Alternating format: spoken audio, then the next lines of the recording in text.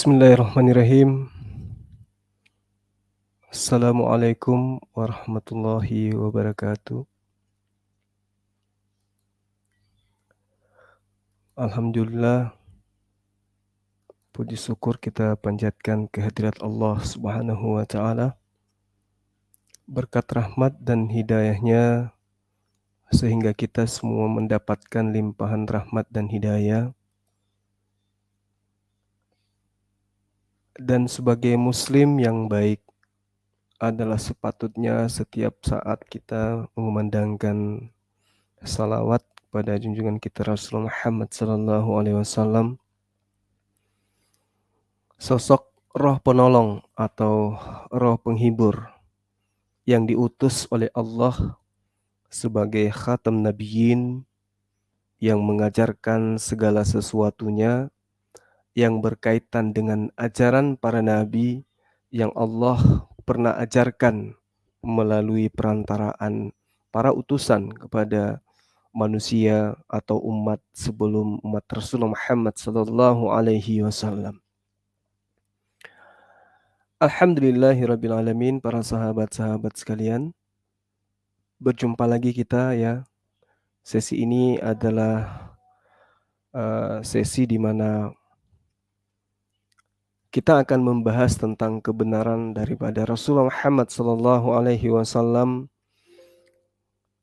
sebagai utusan Allah yang kemudian meluruskan segala ajaran para nabi yang dibengkokkan, dibelokkan oleh orang-orang yang menginginkan mengajarkan sesuatu ajaran yang bertentangan dengan ajaran Allah, di mana ajaran mereka berdasar terhadap asumsi dan juga paradigma berpikir tentang indahnya kehidupan dunia dan megahnya impian, di mana apa yang mereka cita-citakan bisa meraih surga tanpa melaksanakan perintah daripada pencipta alam semesta. Sahabat-sahabat sekalian, di dalam kitabnya sahabat kita ya Kristen, kalau di Al-Quran itu sangat jelas ya. Di Al-Quran itu kita sudah tidak meragukan lagi siapa sosok Nabi Isa alaihissalam yang datang kepada Bani Israel. Itu kita tidak bisa mencari sisi di mana kita akan meragukan kebenaran daripada Nabi Isa alaihissalam yang ditolak oleh umatnya, yaitu Bani Israel. Jadi umat daripada Nabi Isa atau Yesus ya, itu adalah Bani Israel. Yang hari ini kita temukan yang kemudian agama tetangga itu bukan pengikut, tetapi penghamba atau pengtuhan daripada Nabi Isa alaihissalam.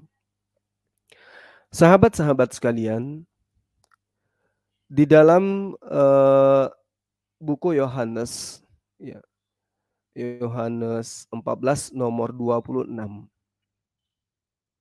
Di situ diterangkan kata Yesus, tetapi penghibur yaitu Roh Kudus yang akan datang diutus oleh Bapa dalam namaku, dialah yang akan mengajarkan segala sesuatu kepadamu dan akan mengingatkan kamu akan semua yang telah kukatakan kepadamu. Jadi sederhana sebenarnya. Ketika kita mencoba untuk mengambil benang merah daripada pengajaran Yesus yang dituliskan kemudian oleh orang-orang yang sahabat Kristen katakan sebagai utusan atau rasul daripada Yesus itu sendiri. Nah, di dalam Yohanes 14 ayat 26 ini, di situ sangat terang dikatakan bahwa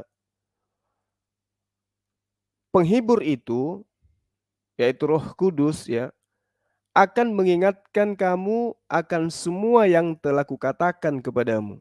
Jadi sosok yang kemudian datang setelah Yesus itu adalah sosok yang mengajarkan segala sesuatunya yang pernah diajarkan oleh Yesus, yang pernah dikatakan oleh Yesus kepada Bani Israel. Kita umat Islam itu bisa membuktikan bahwa Rasulullah Muhammad Sallallahu Alaihi Wasallam ya itu menerangkan kemudian bahwa Nabi Isa alaihissalam di dalam Al-Quran itu kembali mengingatkan kepada kita apa yang menjadi intisari pengajaran beliau. A'udzubillahi minasyaitonirrajim. Bismillahirrahmanirrahim. Wa idz qala Isa ibnu Maryam ya bani Israil inni rasulullahi ilaikum musaddiqan lima baina yadayya minat taurata wa mubashiran birasul ya'ti min ba'di ismuhu Ahmad falamma ja'ahum bil bayyinati qalu hadha sihrun mubin. Jadi ketika di dalam Yohanes 14 ayat 26 diterangkan bahwa roh penghibur ini ya, akan mengingatkan kamu akan semua yang telah kukatakan kepadamu. Artinya roh penolong ini ketika dia datang, dia tidak mengajarkan sesuatu yang berbeda. Lantas kemudian mengatasnamakan itu adalah ajaran Yesus. Tetapi roh penghibur yang datang itu yang benar adalah dia yang mengajarkan kembali apa yang pernah Yesus atau Isa alaihissalam ajarkan kepada Bani Israel. Makanya diterangkan dalam Al-Quran, dalam surah Saf ayat 6 ya. Wa iz qala Isa bin Maryam, ya Bani Israel, inni rasulullahi ilaikum musaddiqan lima baina yaday minat Taurat. Nah, ayat ini jelas bahwa Nabi Isa itu berkata kepada Bani Israel, ya Bani Israel, wahai Bani Israel, sesungguhnya aku ini utusan Allah kepadamu yang membenarkan kitab yang diwahyukan sebelumku, yaitu Torah.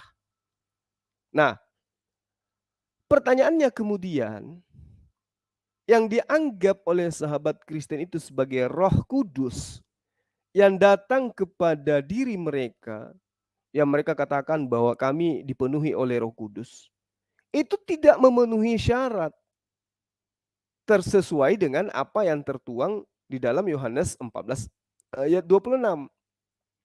Di dalam Yohanes 14 ayat 26, kata Yesus, roh penghibur itu atau roh kudus itu akan mengingatkan kamu akan semua yang telah kukatakan kepadamu. Nah, coba kita lihat, kita teropong teman-teman Kristen. Ketika kita tanya, apa yang Anda ketahui tentang Yesus? Apa yang dia katakan oleh mereka, teman-teman Kristen? Oh, Yesus itu adalah Allah yang inkarnasi menjadi manusia. Nah, kalau kita kembali kepada pernyataan Yesus sebelum dia terangkat ke langit, roh penghibur itu, roh kudus itu akan mengajarkan kepadamu, akan mengingatkan kepadamu akan semua yang pernah aku katakan kepadamu. Nah, orang Kristen ketika ditanya, siapa Yesus? Apa yang dia katakan? Yesus itu adalah Allah yang nuzul menjadi manusia. Apakah perkataan yang mereka lontarkan ini pernah Yesus katakan kepada Bani Israel? Ya Bani Israel, aku ini adalah Eloh yang nuzul menjadi manusia. Apakah ada perkataan Yesus ketika dia hidup di muka bumi kepada Bani Israel mengatakan hal yang mereka katakan itu? Tidak. Lalu di mana perkataan Yesus itu terulang dan terekam kembali? Ternyata di dalam Al-Quran. Ini Rasulullahi ilaikum. Sesungguhnya aku ini adalah utusan Allah yang diutus kepadamu. Berarti yang mengingatkan kembali manusia akan perkataan Yesus itu adalah siapa? Rasulullah Muhammad sallallahu alaihi wasallam. Sederhana bukan? Jadi nubuatan tentang datangnya sosok penghibur atau datangnya sosok penolong lain yang akan mengajarkan kembali perkataan-perkataan yang Yesus pernah ucapkan kepada Bani Israel tidak lain dan tidak bukan adalah Rasulullah Muhammad sallallahu alaihi wasallam. Ya Bani Israel inni Rasulullahi ilaikum. Coba. Jadi Yesus mengatakan kepada Bani Israel, wahai Bani Israel, sesungguhnya aku ini adalah utusan Allah kepadamu. Apakah kemudian Yesus pernah mengajarkan kepada Bani Israel bahwa Yesus itu adalah utusan Allah? Apakah Yesus itu pernah mengaku bahwa dia adalah utusan Allah kepada Bani Israel? Nah, ternyata sahabat-sahabat sekalian, di dalam pengajaran Yesus yang kita kutip di dalam kitabnya teman-teman Kristen, itu bertaburan ayat kalau Yesus itu mengaku sebagai utusan Tuhan. Yesus tidak pernah mengaku dirinya adalah Tuhan itu sendiri. Jadi yang mengingatkan manusia kembali akan ucapan Yesus hanya Rasulullah Muhammad sallallahu alaihi wasallam. Ya, hanya Rasulullah Muhammad sallallahu alaihi wasallam. Karena kenapa? Ternyata Rasulullah Muhammad sallallahu alaihi wasallam itu mengingatkan manusia akan ucapan Yesus yang pernah Yesus ucapkan kepada Bani Israel. Bagaimana dengan Roh Kudusnya orang Kristen? Roh Kudus yang mereka katakan sebagai Tuhan ketiga setelah Yesus. Ternyata dia mengajarkan Roh Kudus yang mereka klaim sebagai Roh Penolong itu ternyata tidak mengajarkan ucapan Yesus kembali. Yang Roh Kudus mereka maksud adalah satu unsur yang kemudian mengajarkan mereka kalau Yesus itu adalah Tuhan, anak Tuhan. Dan itu pernah diserukan oleh iblis di dalam kitabnya mereka. Sementara Markus 9 ayat 37, Matius 10 ayat 40, Yohanes 5 ayat 30, Lukas 10 ayat 16. Yesus dengan jelas mengaku kalau dia adalah utusan Allah. Siapa yang menyambut seorang anak seperti ini di dalam namaku, maka ia menyambut aku. Dan barang siapa menyambut aku, bukan aku yang disambutnya, tetapi dia yang telah mengutus aku. Matius 10 ayat 40, barang siapa menyambut kamu, ia menyambut aku. Dan barang siapa menyambut aku, ia menyambut dia yang telah mengutus aku. Yohanes 5 ayat 30, aku tidak dapat berbuat apa-apa dari diriku sendiri. Aku menghakimi sesuai dengan apa yang aku dengar dan penghakimanku adil sebab aku tidak menuruti kehendakku sendiri, melainkan kehendak dia yang telah mengutus aku. Melainkan kehendak dia yang telah mengutus aku. Lukas 10 ayat 16, barang siapa mendengarkan kamu, ia mendengarkan aku. Dan barang siapa menolak kamu, barang siapa menolak kamu, ia menolak aku. Dan barang siapa menolak aku, ia menolak dia yang mengutus aku. Berarti Yesus ketika datang kepada murid-muridnya mengaku sebagai utusan Allah. Nah, Kristen yang kepenuhan roh yang mereka sebut Roh Kudus, mengajarkan apa? Mengajarkan sesuatu yang tidak pernah diajarkan oleh Yesus. Apa yang diajarkan? Yesus itu adalah Tuhan yang inkarnasi menjadi manusia. Apakah perkataan itu pernah Yesus lontarkan? Tidak. Sementara Yesus mengatakan di dalam Yohanes 15:26, ketika Roh Penghibur itu datang, maka dia akan mengingatkan kamu akan semua yang pernah aku katakan kepadamu. Nah, coba kita teropong Paulus. Paulus itu inti ajarannya apa? Mengajarkan Yesus itu adalah Tuhan. Yang datang sebagai anak Tuhan. Mati di atas tiang salib untuk menebus dosa manusia. Apakah Yesus pernah mengajarkan demikian? Kalau dia adalah Tuhan yang nusul menjadi manusia untuk dibunuh, menebus dosa manusia. Yesus tidak pernah mengajarkan itu. Yesus tidak pernah mengajarkan itu. Jadi apa yang kemudian Paulus, Lukas, Matius, Yohanes, Markus yang mereka tuliskan kemudian diaplikasikan oleh teman-teman Kristen bahwa Yesus itu adalah Tuhan, itu bukan perkataan Yesus. Jadi ketika dikatakan firman itu pada mulanya adalah firman, firman itu bersama-sama dengan Allah, firman itu adalah Allah itu sendiri. Ini perkataan siapa? Perkataan Yohanes, bukan firman Allah dan bukan perkataan Yesus. Nah, kalau ditanya, kenapa kau percaya? Itu kan bukan ucapan Yesus, bukan firman Allah. Apa kata teman Kristen? Oh, dia menulis berdasarkan bimbingan Roh Kudus. Berarti yang mereka maksud Roh Kudus itu bukan yang sesuai dengan yang dimaksud oleh Yesus. Karena Roh Kudus yang dimaksud oleh Yesus adalah roh yang kemudian penghibur yang kemudian mengajarkan kepada manusia bahwa apa yang pernah Yesus ajarkan itu kembali diajarkan. Mengingatkan kembali tentang perkataan-perkataan Yesus. Perkataan-perkataan Nabi Isa yang diutus kepada Bani Israel yang kemudian namanya mereka sebut dengan sebutan Yesus. Nah, artinya bahwa ketika teman-teman agama seberang menuhankan Yesus, katanya itu berdasarkan dorongan roh yang mereka sebut kudus, itu tidak berkesesuaian dengan ciri-ciri roh kudus atau roh penghibur yang datang setelah Yesus. Karena roh kudus yang datang setelah Yesus itu adalah mengingatkan kembali apa yang pernah Yesus ajarkan kepada Bani Israel. Sementara ya, sementara yang mereka ajarkan itu tidak berkesesuaian dengan apa yang diterangkan oleh Yesus kepada Bani Israel.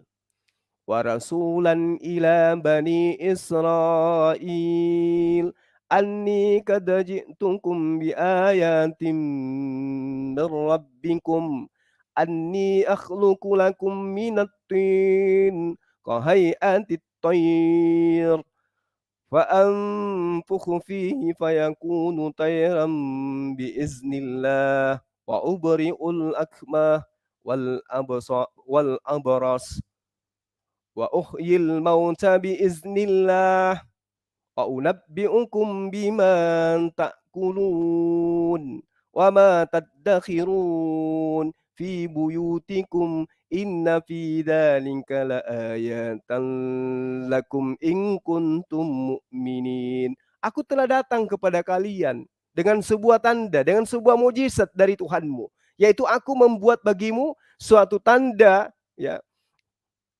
yang mana tanda itu sebagai mujizat yang diberikan oleh Allah atas izin Allah. Aku melakukan mujizat-mujizat itu di hadapanmu. Contoh, aku menyembuhkan orang yang buta, di mana butanya itu sejak lahir. Aku menyembuhkan orang yang kena penyakit kusta. Aku menghidupkan orang yang mati dengan seizin Allah. Dan aku diberitahukan kepadamu apa yang kamu makan, apa yang kamu simpan di rumahmu. Ini perkataan-perkataan Nabi Isa atau Yesus yang kembali diingatkan oleh Rasulullah Muhammad SAW kepada manusia. Ya, semua tertuang di dalam Al-Quran. Inskalallahu ya Isa banu Maryam. Ini adalah perkataan. Ketika Allah berfirman, wahai Isa putra Maryam. Ini ucapan-ucapan Allah kepada Isa alaihissalam yang kembali diingatkan oleh Al-Quran, diingatkan oleh Rasulullah Muhammad SAW melalui perantaraan Roh Kudus. Jadi Roh Kudus itu datang kepada Rasulullah Muhammad SAW mengajarkan sesuatu kepada Rasulullah Muhammad SAW sebagai penghibur. Dia yang kemudian menerima wahyu dari Roh Kudus atau malaikat Jibril, di mana malaikat Jibril yang adalah Roh Kudus mengingatkan kepada Rasulullah Muhammad SAW akan perkataan-perkataan Nabi Isa atau Yesus kepada Bani Israel. Ya, ini jelas.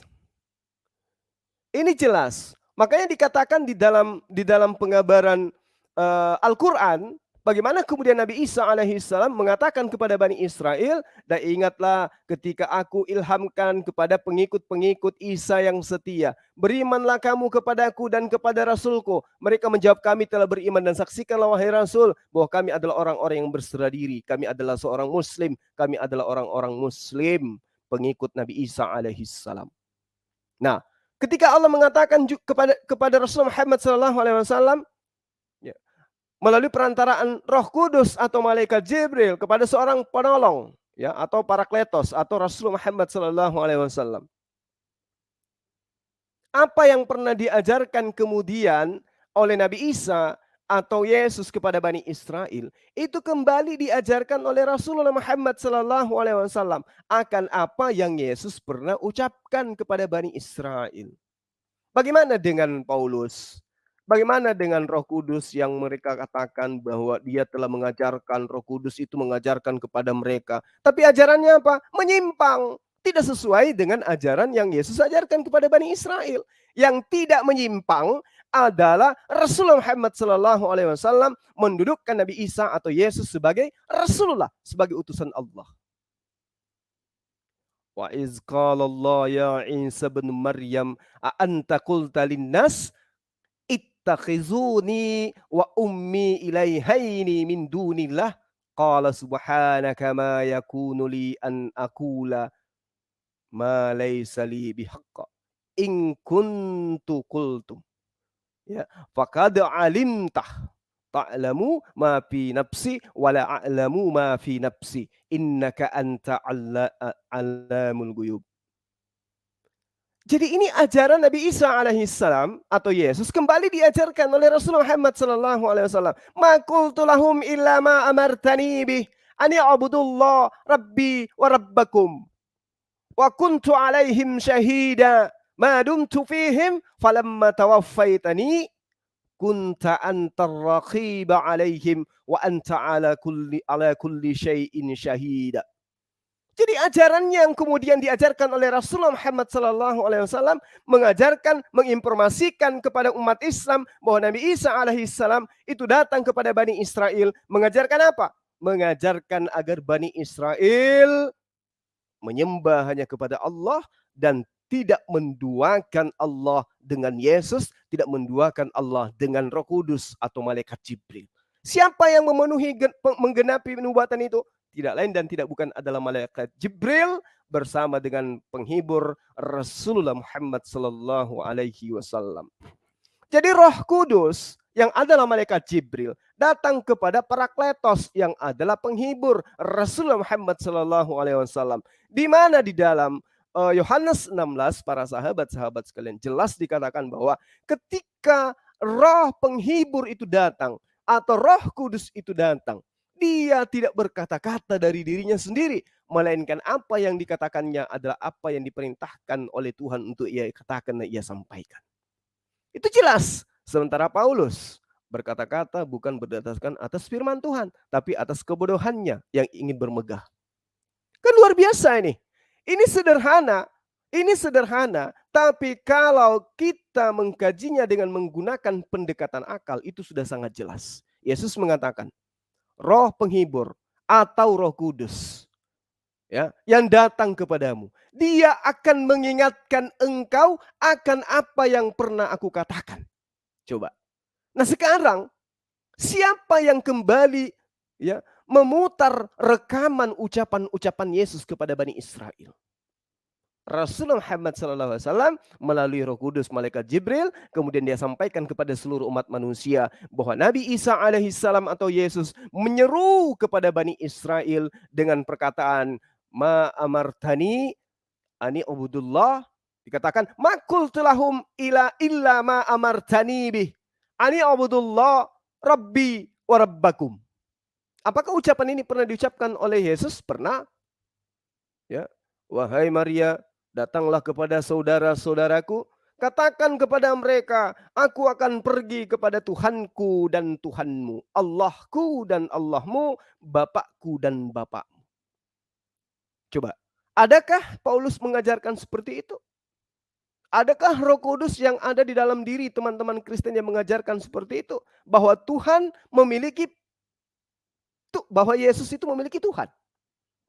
Adakah teman-teman Kristen yang hari ini mengimani itu? Bahwa Yesus itu bertuhan kepada Tuhan lain.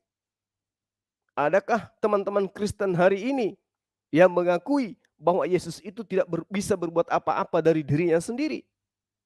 Paling mereka akan memplesetkan ajarannya Yesus. Dia katakan, oh iya, Yesus tidak bisa berkata-kata, Yesus tidak bisa berbuat apa-apa, karena pada saat itu dia adalah manusia. Itu dipelintir sedemikian rupa. Supaya apa? Supaya mereka bisa melanjutkan pesan-pesan iblis yang mengajarkan Yesus itu sebagai anak Tuhan, dan anak Tuhan itu adalah Tuhan itu sendiri. Jadi pada sahabat-sahabat sekalian, nyata bagi kita bahwa ketika Nabi Isa alaihissalam itu mengajarkan kepada Bani Israel bahwa aku adalah utusan Allah yang diutus kepada Bani Israel, dan kemudian diingatkan lagi kembali kepada umat Islam, kepada seluruh umat manusia melalui perantaraan Roh Kudus yang adalah malaikat Jibril, kepada Rasulullah Muhammad SAW yang adalah Parakletos, bahwa Nabi Isa atau Yesus itu hanya sebagai penyampai firman kepada Bani Israel.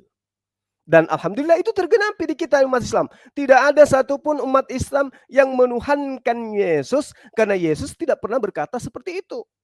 Umat Islam merasulkan Yesus atau Nabi Isa karena Nabi Isa memang mengucapkan kata itu.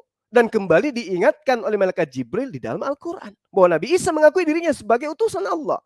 Berarti dia adalah Rasulullah. Dan tidak sempurna iman seorang Muslim kalau tidak mengimani Nabi Isa yang adalah menerima kitab Injil atau pengajaran hikmat Injil, yang mengimani Torah kepada Bani Israel. Tidak sah iman seorang Muslim kalau tidak mengimani itu. Alhamdulillah umat Islam menggenapi nubuatan Yesus bahwa Roh Kudus yang adalah malaikat Jibril akan datang kepada seorang penolong, di mana penolong itu akan menyampaikan kepada seluruh umat manusia tentang ucapan-ucapan Yesus yang pernah Yesus ucapkan kepada Bani Israel.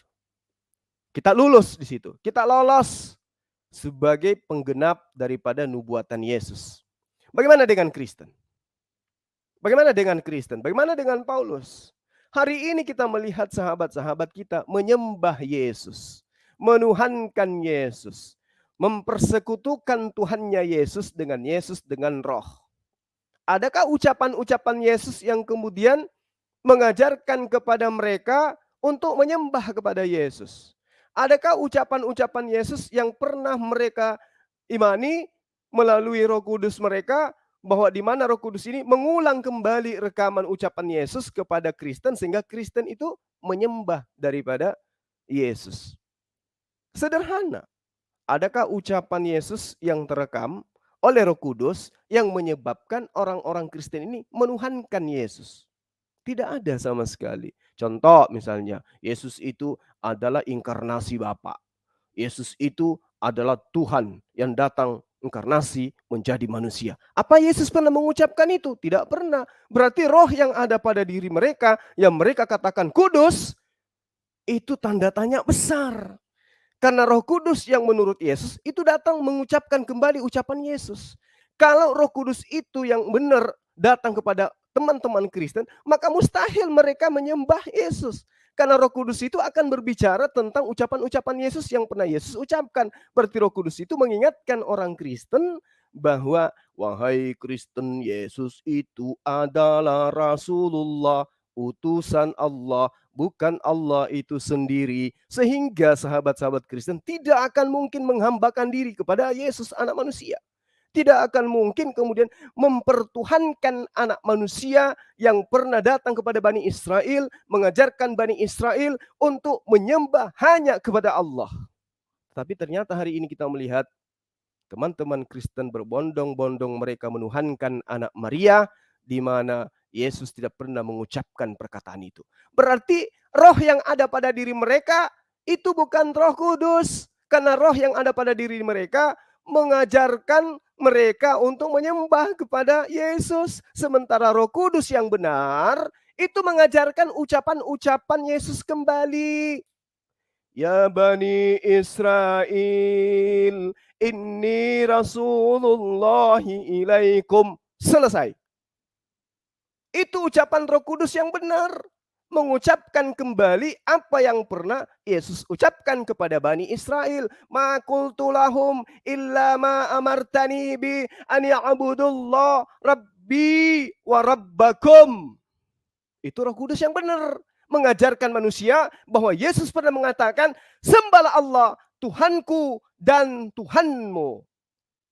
Hanya kepada Dialah kamu menyembah. Hanya kepada Dialah kamu mengabdi. Hanya kepada Dialah kamu bersujud.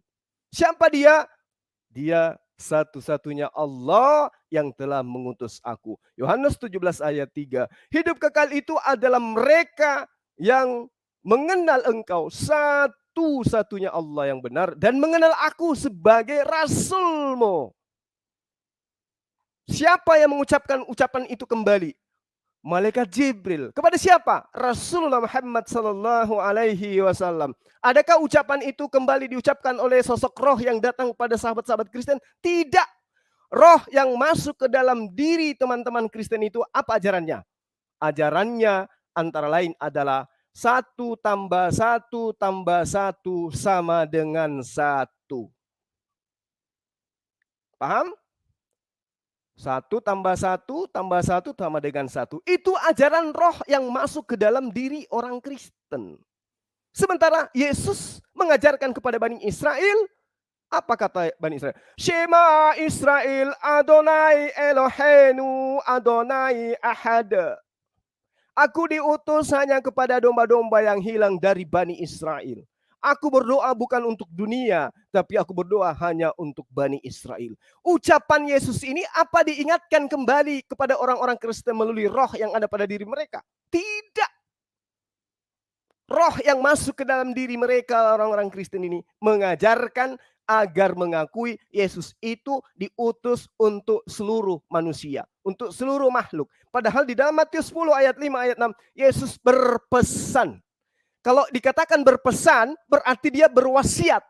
Kalau dia berwasiat, berarti dia punya perjanjian terhadap murid-muridnya. Muridnya harus berikrar dan mendengarkan pesan sang guru kalau mereka adalah murid-murid yang benar. Yesus berpesan kepada ke-12 muridnya agar mereka tidak ke bangsa lain. Kemudian muncul dalil belakangan, Yesus mengajarkan agar mengajarkan, memberitakan Injil ke seluruh dunia dan membaptis orang-orang yang percaya dan menghukum orang-orang yang tidak percaya. Na'udzubillah, tsumma na'udzubillah. Jadi para sahabat sekalian, saya simpulkan bahwa yang mengingatkan kembali ucapan Yesus kepada manusia setelah kaumnya Nabi Isa berdasarkan Yohanes 14 ayat 26, tidak lain dan tidak bukan adalah malaikat Jibril yang datang kepada Rasulullah Muhammad sallallahu alaihi wasallam. Sementara roh yang mereka sebut kudus, yang mereka ambil kata roh kudus dari Quran, yang datang kepada teman-teman Kristen ini tidak mengajarkan kembali ucapan-ucapan Yesus. Buktinya mereka menuhankan Yesus. Mereka menganggap Yesus itu adalah pribadi kedua dari pencipta alam semesta. Sementara Yesus tidak pernah mengajarkan itu. Berarti Roh Kudus itu bekerja hanya pada diri umat Islam, tidak bekerja pada orang-orang Kristen. Kenapa? Roh Kudus itu menurut Yesus akan mengingatkan kamu tentang ucapan yang pernah aku ucapkan. Siapa yang mengingatkan kita? Umat mana yang diingatkan bahwa Yesus itu hanya utusan Allah? Umat mana yang diingatkan bahwa Yesus itu hanya Rasulullah? Umat mana yang diingatkan bahwa Yesus itu hanya penyampai firman? Umat mana yang diingatkan bahwa Yesus itu menyembah hanya kepada Allah? Umat mana yang diingatkan bahwa Yesus itu diutus hanya kepada Bani Israel? Umat mana? Tidak lain dan tidak bukan hanya umat Islam. Kalau Kristen beda. Mereka diingatkan oleh roh yang datang kepada mereka, Yesus itu untuk seluruh dunia. Yesus itu adalah Tuhan yang menusul mencari manusia. Yesus itu adalah anak Tuhan yang dilahirkan oleh manusia. Yesus itu adalah Tuhan yang datang dibunuh untuk menebus dosa manusia. Yesus itu adalah datang mati di atas tiang salib untuk membubarkan, untuk membebaskan orang-orang Kristen dari aturan Tuhan yang disebut dengan hukum Taurat. Ayo silakan kita simpulkan sendiri. Hari ini siapa yang mengucapkan dan mengimani ucapan-ucapan Yesus? Yohanes 14 ayat 26. Sederhana sekali. Roh Kudus itu atau penghibur itu akan mengingatkan kalian tentang ucapan-ucapan yang pernah aku ucapkan. Hari ini Siapa yang mengimani ucapan Yesus kembali melalui kitab sucinya? Teman Kristen hari ini jauh sekali nyebrang daripada apa yang Yesus pernah ucapkan kepada Bani Israel. Dengar, Yesus mengatakan dalam Yohanes ya, dikatakan, Shema Israel Adonai Eloheinu Adonai Had. Yesus bersuruh kepada siapa? Bani Israel. Aku diutus hanya kepada domba-domba yang hilang dari Bani Israel. Roh Kudus yang datang kepada Rasulullah Muhammad SAW, apa yang diajarkan? Oh, ternyata di dalam Al-Quran disebutkan, ya Bani Israel, ya Bani Israel, ya Bani Israel. Wa iskal Isa bin Maryam, ya Bani Israel, inni Rasulullah ilaikum. Coba. Aku ini utusan Allah yang diutus kepadamu, wahai Bani Israel.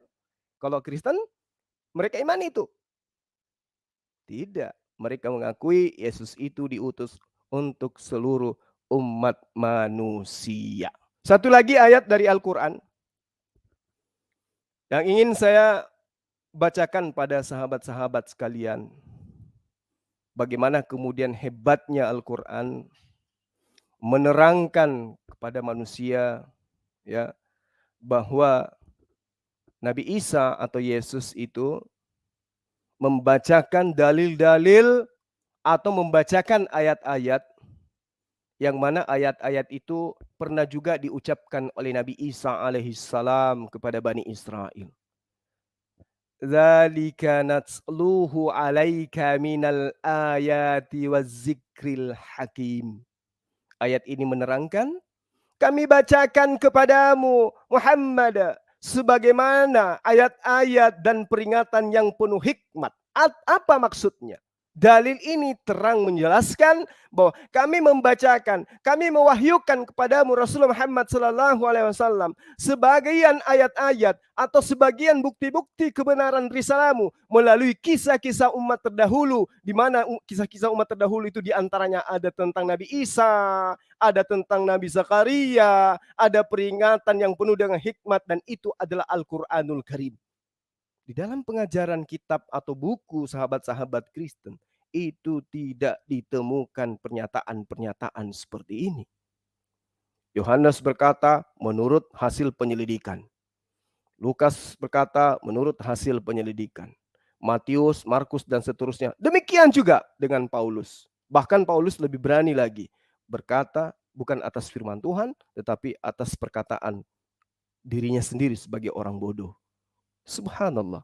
Jadi pernyataan-pernyataan kemudian yang diterangkan oleh malaikat Jibril kepada Nabi Isa, kepada Rasulullah Muhammad SAW, itu membuahkan sebuah konsep yang tidak diragukan lagi, bahwa penolong lain tidak lain yang tidak bukan yang didatangi oleh Jibril, dan penghibur dan Roh Kudus yang sesungguhnya itu adalah oknum Jibril yang datang kepada Rasulullah Muhammad SAW, yang mana muatan ajarannya ketika berbicara mengenai Nabi Isa, maka dia akan menyampaikan sebuah wahyu, di mana wahyu itu sudah pernah diucapkan oleh Nabi Isa kepada Bani Israel. Bagaimana dengan roh yang datang kepada Kristen? Nah, itu satu poin.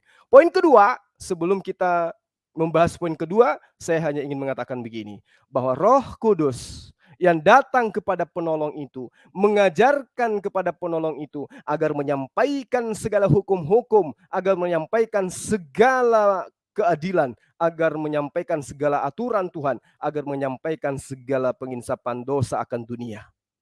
Artinya, roh penghibur ini akan menerima pengajaran dari Sang Roh Kudus tentang aturan-aturan Tuhan.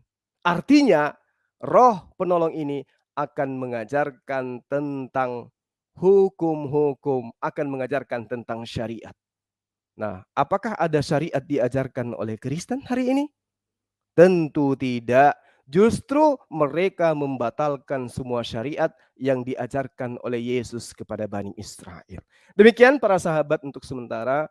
Mungkin di tengah-tengah kita ada sahabat atau ada rekan yang ingin ikut nimbrung, memberikan sebuah materi atau memberikan sebuah saran atau ingin mengkritiki apa yang kita sampaikan pada malam hari ini. Kita sapa dulu sahabat kita. Di sini ada saudara Arefas. Selamat semangat malam, saudara Arefas. Selamat malam Ustaz Zuma. Assalamualaikum warahmatullahi wabarakatuh. Waalaikumsalam warahmatullahi wabarakatuh. Masya Allah. Nah Ya, Ustaz, salam kenal, Bang. iya suka sekali dengan lecture atau ceramahnya Ustaz Zuma ini. Masya Allah. Jadi Ini bukan ceramah, Bang. iya Ya, Ustaz, sekedar untuk saya suka edukasi aja. dari kemarin-kemarin saya perhatikan Ustaz Zuma. Saya dari Pasuruan Ustaz. Masya Allah. Iya Jawa Timur. Ya, Iya ini beberapa apa yang Ustaz sampaikan ini semoga dari teman-teman yang mungkin masih belum mengenal atau belum masuk Islam segera dapat hidayah Ustaz. baik. Dengan Amin. amin Ustaz. Karena sangat jelas sekali apa yang Ustaz sampaikan. Insya Allah semakin banyak orang-orang yang akan mu'alaf Ustaz. Amin, Dari amin, amin, kemarin amin. saya lihat video YouTube-nya Ustaz kemarin yang mu'alaf itu Ustaz. Yang dari mana itu? Sekarang masih di situ kayaknya Ustaz. Nuh Christopher atau Iya, iya, Yusuf. iya, iya, iya. Yang saya sangat kalau mendengar ceritanya saya sangat terharu sekali Ustaz. Dan Masya Masya Allah. Allah atas semuanya mungkin perantara Ustaz ya banyak para otan yang mu'alaf. Jadi Masya Allah. mereka mendapatkan hidayah dari situ Ustaz. Saya sangat Ya, mendukung Ustaz. Jumat kemarin kita juga mensyahadatkan satu keluarga dari Manado ya. Dan insya Allah Jumat ini juga akan ada yang mu'alaf juga satu keluarga. Masya Allah, Masya Allah. Ini Karena orang-orang Ustaz. ini sudah menyadari bahwa ternyata Roh Kudus yang dinubuatkan oleh Yesus itu ada pada Islam. Karena di Islam itu mengingatkan kembali ucapan-ucapan Yesus atau Isa alaihissalam yang pernah Isa alaihissalam ajarkan kepada Bani Israel. Sementara di agama yang sebelumnya justru menyeleweng jauh. Karena justru mengajarkan ucapan-ucapan yang bukan ucapan Yesus. Seperti menuhankan Yesus itu Yesus tidak pernah ajarkan. Iya Ustaz benar. Ini yang saya bukan pernah Ustaz. Saya kebetulan kan punya seorang nenek dan kakek yang Katolik Ustaz. Tapi beliau belum sempat masuk Islam. Jadi saya sangat menyesalnya di situ Ustaz. Karena dulu waktu kecil mungkin pernah saya dibiayai sama beliau. Jadi ketika meninggal pun saya nggak posisinya nggak di situ. Saya di luar kota. Saya dapat berita kalau mereka kakek nenek saya itu sudah meninggal. Tapi yang meninggal kakek dulu. Setelah itu, Oh iya iya. jadi di situ ketika Ustadz memberikan materi pencerahan seperti ini, saya berharap teman-teman atau saudara-saudara kita yang belum mendapat hidayah, semoga semakin banyak mendapatkan hidayah atas ceramah Ustadz. Insya Allah amin. Amin. Sahabat Revas, mungkin kita sapa dulu tamu kita pada malam hari ini ya. Di sini juga ada pemilik akun Jawab Kibu. Ya. Semangat malam, saudara Jawab Kipu. Wah, namanya susah kali disebut. Silakan open mic. Jawab Kipu. Semangat malam.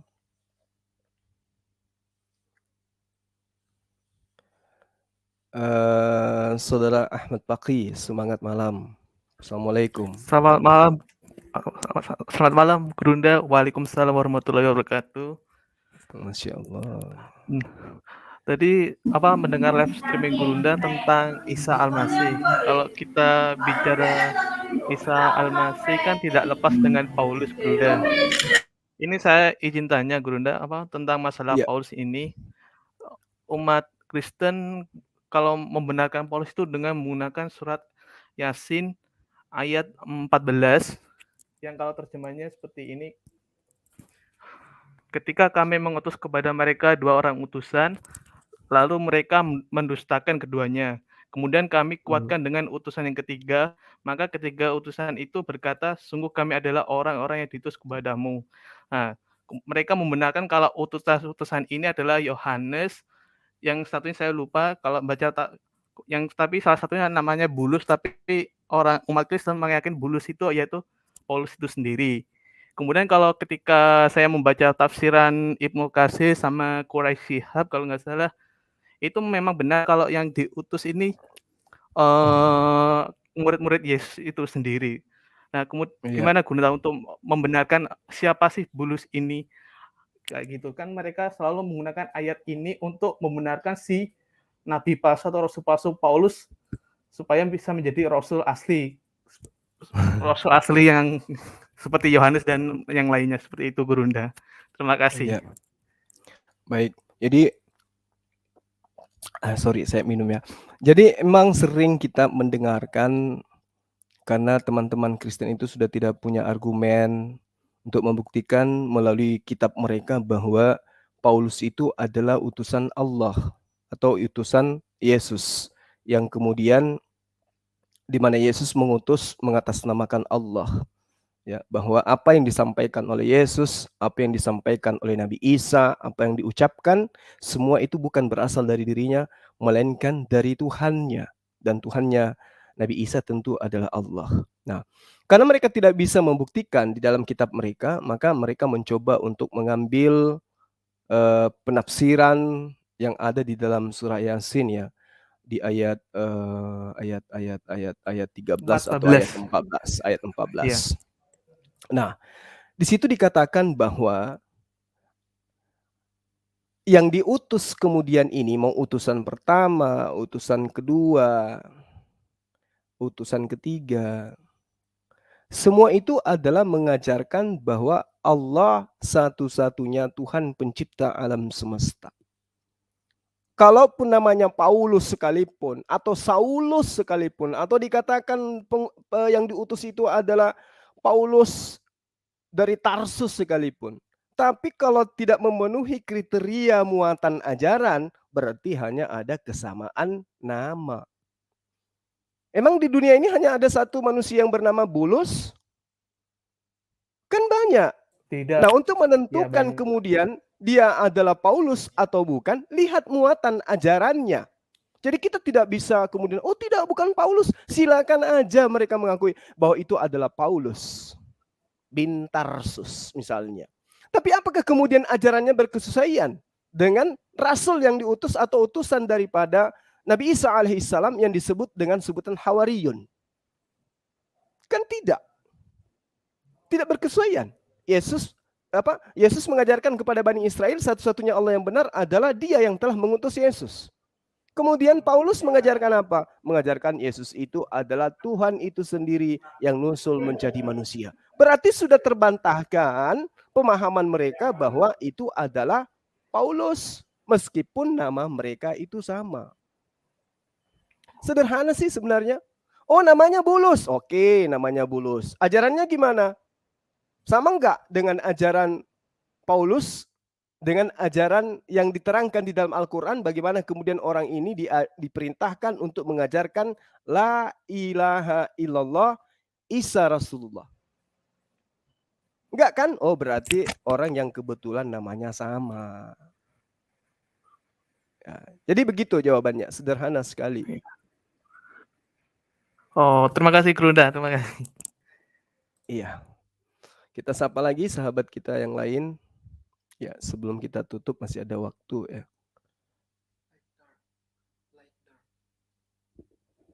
Silakan sahabat Like Dot, open mic.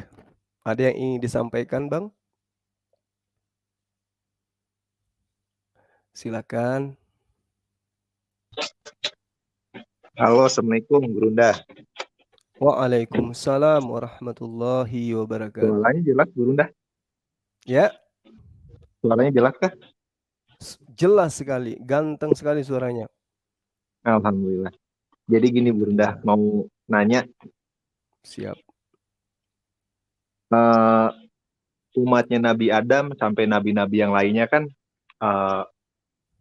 yang ikut dengan mereka itu kan pasti dijanjikan masuk surga ya, Gurunda. Iya. Nah, setelah datangnya Nabi Muhammad ini kan, mereka-mereka ini gimana ya Bunda nasibnya ini? Gimana? Ya setelah datangnya Nabi Muhammad, kayak pengikutnya Nabi Isa gitu kan, sebelum adanya Nabi Iya. Muhammad, mereka dijanjikan masuk surga. Dan untuk yang setelah Nabi Muhammad datang, mereka gimana ya Gurunda? Sebelum atau setelah? Setelah. Kan di dalam Al-Quran diterangkan orang-orang Yahudi, orang-orang Nasara, ya, siapapun di antara mereka yang beriman kepada Allah, maka dia akan masuk ke dalam surga. Ada kan dalilnya? Iya Gurunda. Ya. Artinya bahwa ketika orang-orang ini beriman kepada Allah, ya, dan juga mengikuti nabi-nabi, mengimani nabi yang datang sebelum Rasulullah Muhammad SAW, maka mereka dijamin oleh Allah. Itu diterangkan di dalam Al-Quran. Itu sudah ada dalam surah Al-Baqarah. Bagaimana kemudian Allah mengatakan sesungguhnya orang-orang yang beriman, orang-orang Yahudi, orang-orang Nasara, orang-orang Sabi'in, siapa saja di antara mereka yang beriman kepada Allah dan hari akhir dan melakukan kebajikan serta mendapat pahala dari Tuhannya, dan mereka tidak ada rasa takut pada mereka dan mereka tidak bersedih hati. Itu sudah diterangkan kaidahnya di dalam Al-Quran. Surah Al-Baqarah itu sangat jelas ya. Di ayat 62 kalau saya tidak salah. Baik, terima kasih Gurunda. Itu aja sih pertanyaan Gurunda. Iya. Biar teman-teman yang lain mungkin sedikit berpikir Gurunda. Ya.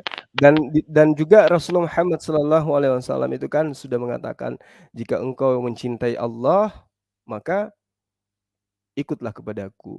Kan ada pernyataan Rasulullah seperti itu di dalam Ali Imran ayat 31. Itu jelas dia katakan bahwa jika engkau mencintai Allah maka ikutilah aku.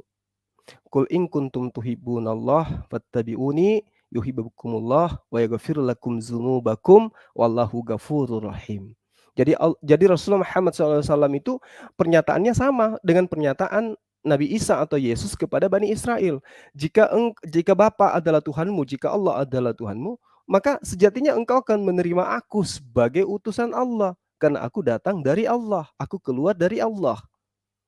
Itu pernyataan Nabi Isa atau Yesus dalam kitabnya Kristen. Lalu kemudian Rasulullah Muhammad SAW juga mengatakan hal yang sama.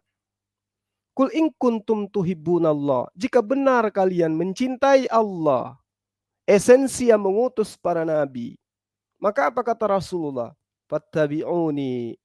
Maka ikutlah kepadaku. Ya. Janji Rasulullah, niscaya Allah mencintaimu. Dan apa? Allah mengampuni dosa-dosamu.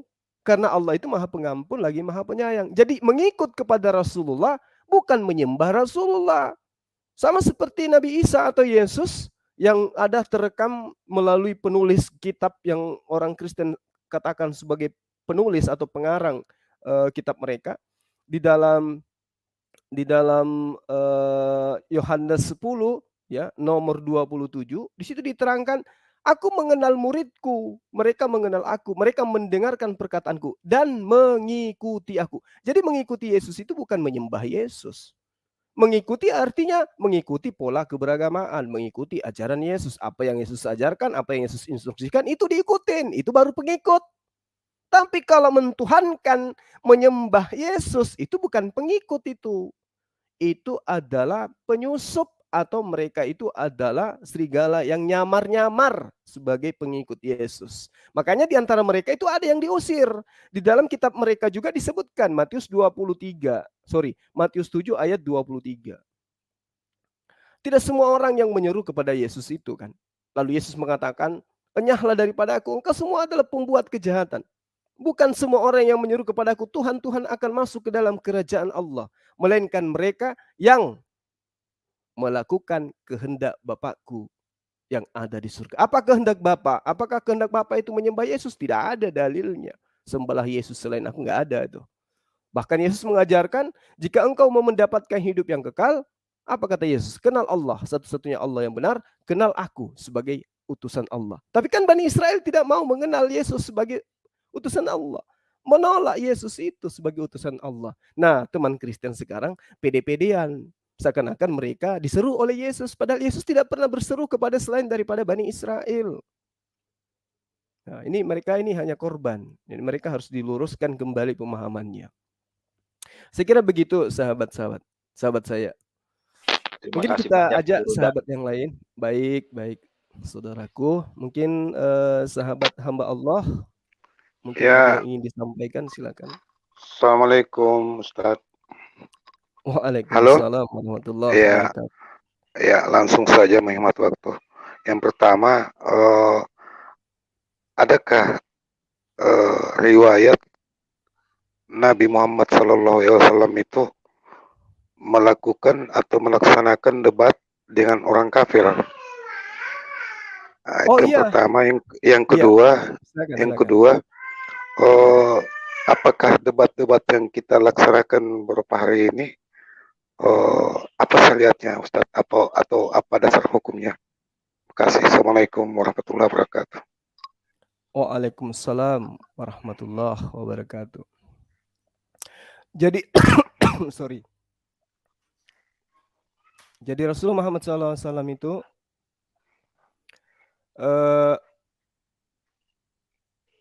pernah berdebat. Bagaimana kemudian Rasulullah berdebat dengan orang-orang yang menolak ajarannya seperti Abu Lahab. Ya. Rasulullah sering berdebat dengan orang-orang Quraisy. Di antara orang yang berdebat dengan beliau, ada yang kemudian ikut menjadi pengikutnya, ada yang menjadi sebagai pembangkang terhadap ajarannya. Jadi Rasulullah ya itu sudah diberikan petunjuk oleh Allah di dalam surah An-Nahl ayat 125. Bantalah mereka dengan cara yang baik. Artinya bahwa ayat ini mengindikasikan jelas bahwa pada masa Rasulullah Muhammad SAW itu menjalankan misi kerasulannya kepada orang-orang Quraisy ya, yang ada di Mekah dan di Madinah, bahkan terhadap orang Yahudi juga dan orang Nasara, itu Rasulullah seringkali berdebat. Seringkali memperdebatkan sesuatu yang berkaitan dengan apa yang menjadi misi kedatangan Rasulullah Muhammad SAW. Itu poinnya di situ.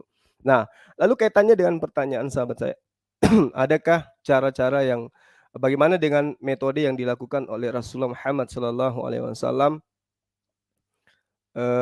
dengan apa yang dilakukan oleh para kristolog hari ini yang berdebat tentang perbandingan agama? Jadi memang ada petunjuk ya, janganlah engkau berdebat terhadap ahli berdebatlah kamu dengan cara yang hikmah.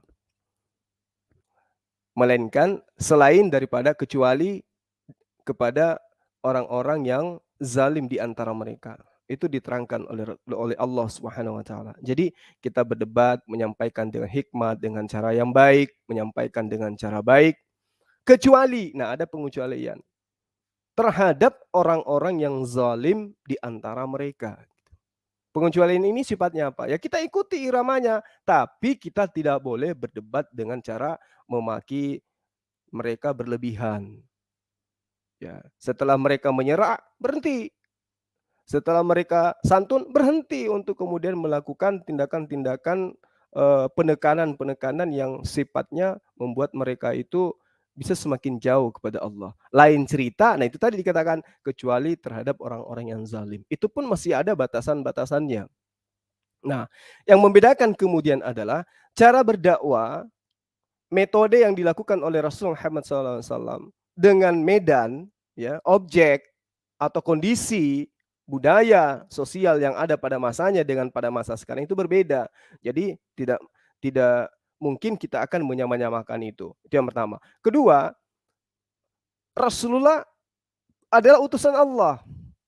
Sementara yang berdebat sekarang ini bukan utusan Allah, hanya manusia biasa yang kemudian melakukan counter terhadap hujatan, fitnahan, hinaan, dan plesetan terhadap ajaran-ajaran para nabi. Saya kira begitu, sahabat saya.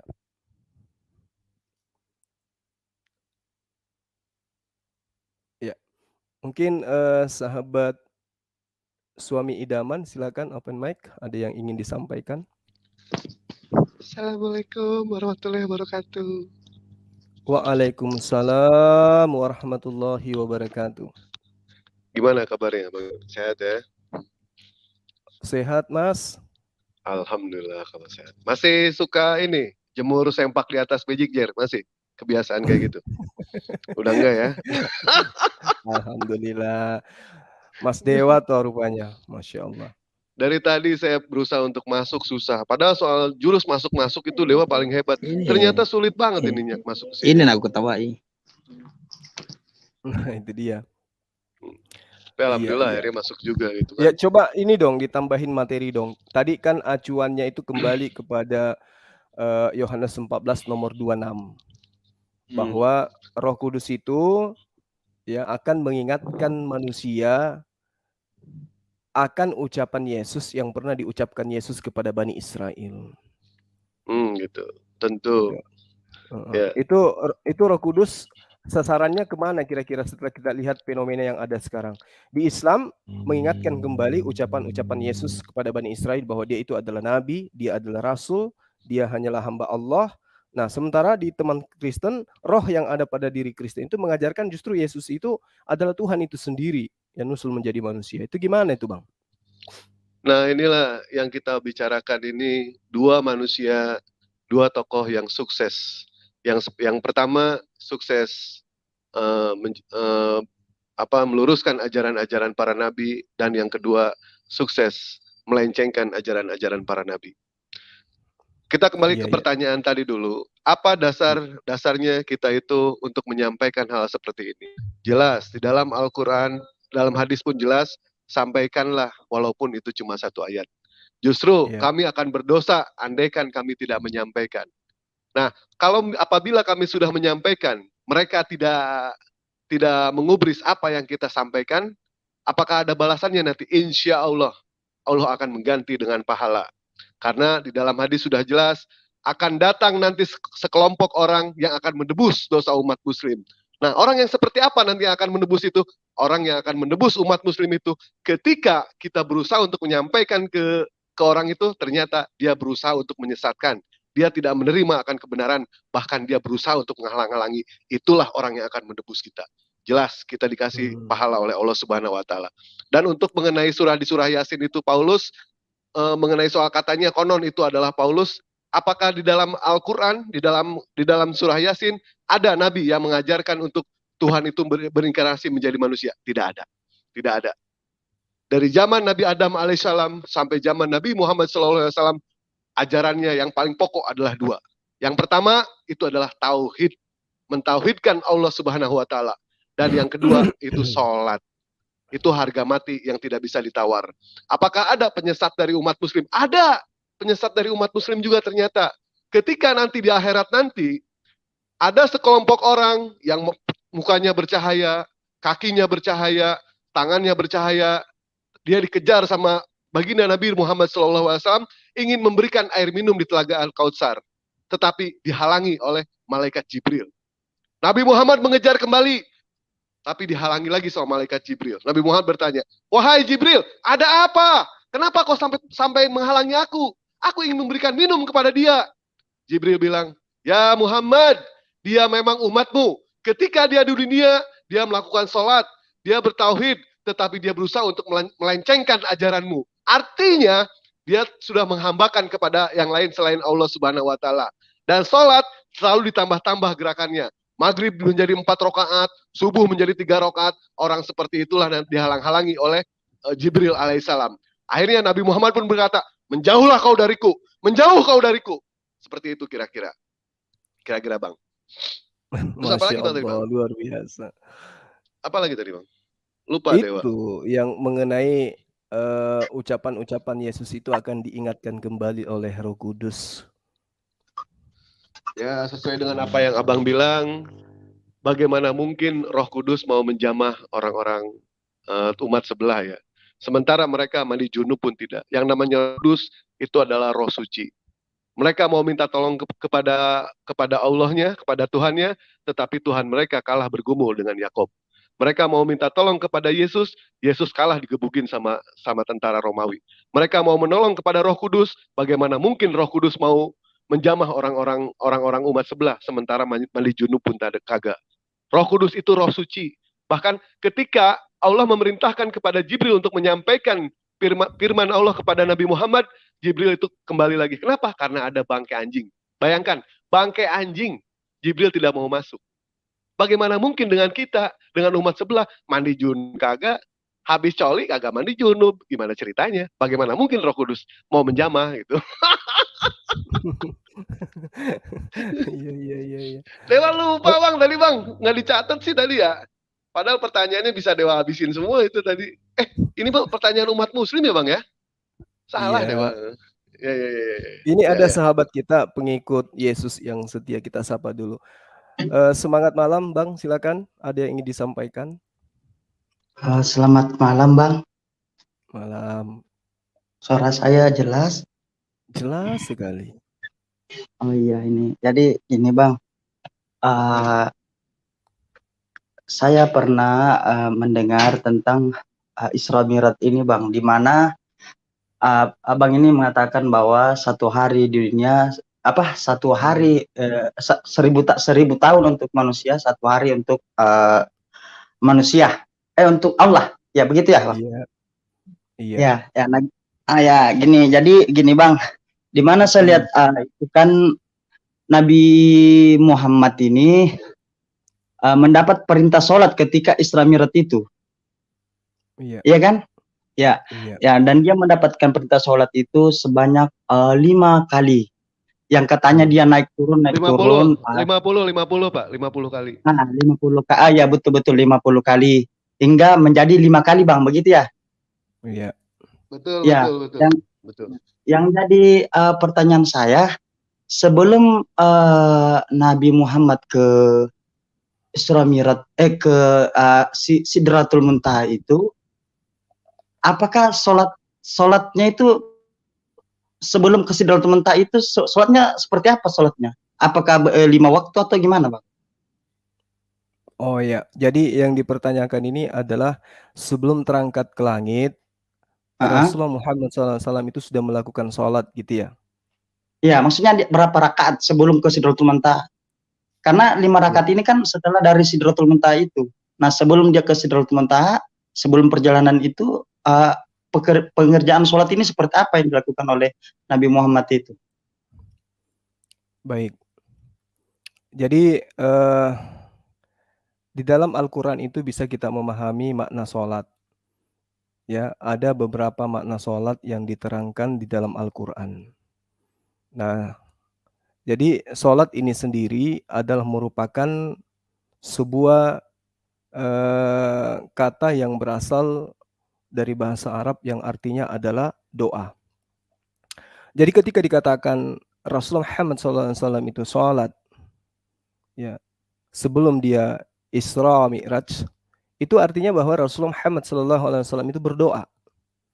Nah, kalau saudara saya ini memahami sholat itu adalah yang dipraktekkan kemudian oleh umat Islam saat ini.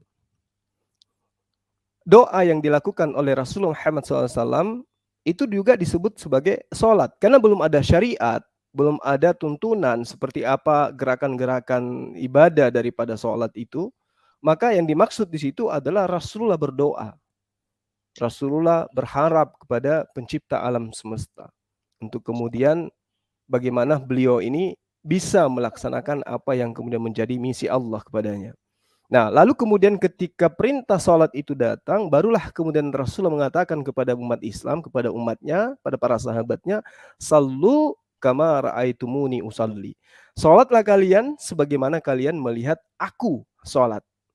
Seperti itu. Jadi saya tidak bisa mengatakan beliau sholat 1 rakaat, 2 rakaat, 3 rakaat. Karena kenapa? Pada saat itu belum ada syariat sholat, dan kemudian sholat itu sendiri artinya adalah berdoa.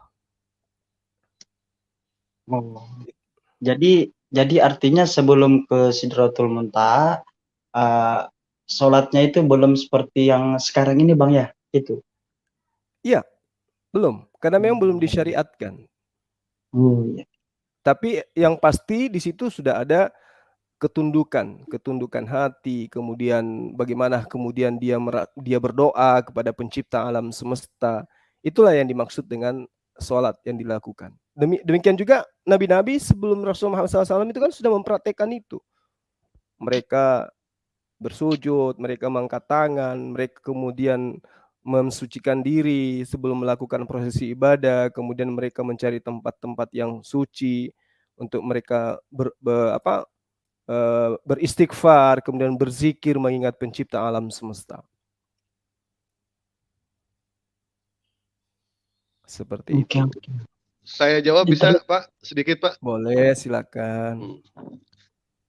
Ketika belum ada perintah sholat, itu memang tidak ada yang namanya syariat sholat Pak. Belum ada. Para nabi melakukan sholat itu setelah ada perintah, tetapi memang tidak diceritakan secara gamblang di dalam Al-Quran seperti apa. Yang konon katanya ada sholatnya sujud terus. Yang konon katanya sholatnya itu seperti Nabi Sulaiman yang diceritakan ya, hanyalah berdiri aja. Nah, ketika zaman Nabi Muhammad, perintah sholat itu Allah menjemput langsung. Karena perintah sholat itu tidak bisa dilakukan lewat WA, lewat grup nggak bisa. Allah memerintahkan Jibril. Jibril, ambil kendaraan, naik Grab, turun kamu ke bawah, jemput kekasihku. Jibril mengambil mobil Innova waktu itu.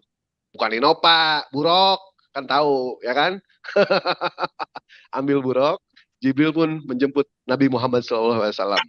Nah, disitulah pertemuan antara Allah Subhanahu Wa Taala dengan Nabi Muhammad SAW. Tetapi Nabi Muhammad tidak bertemu dengan Allah langsung, mata hatinya yang bertemu dengan Allah. Nabi Muhammad diberikan proposal sama Allah untuk sholat 50 waktu. Turun Nabi Muhammad. Setelah turun Nabi Muhammad bertemu dengan Nabi Musa alaihissalam. Muhammad, apa yang kau bawa? Aku diperintahkan sama Allah untuk sholat 50 waktu. Nabi Musa berkata, Muhammad, nggak mungkin bisa. Kamu nawar. Jangan 50 kebanyakan. Nabi Muhammad naik. Minta penawaran ke Allah. Turun jadi 45. Turun lagi ke bawah. Nabi Musa berkata, nggak akan mampu umatmu. Nabi Muhammad turun naik. Sampai akhirnya pada saat 5 waktu, Nabi Musa pun sempat protes. Nabi Musa pengen 1 waktu aja gitu kan. Tetapi disinilah kecerdasan, bukti kecerdasan dan kepekaan Nabi Muhammad SAW. Beliau berpikir, setiap aku naik diturunkan 5. Setiap aku naik diturunkan 5. Kalau misalkan tinggal sisa 5, aku naik lagi, habis sudah. Akhirnya Nabi itu disitulah bukti kecerdasan dan kepekaan Rasulullah SAW. 5 waktu. Nah itu aja Pak, yang saya ketahui Pak ya. Oh iya. Jadi begini, Bang. Jadi begini. Saya sudah pernah menonton siri tentang kisah bagaimana awal mula Islam itu berkembang di mana di Arab, yang mana petua-petua Quraisy ini kan menolak tentang Nabi Muhammad ini. Nah, setelah mulai agak berkembang, ada seorang budak yang melakukan sholat di atas bukit. Sehingga petua-petua dari Quraisy ini mengatakan, ini keajaran yang Muhammad sampaikan. Nah, itu korelasinya dengan aku sampai nggak ngerti nih Bang, gimana? Padahal di situ sebelum ke Sidratul Muntaha ada sudah sholat di situ Bang, di atas bukit itu. Kalau memang ceritanya ini salah, ya mungkin ceritanya yang salah. Oh, berdoa itu Bang, berdoa. Bukan sholat itu, yang lempar, bukan. Yang saling lempar batu itu Bang. Abang lihat nggak yang saling lempar batu itu? Ya, itu berdoa, bukan lagi sholat, bukan. Oh, berdoa. Ya. Oh iya. Berdoa. Ya. Oke. Kemudian yang gini Bang, yang kedua Bang, ini kan ketika di dalam Islam ini untuk mengakui dan menjadi seorang agama yang beragama Islam, maka dikenal dengan nama syahadat.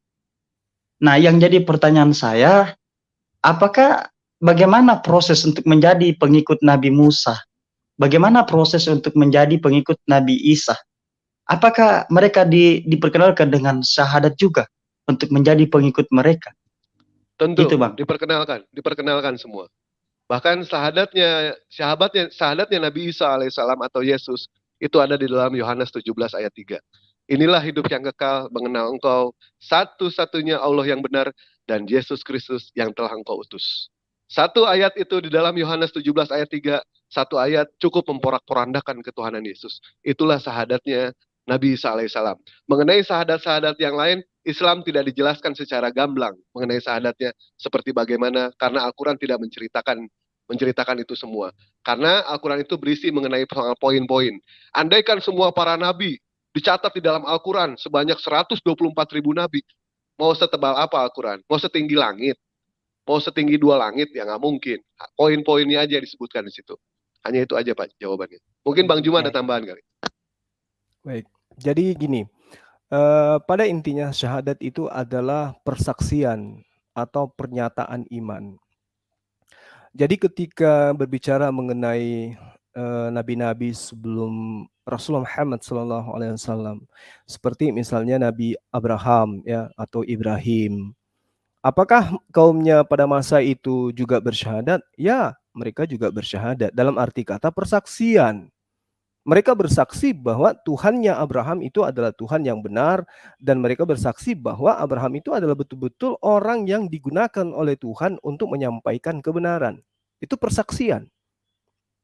Makanya ketika ada perintah kepada Abraham, perintahkan kepada seluruh laki-laki yang ada dalam rumahmu, ya, keturunanmu, karena ini adalah merupakan perjanjian kekal bagi saya denganmu, bahwa mereka harus bersunat. Orang-orang yang mengikut kemudian dan bersaksi bahwa perintah bersunat itu diterima oleh Abraham dari pencipta alam semesta, mereka bersyahadat, berarti mereka bersaksi bahwa apa yang diperintahkan oleh Abraham itu adalah sebuah perintah dari Tuhan. Berarti mereka mendengarkan, seperti ketika diperintah anak tunggalnya, sembelih. Anaknya mengimani, ya udah sembelihlah aku ayah. Artinya anak ini bersaksi bahwa perintah atau mimpi yang diterima bapaknya itu adalah perintah Tuhan. Berarti dia bersaksi secara tidak langsung bahwa Abraham itu adalah utusan Allah dan Allah yang memerintahkan itu adalah betul-betul pencipta alam semesta. Bagaimana dengan Nabi Musa? Demikian juga orang yang mengimani Nabi Musa sebagai utusan Tuhan, mempercayai kitab Torah sebagai firman Tuhan, itu mereka bersaksi berarti. Mereka mengimani bahwa Tuhannya Nabi Musa itu adalah Tuhan yang benar, dan perintah yang diterima Nabi Musa itu adalah perintah yang benar. Dan Musa betul-betul ada utusan Allah. Mereka bersaksi. Demikian juga Nabi Isa alaihissalam atau Yesus. Ketika Yesus datang kepada Bani Israel, Yesus menerangkan seperti yang diterangkan oleh saudara Dewa tadi. Hidup kekal itu. Nah coba. Artinya bahwa konsep hidup kekal menurut Yesus adalah menyaksikan tidak ada Tuhan selain Allah dan menyaksikan bahwa Yesus itu utusan Allah. Keluar daripada itu, mereka keluar daripada kaidah-kaidah pengajaran Yesus. Nah, makanya saya katakan, sahabat saya nama akunnya pengikut Yesus yang setia. Tapi saya sanksi Anda pengikut. Saya yakin Anda ini adalah pentuhan atau orang yang menghambakan diri kepada Yesus yang juga menghambakan diri kepada Tuhan pencipta alam semesta. Saya kira begitu kaitannya dengan syahadat. Jadi syahadat itu persaksian.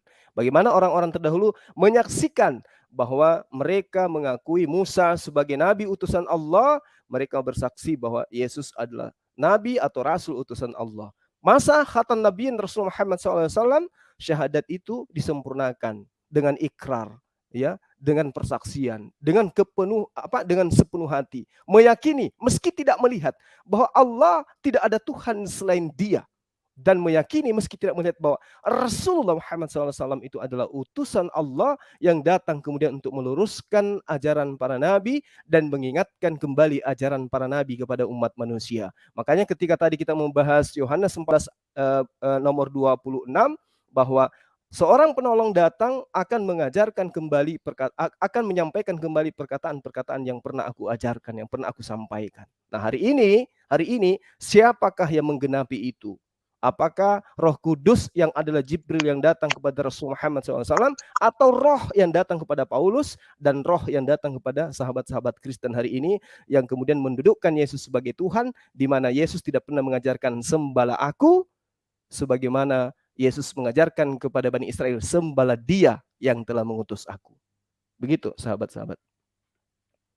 Mungkin ada lagi yang lain? Baik, saya Sahabat tambahin, dari... Bang. Saya tambahin tuh Boleh. gimana, Bang? Boleh. Oh. Ada Bang Tapi Bonar juga lumayan sini. Baik. Tapi sebelumnya tolong dibantu ya di subscribe MHAA spasi D33WA. Mantap lah pokoknya. Kalau bapak-bapak tidak mau subscribe, didoain pokoknya ya, kawin lagi. Makanya subscribe. Kalau misalkan ibu-ibu yang tidak subscribe, didoain masuk angin pokoknya ya. Yang subscribe masuk surga. Tapi sembuh ntar dikerokin sih ntar ya. Itu bentuk kesaksian itu tidak perlu kita harus dituntut untuk melihat. Kita yang namanya bentuk kesaksian itu kita percaya dan kita membuktikan kecintaan kita itu kepada Rasulullah SAW dan Allah Subhanahu Wa Taala. Ada kata-kata yang mengatakan yang namanya cinta itu datang dari mata turun ke hati, itu salah. Yang betul itu adalah dari hati. Dari hati itu adalah bentuk kecintaan seseorang. Kenapa?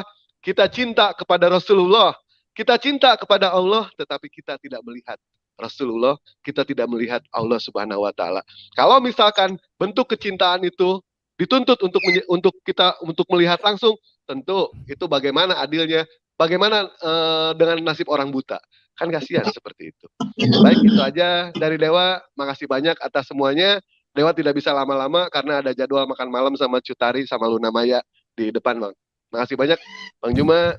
Udah ditunggu ini sama Cutari soalnya, Bang ya. Udah WA terus nggak enak. Jengkol. Oke, makasih banyak semuanya yang sudah subscribe. Makasih banyak. Assalamualaikum warahmatullahi wabarakatuh. Waalaikumsalam. Nggak Bang. Ya. Di sini aja dulu. Nah, Nanti kita saya lanjutkan Bang sebelum saya akhiri ini. Bisa nggak Bang satu lagi pertanyaan saya Bang? Boleh. Nah, ini saya sebenarnya ingin bertanya, sahabat. Adakah Allah yang Maha Esa itu merubah ketetapannya, Bang? Ini saya tanya dulu, ada nggak? Ada atau nggak? Ada. Enggak, maksudnya ada nggak hukum yang telah diberikan kepada Nabi itu diubah? Hukum yang telah disampaikan kepada nabi-nabi sebelum Nabi Muhammad ini diubah oleh Allah itu sendiri. Ada nggak, Bang? Kira-kira? Ada, itu pasti. Semisal apa itu Bang contohnya? Contoh, misalnya perintah yang datang kepada Abraham, yang sederhana aja. Perintah kepada Abraham untuk menyembelih anaknya. Pernah dengar? Berubah enggak setelah eksekusi itu berjalan? Apa yang disembelih? Maksudnya Bang, maksudnya yang telah diharamkan Allah untuk nabi-nabi terdahulu, maksudnya ada nggak? Maksudnya ada nggak Allah itu sesuatu yang telah diharamkan untuk nabi-nabi terdahulu, tapi dihalalkan untuk nabi sesudahnya, sebelumnya? Ada, begitupun sebaliknya. Ada yang dihalalkan kemudian diharamkan, ada yang diharamkan kemudian yang dihalalkan kemudian. Itu ada. Karena gini Bang, kenapa aku nanya? Karena di imamat itu kan yang yang selalu dianukan umat muslim, digaungkan umat muslim ini kan, kenapa sih orang Kristen itu makan babi kan gitu. Nah, sementara kalau kita melihat dan merujuk kepada perjanjian lama di imamat itu, di mana bukan babi aja yang haram, termasuk unta, pokoknya kebanyakan haram itu. Nah, gimana dengan kedatangan Nabi Muhammad ini yang kita lihat di Arab itu, unta itu dimakan Bang, tapi di perjanjian lama unta itu diharamkan. Baik. Jadi gini, ini pertanyaan yang sangat menarik ya. Contoh kita ambil Imamat 11 ayat 7 misalnya, janganlah engkau makan babi karena itu haram bagimu, kan gitu ya. Nah, kita harus paham betul nih, bahwa syariat yang datang kepada Bani Israel itu spesial untuk Bani Israel. Yeremia 31 ayat 31 sampai ayat 33. Aku akan membuat perjanjian baruku kepada Bani Israel. Apa perjanjian baruku kepada Bani Israel? Aku akan memasukkan hukum Taurat kepada batin setiap Bani Israel. Jadi hukum Torah ya itu hanya dikhususkan kepada Bani Israel. Jadi kalau misalnya nih hukum Taurat datang kepada Nabi Musa, saya hidup pada masa itu, tapi saya bukan kaumnya Nabi Musa. Saya makan babi, berdosa enggak saya? Tidak. Kenapa? Karena perintah itu bukan datang kepada saya. Jangan menyembah ilah lain selain aku. Perintah itu datang kepada siapa? Kepada kaumnya Nabi Musa. Pada saat itu saya ada, tapi saya bukan kaumnya Nabi Musa dan tidak ada perintah Allah kepada saya. Saya menyembah kepada batu. Saya tidak berdosa. Karena tidak ada perintah Allah. Allah tidak pernah menyatakan dirinya kepada saya. Nah, itulah yang disebut kaum patrah. Orang yang hidup di masa di mana tidak ada perintah Allah datang kepada mereka. Tidak ada nabi, tidak ada rasul, tidak ada wahyu datang kepada mereka. Tidak ada hukum bagi mereka. Nah, hukum Torah dikhususkan kepada Bani Israel. Yang lucu kemudian sahabatku, ketika Yesus mati di tiang salib, justru orang Kristen yang bukan penganut hukum Taurat yang dibebaskan dari hukum Taurat. Dengan matinya Yesus kita dibebaskan dari aturan-aturan Tuhan dan dimerdekakan dari kuk penghambaan. Ada apa? Taurat dikhususkan kepada Bani Israel, kenapa kaum Goyim yang non-Israel yang dibebaskan dari hukum Taurat? Padahal sejatinya ketika ada perintah datang kepada Nabi Musa, itu hanya mengikat kaumnya. Contoh misalnya, di dalam kejadian 17 ayat 14. Siapapun yang hidup di antara kamu, wahai Abraham, dalam rumahmu, dalam kuasamu, yang kau dapatkan dari budak, yang kau beli dengan uang dan seterusnya, yang tidak sunat, maka dia harus dilenyapkan karena tidak mengikuti perjanjianku. Nah, sekarang saya tinggal di Indonesia. Saya bukan umatnya Nabi Abraham pada masa itu. Apakah saya harus dilenyapkan? Tidak, karena saya bukan di dalam kuasa daripada Abraham. Tapi ketika ada orang yang mengaku sebagai keturunan Abraham, sebagai pengikut Abraham, tapi dia tidak bersunat, maka dalil itu mengikat dia. Kan itu adalah perjanjian kekal Allah kepada Bani Israel dan keturunannya secara turun-temurun. Jadi orang yang mengikat diri terhadap perjanjian itu harus mengikat diri sesuai dengan apa yang diperintahkan kepada Abraham. Nah, bagaimana umat Islam itu tidak kemudian mengharamkan onta? Karena syariatnya berbeda dengan syariat Nabi Musa. Syariat Nabi Musa mengikat keturunan Bani Israel. Syariat Al-Quran itu mengikat kepada seluruh umat manusia. Gitu loh. Contoh kasus, nggak usah terlalu jauh. Bagaimana kemudian perintah Allah kepada Nabi Musa dan keturunannya untuk mengkuduskan hari Sabat. Mengkuduskan hari Sabat berarti tidak boleh melakukan perbuatan-perbuatan di luar daripada apa yang menjadi syariat bagi kaum Bani Israel. Apa yang diperhatikan oleh Yesus kemudian? Hari Sabat memetik gandum dan dia tidak menegur murid-muridnya ketika dia memetik gandum di kebunnya orang. Artinya bahwa perintah Allah itu bisa jadi berubah terhadap zaman sesuai dengan ketentuan. Makanya di dalam perintah Allah kepada Bani Israel tidak ada satupun perintah selain daripada tidak menduakan Allah, lalu kemudian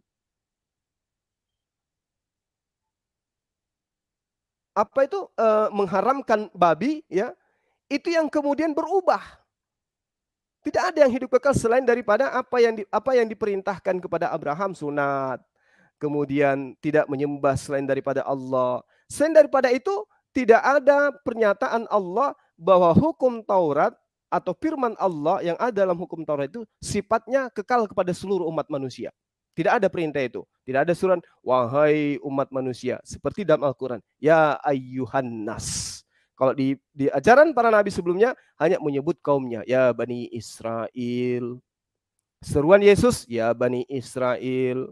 Seruan Musa, ya kaumku, ya Bani Israel. Tidak ada yang mengatakan, wahai seluruh umat manusia. Selain daripada Al-Quran, ya Bani Israel. Di dalam Al-Quran, ya ayyuhan nas. Wahai sekalian umat manusia. Jadi yang mengaku manusia diseru oleh Allah melalui Al-Quran. Jadi Al-Quran diwahyukan untuk seluruh manusia, sementara ajaran-ajaran para nabi dikhususkan kepada kaumnya masing-masing. Bahkan dalam Matius 15 ayat 24, Yesus sendiri mengatakan, Aku diutus hanya kepada domba-domba yang hilang dari Bani Israel. Matius 10 ayat 5 ayat 6, Yesus berpesan kepada ke-12 muridnya agar jangan ke bangsa lain. Itu. Saya kira begitu ya, sahabat saya. Mungkin nanti lain waktu kalau masih ada yang ditanyakan, karena di sini kita dapat tamu beberapa orang ya. Kita persilakan kepada Bang Bonar lebih dulu sebelum Adinda Yonatan Nandar. Silakan Bang Bonar. Bang Bonar Siregar, mangga, mungkin ada yang ingin disampaikan, Bang. Salam. Assalamualaikum warahmatullahi wabarakatuh.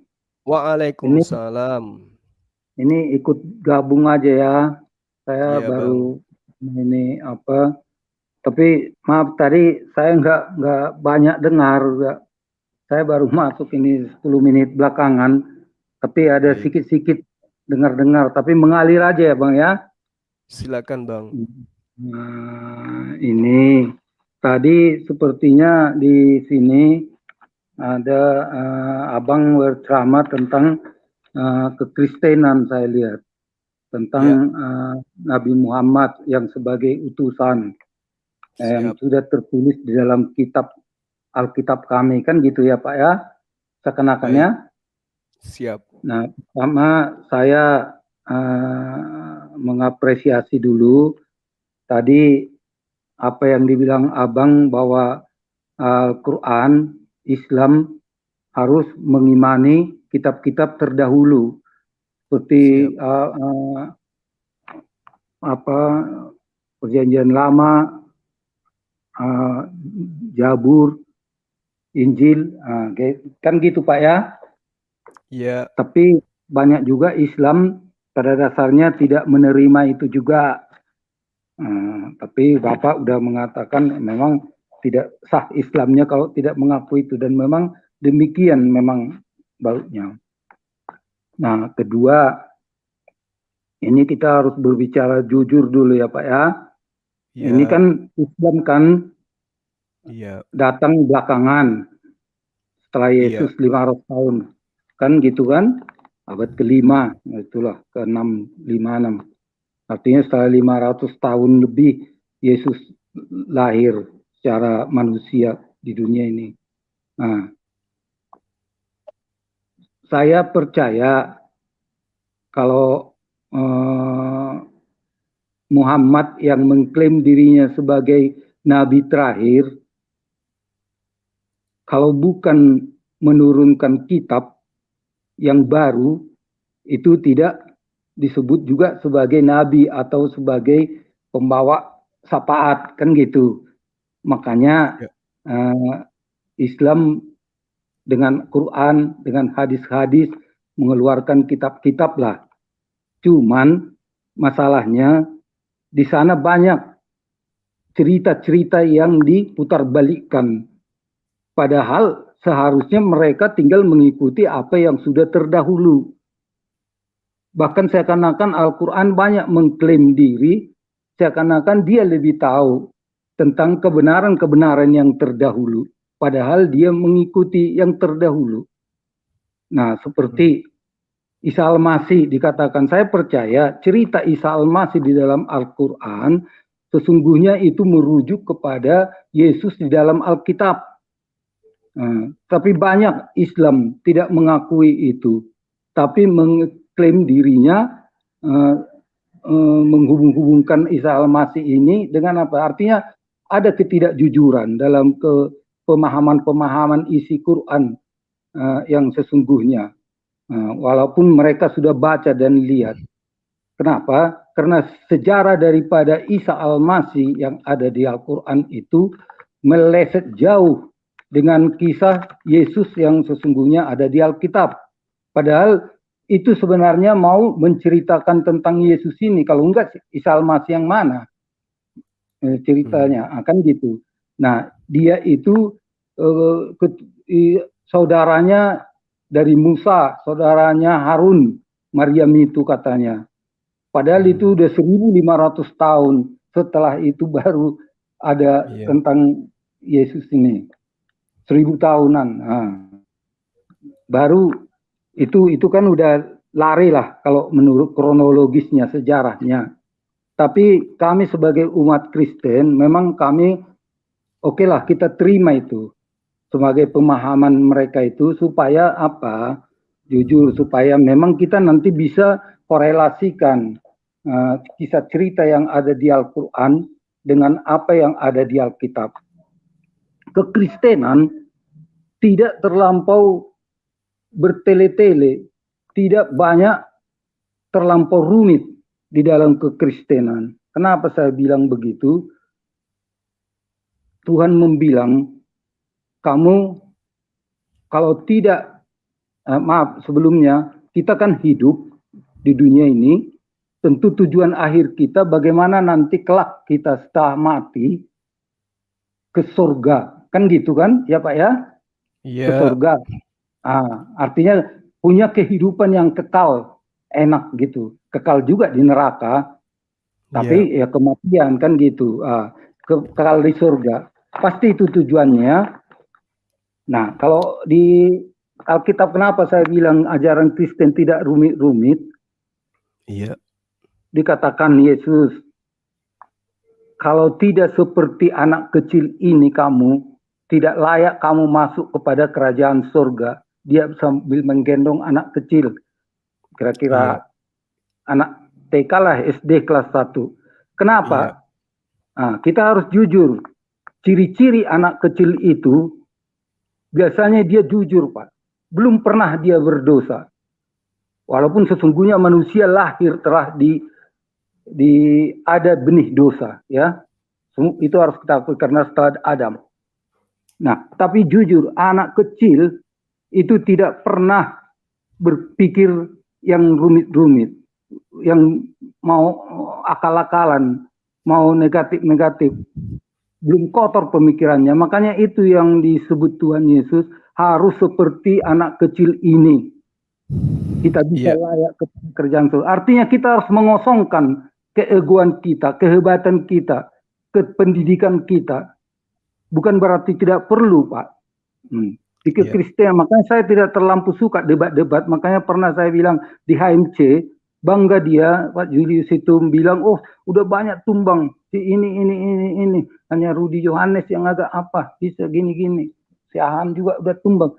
Makanya saya bilang, kekristenan tidak terlalu larut dengan perdebatan-perdebatan.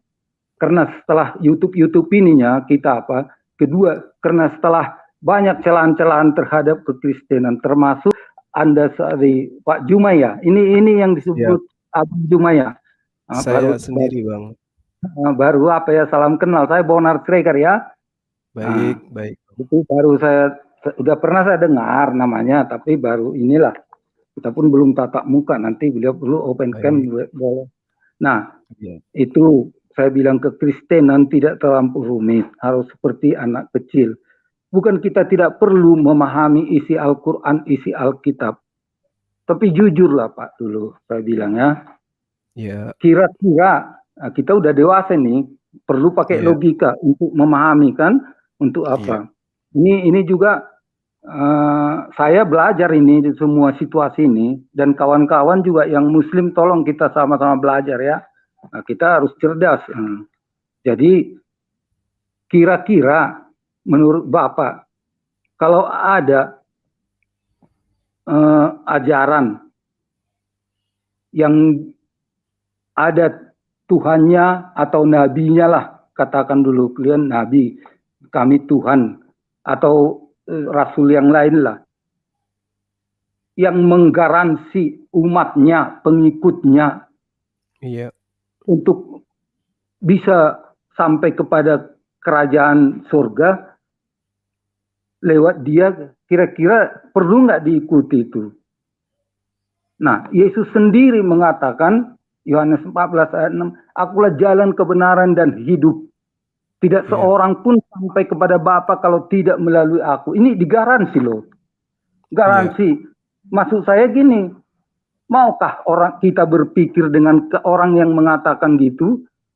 Panjang-panjang, Pak. Panjang-panjang, Pak. Tunggulah dulu, Pak. Ini jarang kita, Pak, baru ini. Nah, sedangkan di ajaran lain kadang belum tentu ada mengatakan dia jalan. Bahkan maaf kata ya, di Islam kan di Az-Zuhr 4361 itu kan masih selalu mencari-cari jalan yang lurus. Ihdinas siratal mustaqim. Nah, kan gitu. Padahal di Yohanes tadi udah ditunjukkan, maunya kan belajar. Nah, saya tidak sedang mengajak, kita diskusi nih Pak ya. Nah, yang Bapak bilangnya tadi bahwa Muhammad telah diutus lewat tadi Bapak tunjukkan di Yohanes itu yang 14 ya, bahwa apa? Kalau itu Pak berbicara Roh Kudus itu Pak. Makanya saya bilang, kira-kira Bapak kenal nggak Yohanes? Kira-kira Bapak kenal nggak Nabi Muhammad? Dikenal dunia nggak gitu? Iya. Dikenal kan? Nah, coba kalau kita coba tadi Bapak bilang ya, bahwa Alkitab sudah seperti menubuatkan lah kan gitu siapa setelah Yesus. Kalau saya bilang memang ada nubuatan di Alkitab tentang Yohanes, salah satunya di Wahyu dikatakan tidak akan ada lagi setelah saya baik nabi atau rasul kecuali yang palsu Pak. Ada nabi palsu. Makanya lewat Alkitab kan katakan kalau Muhammad itu nabi palsu. Kalau menurut ajaran Alkitab. Tapi kalau menurut Bapak bilang tadi Yohanes itu, maaf, saya udah sering dengar Pak Zakir Naik. Bapak ini mengutip seperti kata-kata Zakir Naik ini di mana-mana, di kota mana, di desa mana, dia bercerita selalu mengambil dari Yohanes 14 ayat 16 itu yang 27. Nah, tapi bisa coba, kami tanggapi sementara, Bang? Coba. Adinda Jonathan mungkin ada yang mau ditanggapi, silakan. Ya, sedikit aja Gurunda. Nih, Pak. Jadi banyak teman-teman Kristen itu yang mengutip Yohanes pasal 14 ayat ke-6. Nah, seperti yang kita ketahui bersama bahwa Yesus berbahasa Ibrani atau Aramaik. Ini saya perlihatkan bahasa Ibraninya, saya bacakan Yohanes 14 ayat ke-6 ya. Tunggu Pak, dulu Pak, saya kurang paham bahasa Ibrani. Makanya saya bilang tadi, Kekristenan terlampau. Saya nggak punya waktu banyak. Saya nggak punya waktu banyak, Pak. Ini saya ambil poinnya aja di Gurunda cuma yang akan lebih lanjut. Ya. Nggak usah Ibrani-Ibranian, Pak. Nggak usah. Kalau harus berbahasa Ibrani baru orang mengenal Yesus, ya kapan orang Indonesia tahu Yesus? Kalau harus berbahasa Arab dulu Indonesia mengenal Allahnya, ya apa udah jelas Bapak, anak-anak Bapak, cucu Bapak kelak atau nenek Bapak udah tahu bahasa Arab, kita harus fair Pak, jujur. Makanya banyak Islam mengikuti ajaran Islam tapi tidak memahami. Itu saya dengar dari orang-orang lain. Bahkan ya ini kita fair Pak. Udah aku bilang ini kita sambil membangun kebangsaan ini Pak ya. Terus Bang Bonar, mohon maaf Bang Bonar. Bagaimana Anda bisa meyakini bahwa kitab Anda itu adalah benar kalau Anda tidak mengerti bahasa aslinya? Loh, pasti ada mengatakan itu tidak benar kalau apa, karena sebelum saya pasti sudah banyak yang ahli Pak. Di dalam kitab Anda itu, tolong dengarkan saya Pak. Di dalam ulangan 4 nomor 2, ulangan 12 ayat 32, ulangan 13 ayat 11 diterangkan, janganlah kamu menambahi apa yang kuperintahkan kepadamu, dan janganlah kamu mengurangi, dengan demikian kamu berpegang pada perintah Tuhan Allahmu yang kusampaikan. Artinya bahwa indikasi yang diterangkan kemudian Allah kepada nabi-nabi sebelumnya akan ada penambahan dan akan ada pengurangan. Bagaimana Anda mengatakan bahwa kitab Anda itulah yang paling benar untuk menghakimi kemudian Al-Quran? Apalagi Anda melarang orang menggunakan original teks kitabnya Bani Israel. Itu gimana ceritanya itu Bang? Sekitar. Ya, ini sharing kita ya. Nah, ciri sesuatu itu dibuktikan benar atau tidak. Artinya dia punya sejarah kronologis. Penulisan Alkitab itu ditulis oleh 40 lebih lah penulis. Nah, siapa orangnya Pak? Kurang ya, ada Matius, Markus, Lukas kayak gitulah. Maksudnya gini. Silakan Adinda Jonathan. Semua kejadian ini Pak, kejadian ini yang menyaksikan Yesus itu.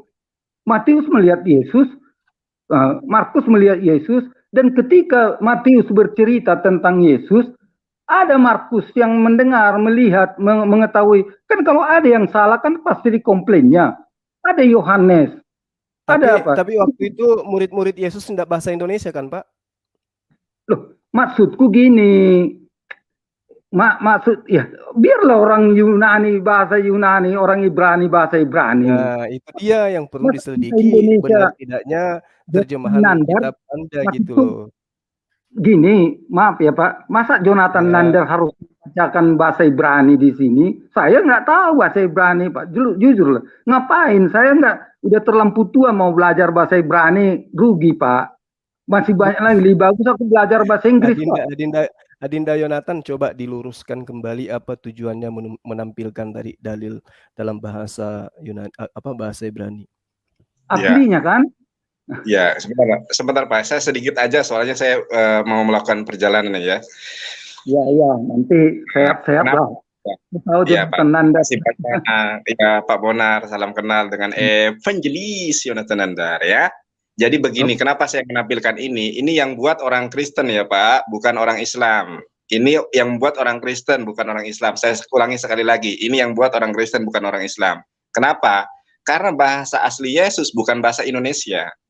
Pembendaharaan kosakata di dalam bahasa Ibrani tentu berbeda dengan pembendaharaan di dalam kosakata bahasa Indonesia. Artinya, ketika kita ingin mengetahui esensi hakikat, ya, makna yang sebenarnya disampaikan oleh Nabi, maka harus kita lihat bahasa Ibraninya. Nah, karena Bapak tadi tidak tahu, maka saya akan bacakan dulu ya, Yohanes 14 ayat ke-6 di dalam bahasa Ibrani. Amar lo Yeshua anni haderek veha emet. Ya, veha hayim ain is ba el haab ela darhi. Oke. Di sini dikatakan ani haderek, aku adalah jalan. Di dalam bahasa Ibrani itu sama seperti bahasa Arab. Ya. Di sini menggunakan kata haderek. Haderek itu jalan kecil, Pak, bukan jalan besar. Artinya apa? Di sini jalan yang hanya spesifik untuk siapa? Nah, di dalam menafsirkan Al-Qur'an ada yang disebut dengan metode bil ma'sur, menafsirkan ayat Al-Qur'an dengan ayat Al-Qur'an. Kemudian ada metode bil riwayah, menafsirkan ayat Al-Qur'an dengan hadis. Nah, begitu pula untuk memahami Bible. Kenapa di sini disebutkan ani haderek, veha emet? Aku adalah jalan, haderek. Kalau di dalam bahasa Indonesia, mau jalan kecil, mau jalan besar, itu pakai jalan. Cuma ada keterangan lanjutannya jalan besar.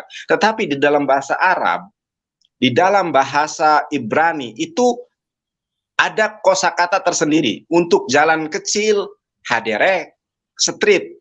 Untuk jalan besar, rehob. Kenapa di sini Yesus menggunakan jalan kecil, Pak? Karena fungsi tupoksi Yesus itu bukan untuk seluruh bangsa. Artinya apa? Artinya tujuan sasaran Yesus berbicara di sini adalah bangsa Israel yang hidup sejaman dengan Yesus. Karena kenapa? Yesus mengatakan, aku adalah nabi, aku diutus hanya untuk domba-domba yang hilang daripada Israel. Di sini menggunakan kata haderek, bukan rehob. Nah, kemudian tadi dikatakan, Bapak mengatakan, aku adalah jalan kebenaran dan hidup. Kalau dalam bahasa Ibraninya, ani, haderek, veha, emet, veha, hayim, dan hidup.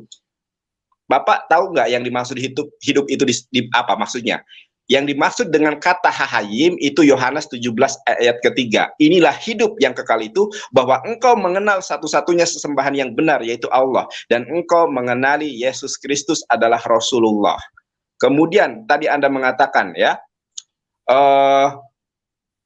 aku adalah jalan kebenaran dan hidup, tidak sampai kepada Bapa kecuali melalui aku. Itulah terjemahan yang keliru, Pak. Kenapa terjemahan yang keliru?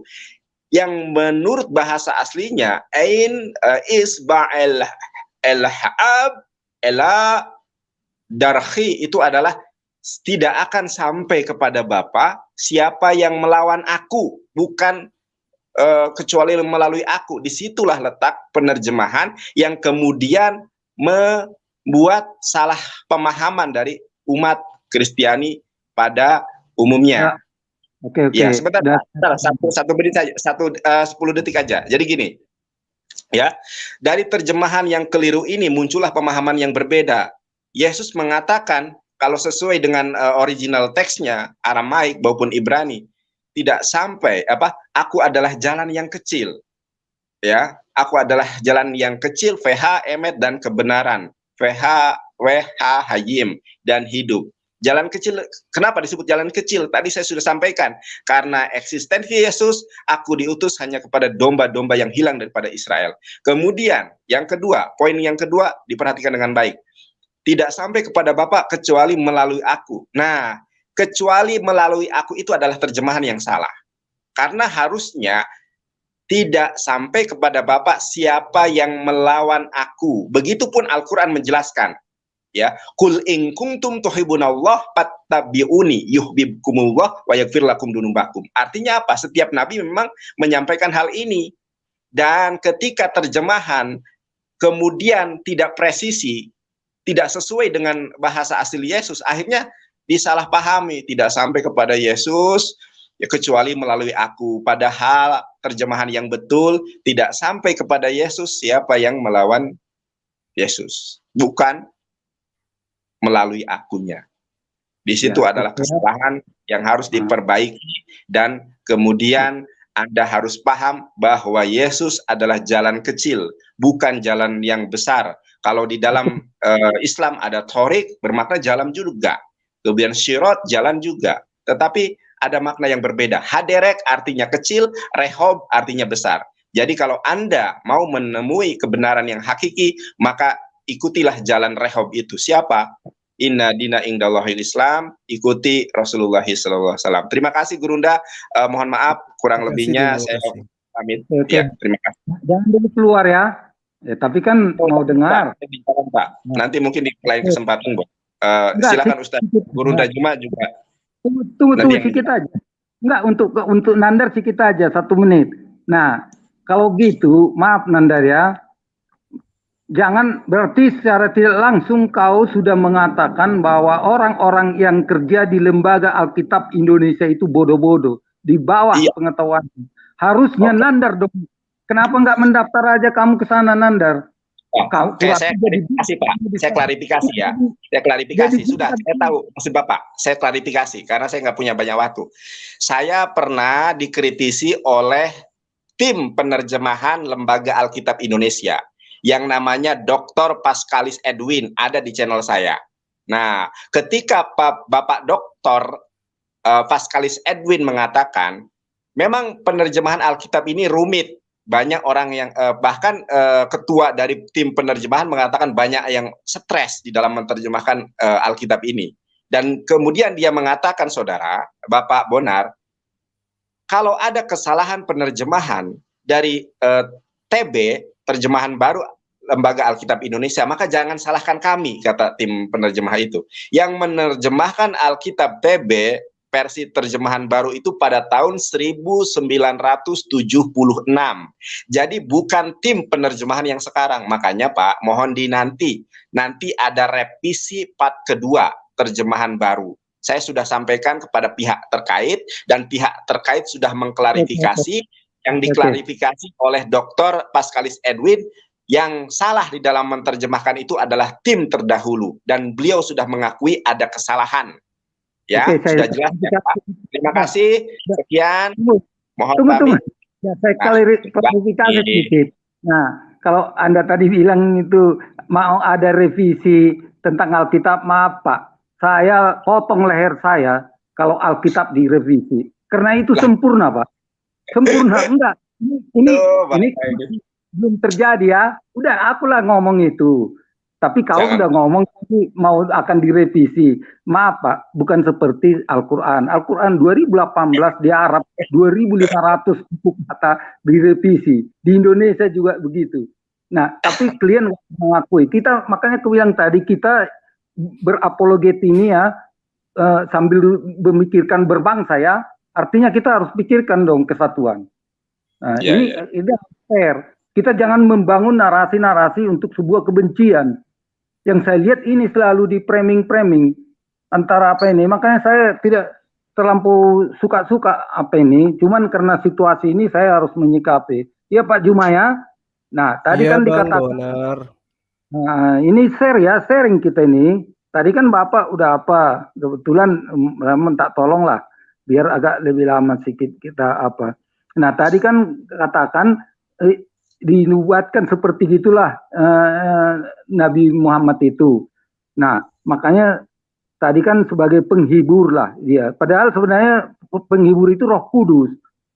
Ketika Yesus mau meninggalkan dunia ini, setelah dia bangkit dan dijumpa dengan murid-muridnya, bahkan dia mau terangkat, mau meninggalkan dunia ini, dia karena orang takut, muridnya takut. Nah, tapi dia bilang, jangan takut, saya akan meninggalkan Roh Kudus kepadamu.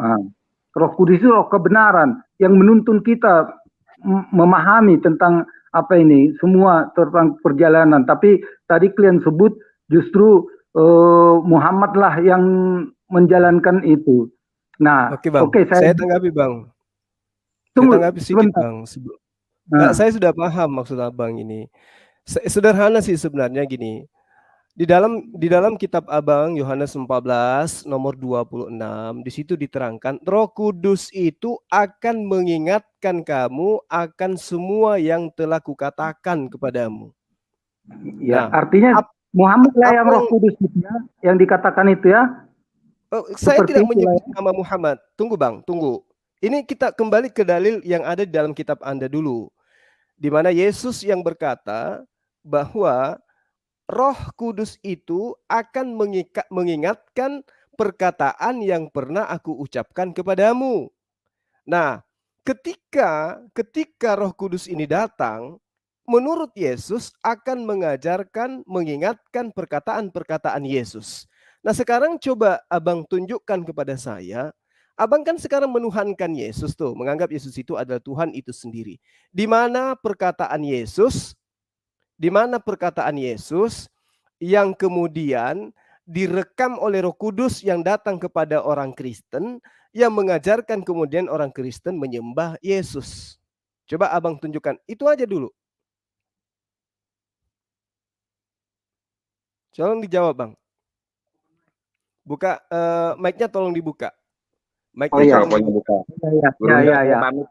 Bang Sayar, Bang Bonar, terima kasih ya, Din. Hati-hati ya. Tunggu. Oke, Jonathan ya. Selamat jalan lah kalau sederhana Bang. Yesus mengatakan Roh Kudus itu datang dan akan mengingatkan kamu akan ucapan yang pernah aku ucapkan. Nah, sekarang Anda menyembah Yesus. Itu Roh Kudus mengajarkan Anda menyembah Yesus. Itu Roh Kudus itu mengucapkan ucapan Yesus yang mana sampai Anda bisa menyembah Yesus? Ada nggak ucapan Yesus ketika datang kepada Bani Israel untuk disembah? Banyak ucapan Yesus, udah dibilang akulah jalan kebenaran dan hidup. Iya. Tiada seorang sampai kepada kami juga mengakui Yesus itu adalah jalan kebenaran. Mengingatkan kita, Roh Kudus kan mengingatkan. Kalau Yesus itu adalah jalan, apakah itu tujuan, Bang? Ya, kalau dia jalan, berarti kan dia yang mengetahui jalan. Ya, tentu. Terus apakah sebagai jalan Yesus mengajarkan untuk menyembah dirinya? Dia kan jalan, bukan tujuan. Memang nggak ada langsung Yesus mengatakan sembahlah aku. Nah, berarti ucapan mana? Berarti roh yang ada pada diri Abang, roh yang ada pada diri Abang ini tidak mengatakan ucapan Yesus. Ayo. Gini, di Alkitab diterangkan siapa Yesus ini. Dialah hakim. Jelas. Tunggu Bang, Yesus mengatakan Roh Kudus datang untuk mengingatkan kembali ucapanku kepadamu.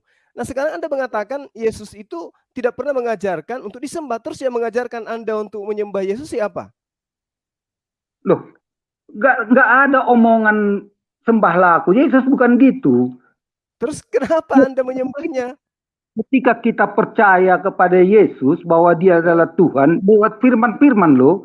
Bukan masalah dia yang jadi masalah. Siapa yang mengajarkan Abang menyembah Yesus sementara Roh Kudus itu, Roh Kudus yang benar hanya mengajarkan ucapan Yesus yang pernah Yesus ucapkan. Dari mana Abang menyembah Yesus? ketika Roh Kudus itu sudah kita imani, tinggal bersama kita, dia Iya. akan menginsapkan kita. Makanya ketika dia berbicara kepada Simon, menurut kau siapa aku ini? Engkaulah Mesias. Bukan kau yang mengatakan itu, tapi Allah yang ada, Roh Kudus yang ada padamu yang berbicara atas itu. Kan gitu. Mengatakan Yesus adalah Mesias. Ya, itulah kira-kira kan dibilang bukan dia yang mengatakanmu, tapi berarti Roh Kudus yang mengajarkan kepada Thomas untuk mengakui bahwa Yesus itu adalah Mesias. Tidak ada masalah di situ. Yang masalah adalah sahabat Kristen menyembah Yesus. Maksudku itulah fungsi-fungsinya. Ketika kita mau diingatkan. Ini kan kita sedang mengidentifikasi.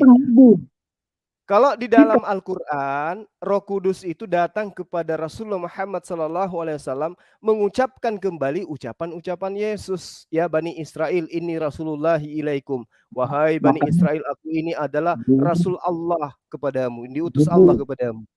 Cuma makanya saya bilang tadi, apa yang kau katakan itu, saya udah banyak dengar itu dari Zakir Naik. Di mana-mana itu sering diungkit. Nah, apakah itu salah, Bang? Apakah itu salah menurut Abang? Salah, bukan untuk Yohan, bukan untuk Muhammad itu. Nah, bahkan kan Roh Kudusnya tidak menyebutkan bahwa Roh Kudus itu akan datang ke Kristen atau datang ke Islam, tidak. Tapi Roh Kudus itu akan mengingatkan kembali ucapan-ucapan yang pernah aku ucapkan. Kalau Zakir Naik ambil kayak seperti Yohanes 14 ayat 16 itu ada itu ya. Katanya, aku akan meminta kepada Bapa dan ia akan, aku ini Yesus ya. Ketika dia mau meninggalkan dunia ini, aku akan minta kepada Bapa dan ia akan memberikan kepadamu seorang penolong yang lain. Zakir Naik mengatakan penolong yang lain itu Muhammad, Ahmed. Padahal udah ku bilang tadi, saya lebih percaya yang terdahulu. Yang terdahulu Alkitab, baru Al-Quran. Yang terdahulu itu adalah ajaran Yesus, baru ajaran Kristen, Bang. Ingat itu. Iyalah. Duluan mana ajaran Yesus daripada ajaran Kristen? Coba. Ya itulah aku bilang kan Alkitab itu udah di situ, Jabur udah di situ, apa Mazmur semua apa. Coba tolong Bang Bonar, tolong jujur. Duluan mana ajaran Yesus daripada ajaran Kristen? Sebenarnya sebutan itu Kristen itu. Ya itu pada ajaran Kristen kan jelas, Bang. Ajaran Kristen kan jelas menyembah kepada Yesus. Yesus ketika datang kepada Bani Israel, Yesus ketika datang kepada Bani Israel mengajarkan Israel menyembah kepada Allah. Duluan mana ajaran menyembah kepada Yesus daripada menyembah kepada Allah? Ya, Allah itu juga Yesus. Makanya ketika siapa yang mengajarkan Abang? Siapa yang mengajarkan itu ke Abang? Roh Kudus ya? Waktu muridnya berkata kepada Yesus, siapakah Allah itu katanya? Heran juga Yesus. Begitu lama kau bersama dengan aku. Kan dibilang waktu itu muridnya ya mengatakan tunjukkan kepada di dalam Bapa dan Bapa ada di dalam aku. Ya, nah kan itulah Yesus sudah ajarkan. Allah itu tidak bisa dilihat, suaranya pun tidak bisa didengarkan. Kenapa si murid ini masih bertanya? Maksudku gini, demi keselamatan dunia, sempat ini ditinggalkan Allah ini, nyesal dia, nyesal. Bahkan nyesal waktu ada air bah, nyesal Yesus. Nyesal Allah. Itu terjadi di bumi hanguskan dunia. Nah, tapi dengan cara beginilah, Allah tidak bisa berjumpa dengan manusia kalau secara harfiahnya. Makanya dia ini harus... ucapan-ucapan Abang ini, Abang terima dari roh apa ini? Roh apa yang ngajarkan Abang perkataan-perkataan yang Yesus tidak pernah ucapkan? Sementara Yesus mengatakan Roh Kudus itu akan datang menyampaikan kembali ucapan yang pernah saya ucapkan. Abang sekarang mengucapkan ajaran yang tidak pernah Yesus ajarkan. Roh Jadi Kudus yang ada pada diri Abang itu bukan Roh Kudus kan? Roh Kudus mengingatkan ini ke kita. Nah, Roh Kudus mengingatkan yang bahwa Yesus itu adalah Allah itu sendiri. Di mana Yesus pernah mengatakan itu? Ajaran-ajaran firman inilah, ajaran-ajaran yang tertulis di Alkitab ini, jalan-jalan benar, mengajarkan Roh Kudus. Ketika kita susah juga, Roh Kudus hadir sebagai penghibur, penolong. Saya mungkin ada tanggapan terhadap Bang Bonar.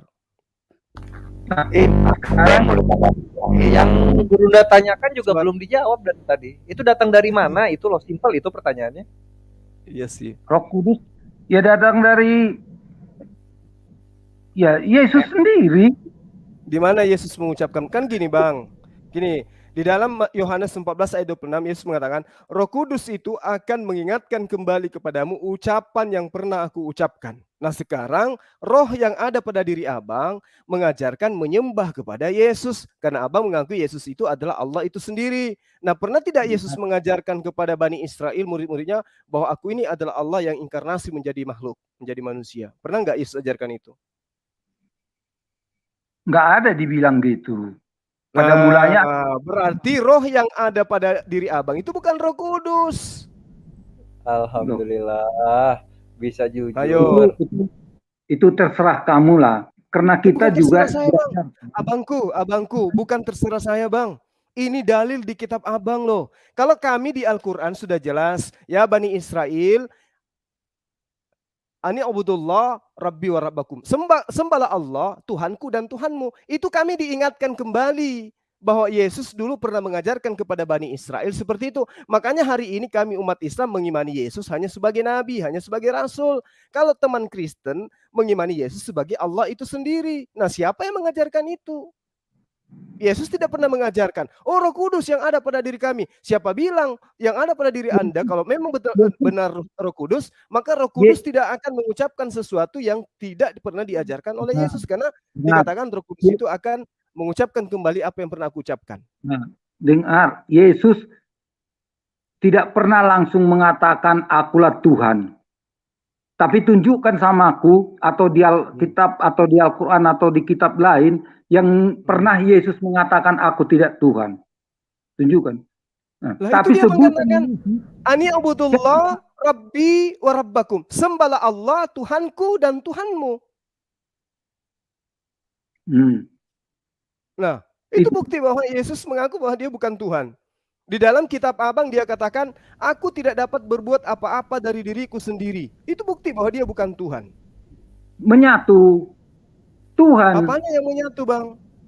Loh, makanya kenapa nggak ditolaknya siapa itu yang bilang, ya Tuhanku, ya Allahku. Ada dibilang, jangan bilang Thomas. Jangan bilang aku Tuhan, Allahmu juga. Ada dibilang gitu. Harusnya dibilang dong. Kalau dia nggak, tapi kan dia nggak mengatakan. Misalnya gitu. Sekarang tiba-tiba Bang Bonar jatuh dari pesawat pas di depan rumahku nih. Lantas kemudian saya kaget, saya mengatakan, ya Allah, ya Tuhanku. Apakah kemudian Bang Bonar itu Allah dan Tuhan? Padahal bukan. posisi Thomas waktu itu dalam keadaan kaget juga. Enggak, kamu jadi meng-framing. Tahu dari mana kau? Coba kita buka ayatnya. Kamu di situ. Coba kita buka ayatnya. Jangan asal dibuat. Tunjukkan ayatnya. Sini. Apa kamu di sini? Ya. Nggak tahu lah kalau, aduh, ini itulah kalian ini suka menambah-nambah, memframing. Nah, atau justru yang menambah ini adalah abang. Gimana sih bang? Bang yang menambah di dalam di dalam Yohanes 20 ayat 28 itu deh. Coba dicari. Iya. Nah, maksudku kalian suka membuat dengan pikiran kalian pendapat. Nah, bahkan ketika orang nanti membahas Quran kalian, padahal nggak ada di Quran, pasti kalian jawab dengan perkataan kalian, istilahnya disebut takyah. Pasti gitu. Saya kan udah sering dengar semua. Coba lihat itu bang, Adinda Slayer, coba dilihat di Slayer tahun 2011. Itu dijelaskan itu, ya junjunganku, ya tuanku. Oke, kita tap ya, sah. Nah, ini Salabir. Nah, tuh. Apa itu? Yohanes apa? Yohanes 20 ayat 8. Yohanes 20. Kelihatannya di layar ya. Nah, bacalah jauh kecil. Oke, di situ Yesus mengatakan, atau Thomas mengatakan, ya junjunganku. Ya. Ya Tuanku. Di situ kata ya Tuhanku dan Allahku. Apa dibilang, oh aku bukan Tuhan. Apalagi Allah, apa dibilang Yesus gitu. Oh tidak Bang, karena Yesus dengar dulu, Tabe, mohon maaf Tabe. Maaf, coba Anda dengarkan ya. Yesus itu tidak menolak, kenapa? Karena yang dimaksud di situ junjungan adalah atasan, yang dimaksud di situ Tuhanku adalah tuan, majikan atau pimpinan, bukan Tuhan dalam perspektif kita sebagai orang Indonesia. Memang tuan juga ada istilah Tuhan. Makanya Orang Tuhan di atas Indonesia aja yang memahami Tuhan itu menjadi Tuhan, Bang.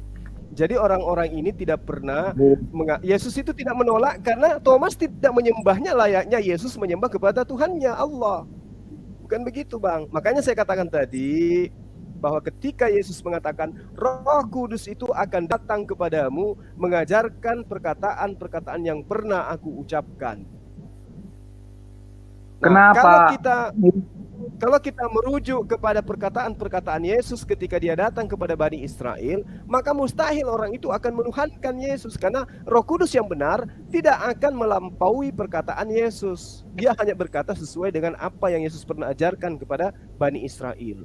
Makanya di Al-Quran itu sangat jelas, satupun ayat dalam Al-Quran tidak pernah Yesus itu mengatakan dirinya adalah Allah itu sendiri. Wa iz qala Isa ibnu Maryam ya Bani Israel inni rasulullahi ilaikum. Nabi Isa berkata kepada Bani Israel. Nah, tapi ketika Thomas mengatakan engkau Tuhanku dan Allahku, apa ditolak? Nah, itu sekarang kan ke situ korelasinya. Aku ingin ngejelasin, Bang. Kan kita harus berpikir lurus lah dulu. Memang ini bisa bahasa Yunani nggak? Nggak usah bahasa Yunani. Loh, nggak ada. Ini murid-murid yang berbahasa Yunani.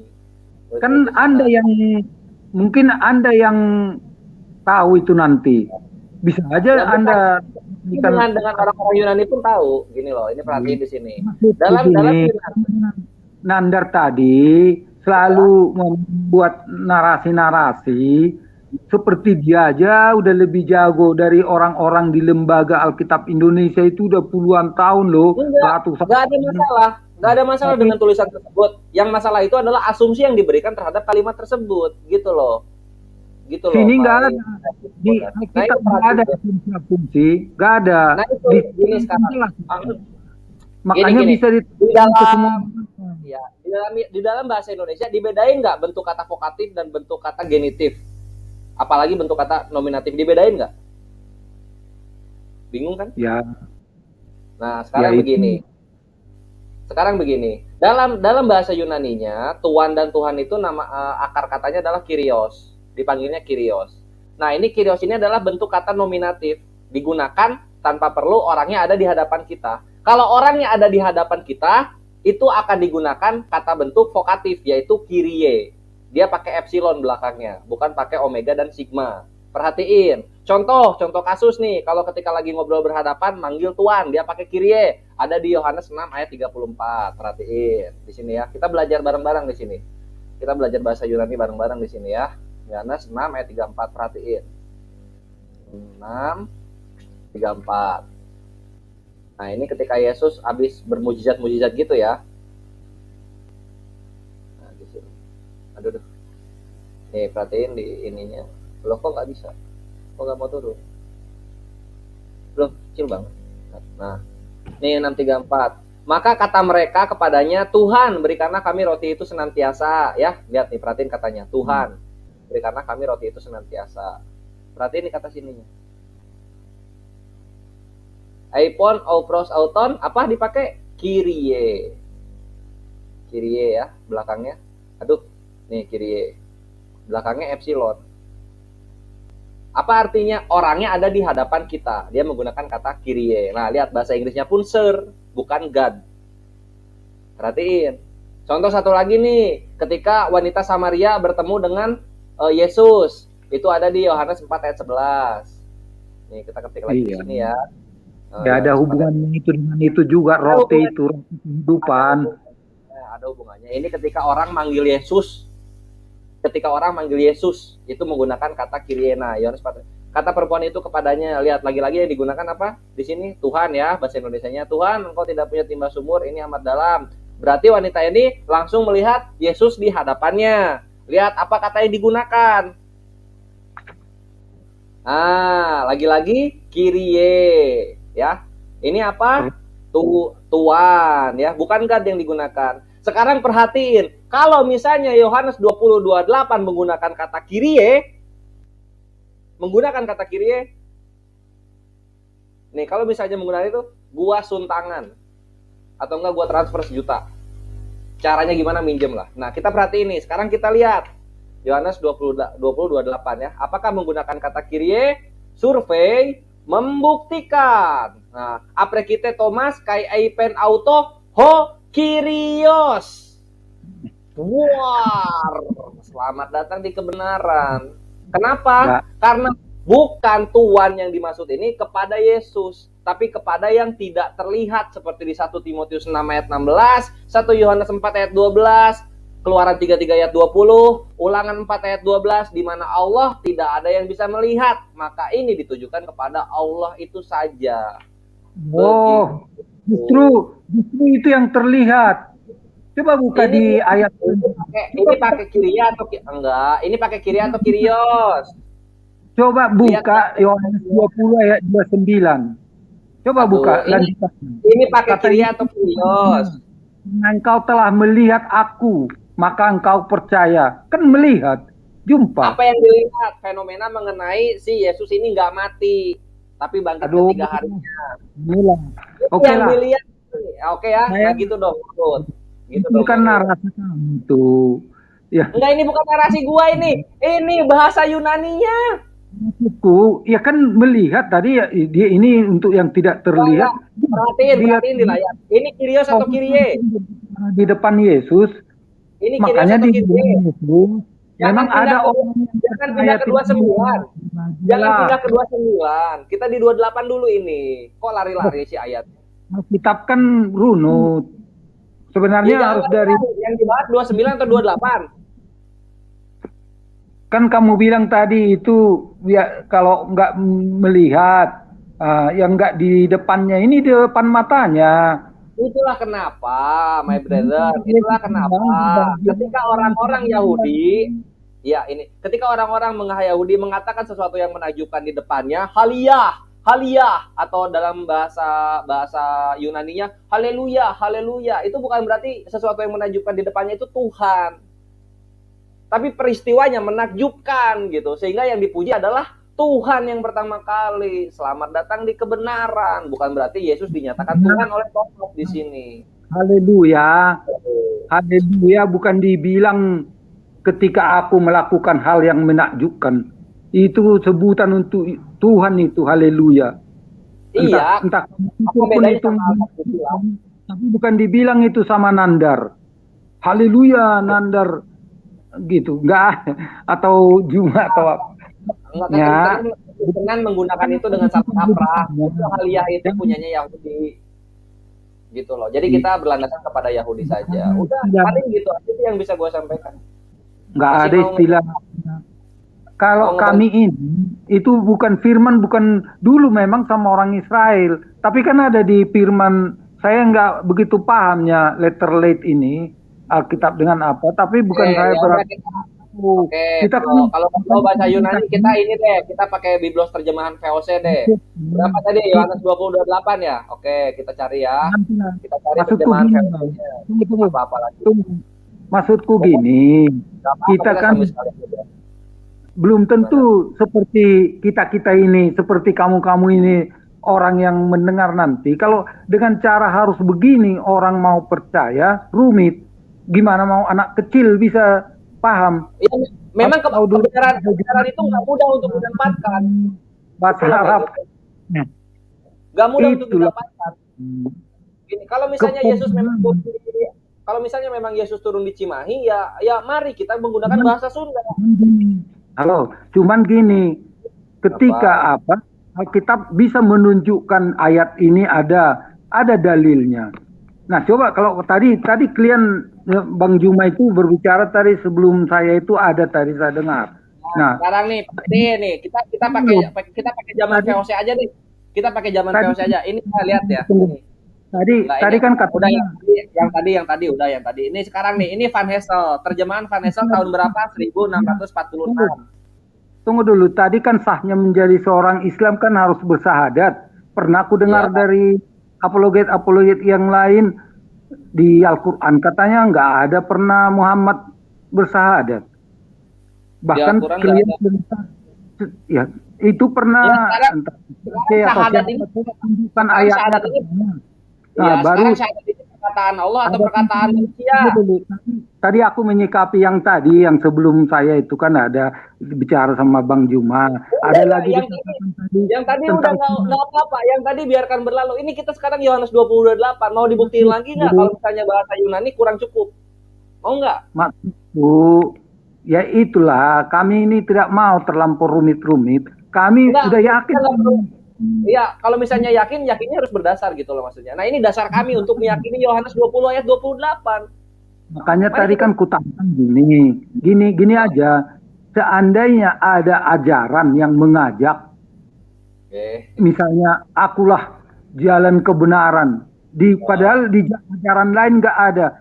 Kira-kira kalau logika manusia kita yang ingin nanti punya jaminan keselamatan, kan kita harus pelajari dong siapa yang ngomong itu. Iya, itu Yohanes 14 ayat 6 kan, akulah jalan dan kebenaran dan hidup. Ya nggak apa-apa kalau mau nyembah jalan, nggak apa-apa kalau mau nyembah jalan, tapi di pinggir jalan, karena muslim akan lewat di tengah jalan, takutnya keinjek gitu loh. Walaupun dibilang, tadi kalian katakan kan sempit itu apa, memang Alkitab dikatakan jalan untuk ke surga itu sempit.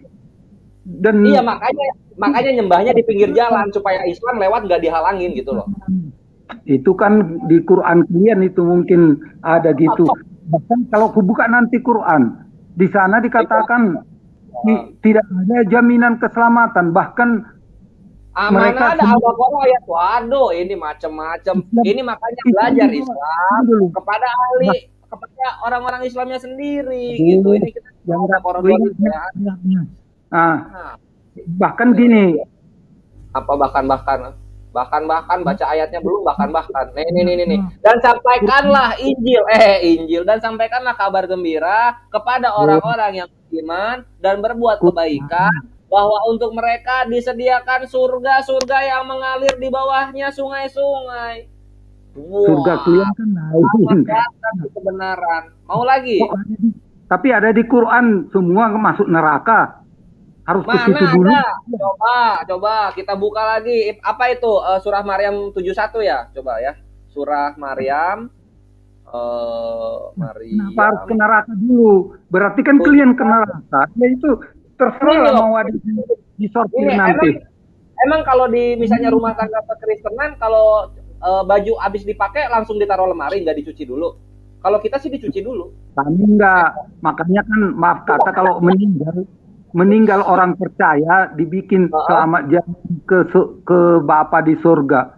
Nah, selamat jalan. Kalau kita nggak bisa nerima, yang dibunuh dan yang itu keyakinan kita. Maksudku, Yesus yang mengajarkan lu, tidak sampai kepada Bapa kalau tidak melalui Yesus. Nah, sekarang Abang ini menyembah Yesus itu ajaran siapa? Melalui siapa Bang menyembah Yesus itu ajaran siapa? Ya, ajaran Alkitab lah. Siapa mengajarkan Abang menyembah Yesus? Ya firman. Ya mananya? Kan Yesus mengatakan tidak sampai kepada Bapa tanpa melalui aku. Ya, berarti dialah sebagai perantara kan gitu. Nah iya. Berarti terus kalau sebagai perantara kenapa justru Abang menyembah Yesus? Siapa yang ngajarin? Dia juga Tuhan. Siapa yang ngajarin bahwa dia juga Tuhan? Kan hadirat Yesus itu dia sebagai Allah, dia juga sebagai Tuhan. Kata siapa? Ya, ajaran kami. No, ajaran kami, ajaran Anda. Berarti bukan ajaran Yesus kan? Sementara Yesus mengatakan tanpa melalui aku. Tidak ada yang sampai kepada Bapa kecuali melalui aku. Yesus. Ajaran Yesus lah itu, makanya ketika dia juga sampai berbicara pada zamannya di saat dia di orang-orang Yahudi, begitu berani kau menghujat Allah katanya. Karena dia berbicara apa yang dihujat Yesus kepada Allah? Hujatan Yesus kepada Allah itu apa? Orang Yahudi mengatakan karena Yesus ini memberikan, kamu menyetarakan dirimu dengan Allah. Kamu hanya manusia, tapi kamu menyetarakan dirimu dengan Allah, betul? Nah, itu kan kenapa ayatnya. dia berani? Nah, itu tapi kan bilang. Yesus, tapi kan Yesus menjawabnya kembali, Bang, di dalam Yohanes 10 ayat Yohanes 10 nomor 34, 35 dan 36. Bukankah tertulis di kitab Torah bahwa siapapun yang diserahi tugas untuk menyampaikan firman, maka dia adalah Allah. Berarti Yesus menyampaikan firman Allah. Dia bukan Allah, hanya penyampai firman saja. Makanya Yesus mengatakan, aku tidak berkata-kata dari diriku sendiri, apa yang aku katakan adalah apa yang diperintahkan oleh Allah untuk aku katakan, aku sampaikan. Nah sekarang ketika abang ini menyembah kepada Yesus, itu ucapan siapa yang Anda ikuti? Sementara Roh Kudus yang datang akan mengingatkan kembali ucapan-ucapan yang pernah Yesus ucapkan. Nah sekarang roh yang ada dalam diri Anda justru mengajarkan menyembah kepada Yesus. Berarti roh apa yang ada dalam diri Anda itu? Ya Roh Kudus lah. Roh Kudus itu kalau ada juga. Kalau Roh Kudus tentu mengajarkan ucapan Yesus. Ya itulah sering kita perkatakan firman. Itu. Nah, kalau Roh Kudus yang ada pada diri Anda itu, kalau roh yang ada pada diri abang ini adalah Roh Kudus, berarti Roh Kudus yang ada pada diri abang ini mengingatkan kembali ucapan-ucapan Yesus. Nah, ucapan Yesus mana? Ucapan Yesus yang mana? Tertulis di mana? Yang kemudian roh itu ajarkan kepada abang untuk menyembah kepada Yesus. Misalnya contoh ya, ada ucapan Yesus, hai kamu yang letih lesu, berbeban berat, datanglah kepada aku. Nah, ketika kepada Yesus bukan berarti menyembah. Tunggu, ketika kita letih lesu, Roh Kudus mengingatkan kita, oh kita harus datang kepada Tuhan. Langsung artinya dalam doa ini kita sampaikanlah kata-kata kita ini, ya Tuhan, berikan aku kekuatan. Itulah ya, tapi kan datang kepada Yesus itu artinya datang kepada ajarannya, bukan datang menyembah kepada Yesus.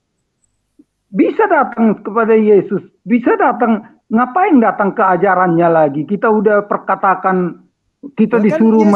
Yesus mengatakan di dalam ajarannya bahwa jika engkau percaya kepadaku, engkau akan mengikuti perkataanku. Ya. Nah, bahkan jangankan perkataannya, setelah aku pun kau akan melakukan lebih besar dari apa yang lebih besar daripada aku. Nah sekarang pekerjaan yang lebih besar itu yang mana? Banyak dong. Dulu Yesus sekali khotbah 3.000 orang apa? Kalau zaman sekarang karena banyaknya orang, sekali khotbah bisa orang ratusan ribu. Oke, nah sekarang Yesus ketika berkhotbah, isi khotbahnya apa? Mengajarkan manusia menuhankan dirinya gitu. Ajaran-ajaran kebenaran lah, banyak ajaran-ajaran Yesus. Ada bukan hanya ajaran-ajaran kebenaran ajaran Yesus itu diantaranya mengajarkan Bani Israel menuhankan dirinya, menyembah dirinya. Layaknya Israel menyembah kepada Yahweh. Ya kenapa enggak ada? Ada. Mana dalilnya Bang? Mana dalilnya? Saya yang enggak hafalnya apa ini, lagian nggak cukup waktu saya mengambil itu. Kalian kan mungkin udah kalian persiapkan. Maksudku gini, makanya tadi ku bilang kekristenan itu tidak terlampau rumit loh. Bahkan enak, ini bisa enak. Tapi memang ada pikul salibnya seperti dibilang Yesus. Yang pikul enaknya kenapa? Mana, kita nggak usah rumit-rumit berpikir, bukan harus S2, S3 Tapi Yesus orang. mengatakan begini Bang, jika hidup keberagamaanmu tidak lebih sempurna dari ahli Torah, maka kamu tidak akan masuk ke dalam surga.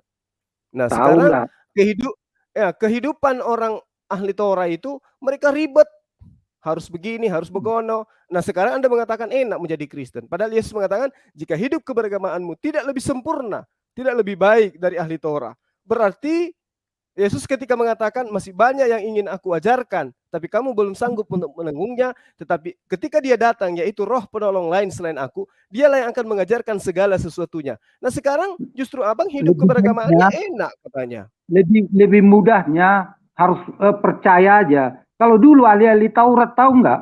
Makanya sampai Yesus pun dikatakan kadang ahli Taurat ini ahli dalam Alkitab, dalam kitab-kitab, tapi belum tentu pelaku. Bahkan ada orang mereka yang ahli di dalam Torah, tetapi tidak mengakui Yesus sebagai utusan Tuhan. Itu poinnya. Nah sekarang Kristen justru kebablasan mengakui Yesus itu Tuhan itu sendiri. Itu ajaran siapa tuh? Loh, kalau masalah itu jangankan dulu Pak. Sampai sekarang umat Yahudi di sana berapa persen yang percaya Yesus? Sedikit Pak, nggak ada 10%. Itu dijawab dari mana itu loh? Dari mana? Itu aja sebenarnya dari tadi. Mananya? Halo, tapi bukan karena itu kita jadi nggak percaya kepada Yesus. Sekarang begini Bang, mohon maaf dengarkan saya. Abang ini mengaku percaya kepada Yesus. Nah, apanya yang Anda percayai Yesus itu? Apanya yang Anda percayai? Ketuhanannya, keilahiannya. Yesus mengajarkan ketuhanannya, keilahiannya. Kapan Yesus mengajarkan keilahian kepada dirinya? Dia udah menggaransi dirinya, dia pergi ke surga untuk menyediakan tempat. Apa ada orang yang berani? Ada Nabi Muhammad pernah bahkan di Quran 46 ayat 9 itu Nabi Muhammad pun tidak bisa menggaransi dirinya masuk ke surga. Nah, itu kalau ada ayat di dalam kitab Anda yang mengatakan bahwa siapa yang berada di kananku, siapa yang berada di kiriku, aku tidak berhak. Kalau ada ucapan Yesus itu kayak mana? Maksudnya berada di kanan kiri. Kita nggak itu kan. Kalau ada orang taruhlah aku di sisi kananmu katanya, itu kan bisa kiasannya itu karena biasanya orang-orang di kanan itu.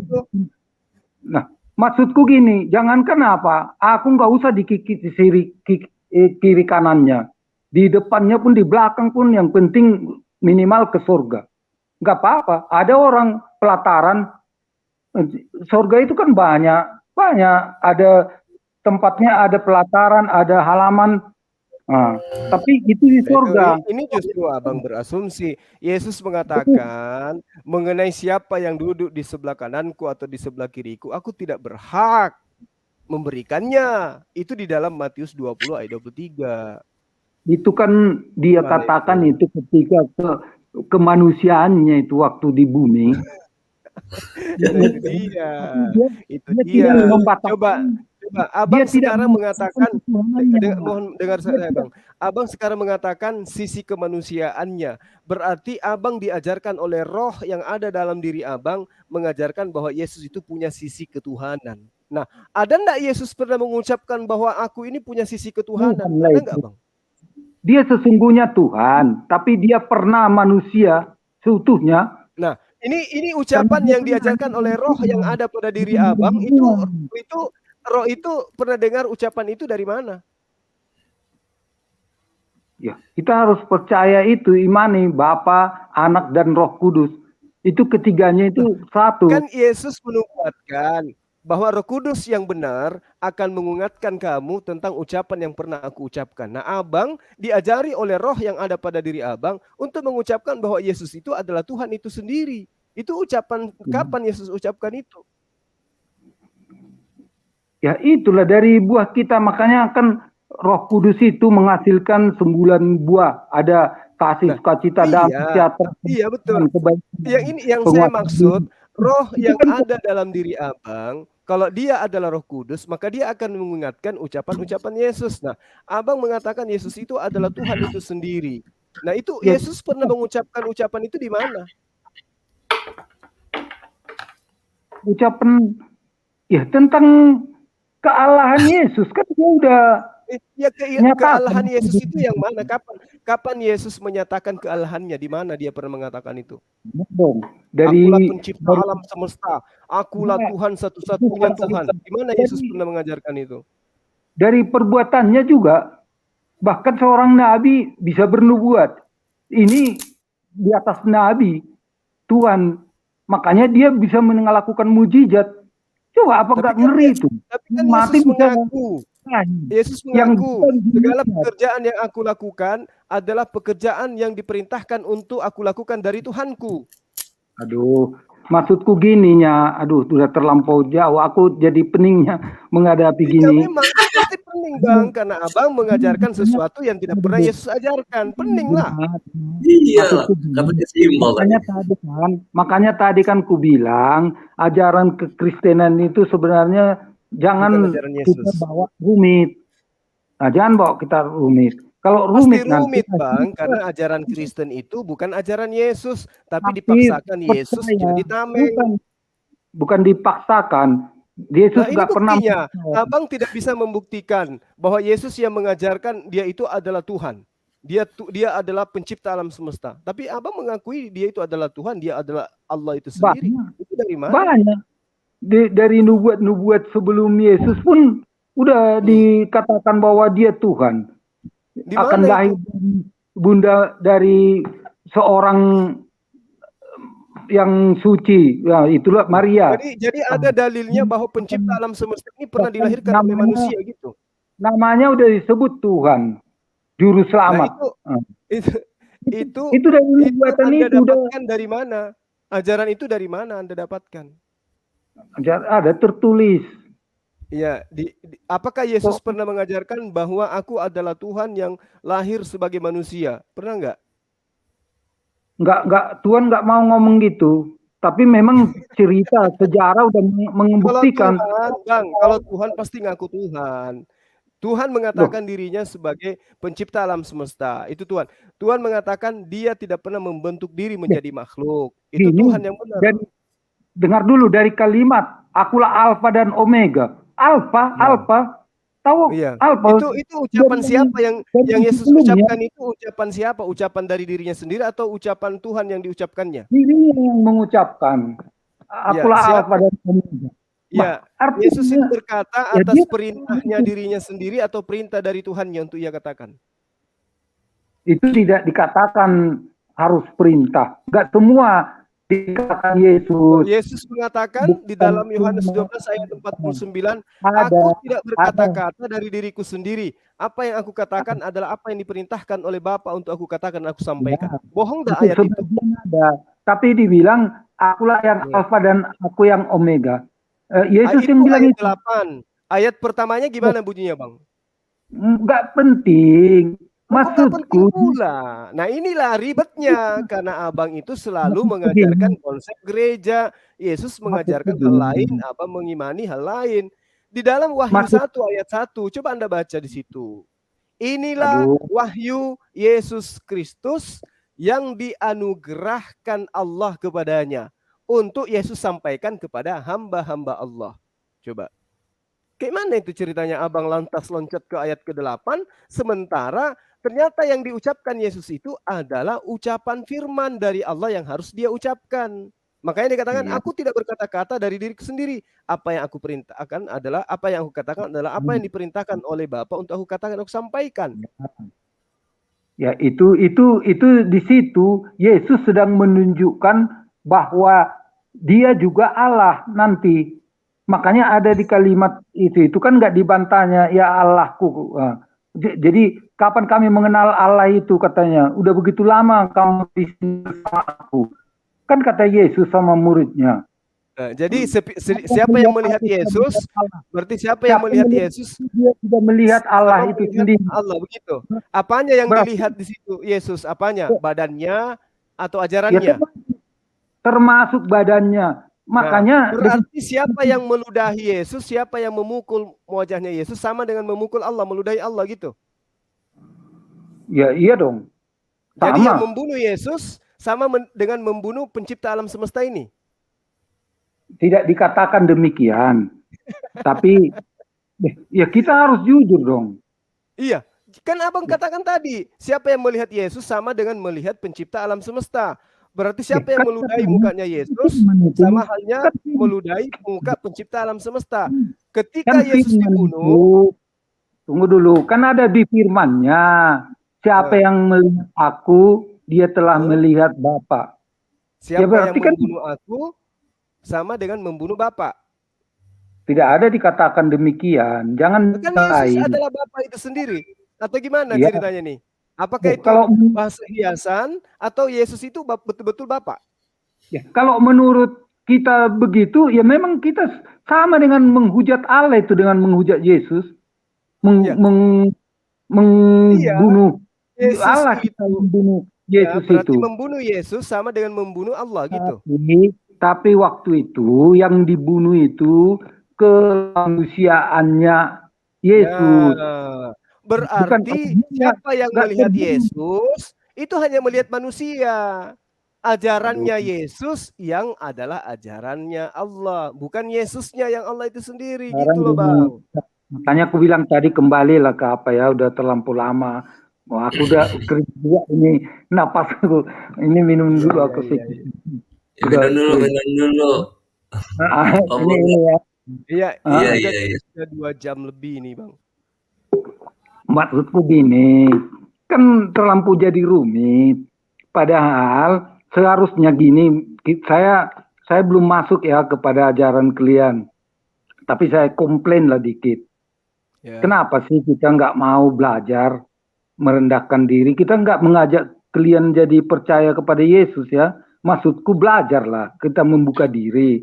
Masa sih kita nggak mau mengikuti? Bang, sorry Bang. Masa kami ini kita percaya kepada Yesus, Bang. Makanya kami Muslim, makanya kami Islam karena kami percaya Yesus. Makanya Yesus tadi kan dirinya adalah hamba Allah di dalam kitab Anda. Yesus mengajarkan dirinya utusan Allah. Oke, tadi kan udah apresiasi. Kami percaya itu. Jum, tadi kan udah ku apresiasi itu kau bilang gitu. Tanya semua Islam, banyak Islam nggak percaya Yesus lah atau Isa Al-Masih, nggak mau mengakuinya. Padahal di Al-Quran itu ditulis. Makanya jangan dibilang Islam mengakui Yesus itu adalah Nabi. Jangan bilang sang debater nanti. Jangan aku aja yang percaya Al-Quran ya. Tinggal nanti memang Al-Quran pernah mengajarkan bahwa Yesus itu adalah Allah itu sendiri, Bang. Bukan gitu maksudku. Kami percaya Al-Quran. Al-Quran menerangkan Yesus itu adalah Nabiullah, Rasulullah. Terus apa yang jadi masalah? Maksudku dengan percaya dulu kalian imani itu dengan kita terdahulu. Apa pentingnya sih? Kan gitu kan? Harusnya kalian pelajari dong. Nah, supaya menyempurnakan apa yang perlu pelajari lagi, Bang? Ya, kitab-kitab terdahulu. Ya, kitab-kitab terdahulu kan jelas di dalam Al-Quran sudah diajarkan. Kitab terdahulu itu isinya sudah bercampur aduk dengan penulisan-penulisan manusia biasa. Kalian bilang itu kadang sampai ada di Al-Quran itu ajaran-ajaran palsu itu. Yang kedua sih, makanya aku bilang tadi. Di dalam Al-Quran tidak pernah mengatakan ada ajaran-ajaran palsu. Yang di Al-Quran terangkan bahwa firman Allah yang datang kepada para nabi terdahulu itu sebagian disembunyikan, sebagian ditambahkan, sebagian dikurangi. Oh, makanya ada juga palsu, nabi-nabi palsu. Kan gitu. Iya. Nabi-nabi palsu itulah yang mengajarkan Yesus itu adalah Tuhan itu sendiri. Tapi kami tidak pernah percaya dan kami tidak pernah baca itu kitab palsu yang kalian bilang itu palsu. Ya Loni pun bilang palsu. Maka ketika kami komplain nanti, biasanya kita kalau berbicara palsu, kalian kan sering, kitab kalian udah dipalsukan. Harusnya kalian tunjukkan dong yang asli. Nah sekarang kalau begini Bang, abang betul pegang kitab yang diajarkan Yesus sekarang?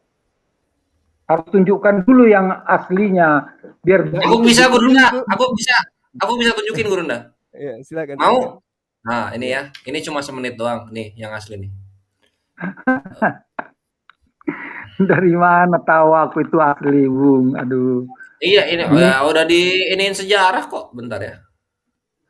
Nih. Inilah jadi kita. Jadi kayak bodoh-bodoh kadang kita gini. Enggak, ini lihat ke layar dong. Masa kita enggak kalau jadi yang ada di abang itu asli. Makanya aku bilang jadi tadi sama Nanda. Terlampau pintar Sinandar tadi, lebih pintar dari orang-orang yang terdahulu ini yang udah Nih. Codex Cairensis. Itu kan tulisan. Bukunya Ini lah. 895 CE. Baru tahun berapa nih? Tahun abad 9 berarti ya, abad 9. Abad 9 akhir ini. Nih sekarang kalau oldest manuscript gospel abad 9. Abad 9 menurut Qur'annya atau abad 9 Masehi? Ya, ini secara sejarah. Secara sejarah. Abad 9 menurut Masehi. Nah, ini ya.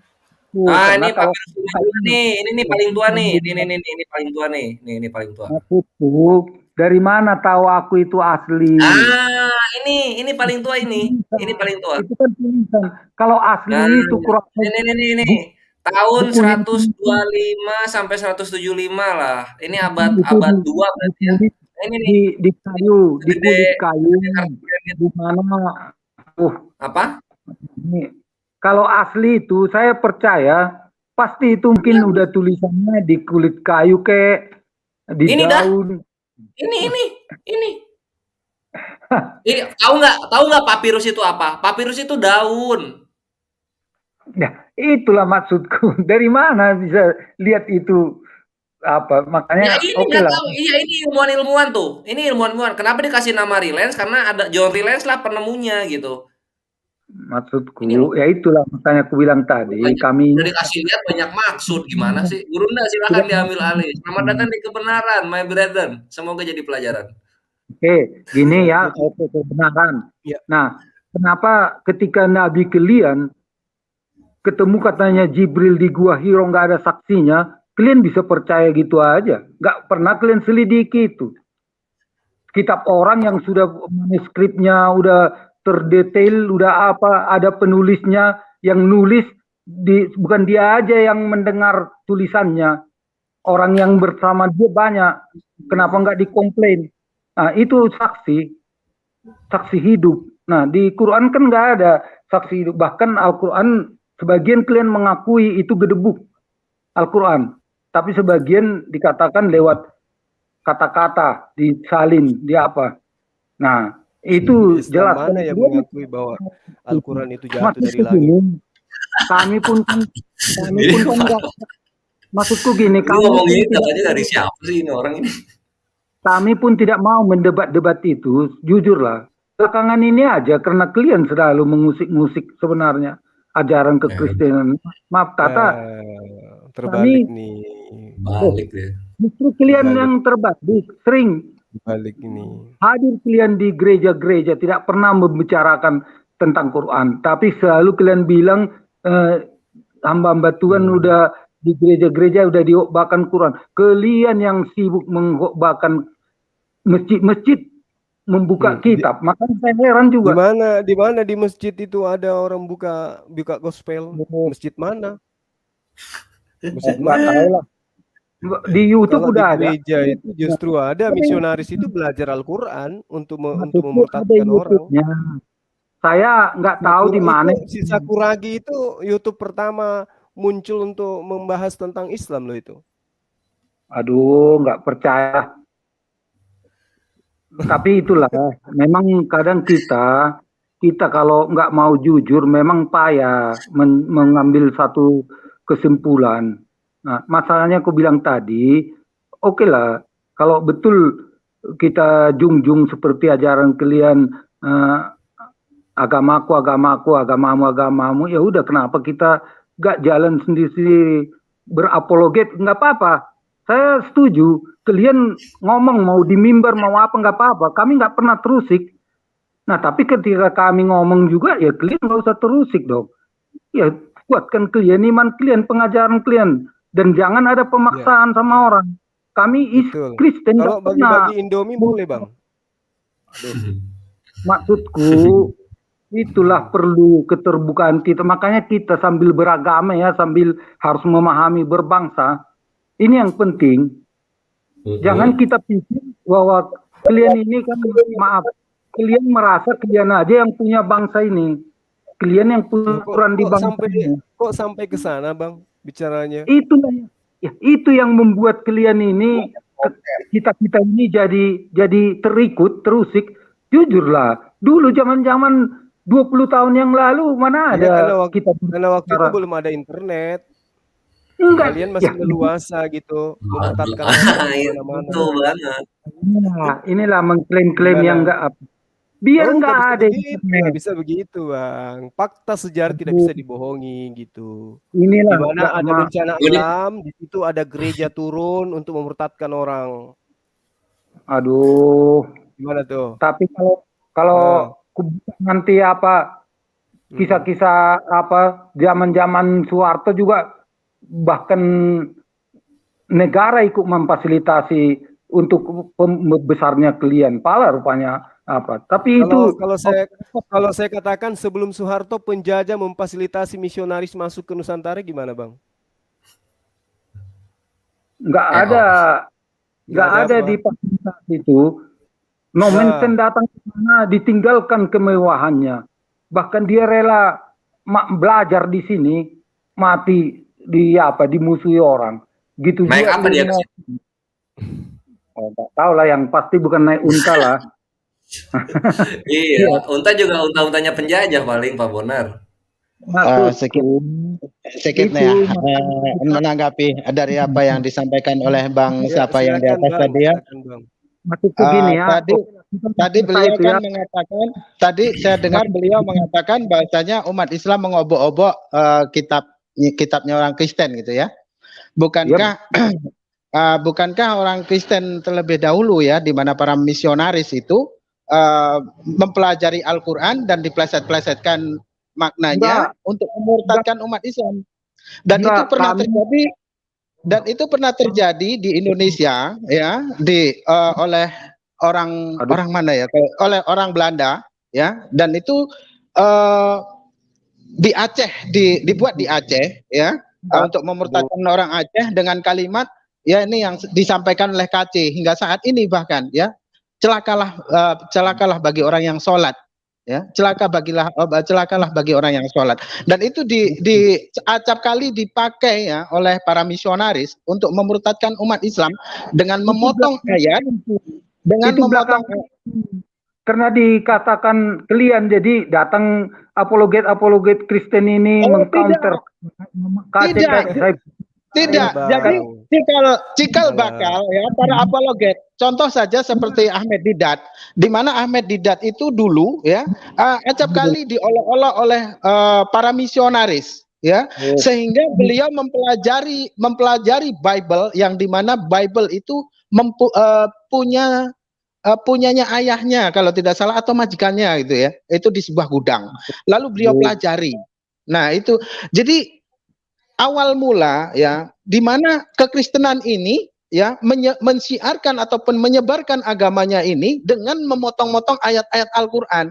Maka disinilah timbul ya kami umat Islam mengkanter dari segala sesuatu apa yang dibuat oleh para misionaris. Jadi jangan salahkan kami jika mana hari ini ya kami mengkutip ayat-ayat Bible untuk menepis dari segala sesuatu apa yang dibuat oleh para misionaris yang mereka mempunyai agenda untuk memurtadkan umat Islam ya. Jadi perihal masalah apa yang Abang tadi sampaikan itu sesungguhnya tidak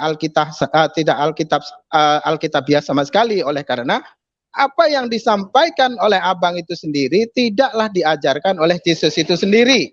Yesus hanya mengajarkan di mana beliau ya menguraikan segala sesuatu yang diperintahkan oleh Allah, dan itu pun ya di dalam Bible pun tidak dijumpai.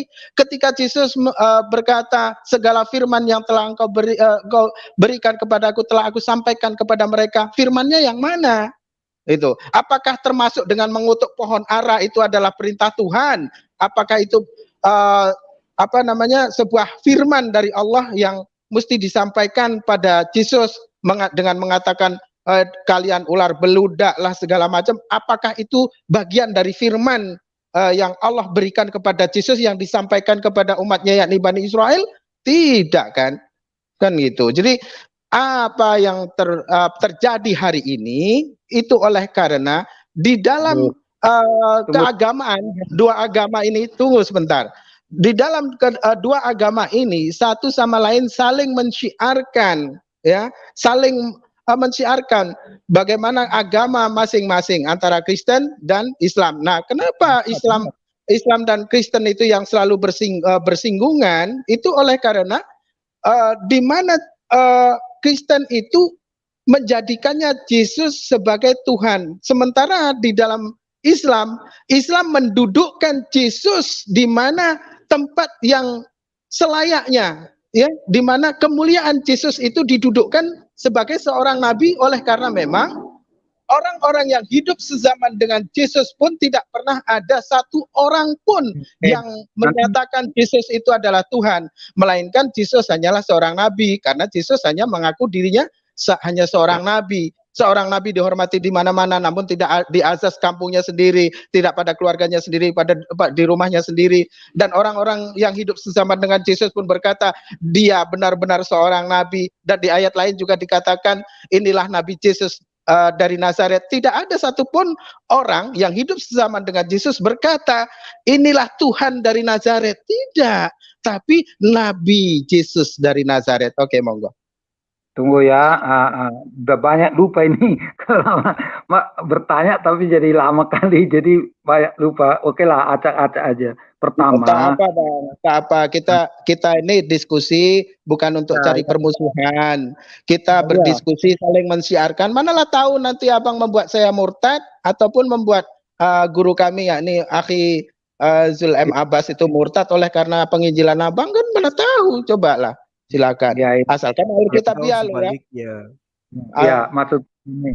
Nah, tadi kan kalau kamu bilang bahwa penginjil-penginjil dahulu datang ke sini baik dari negara-negara luar itu menceritakan tentang Islam.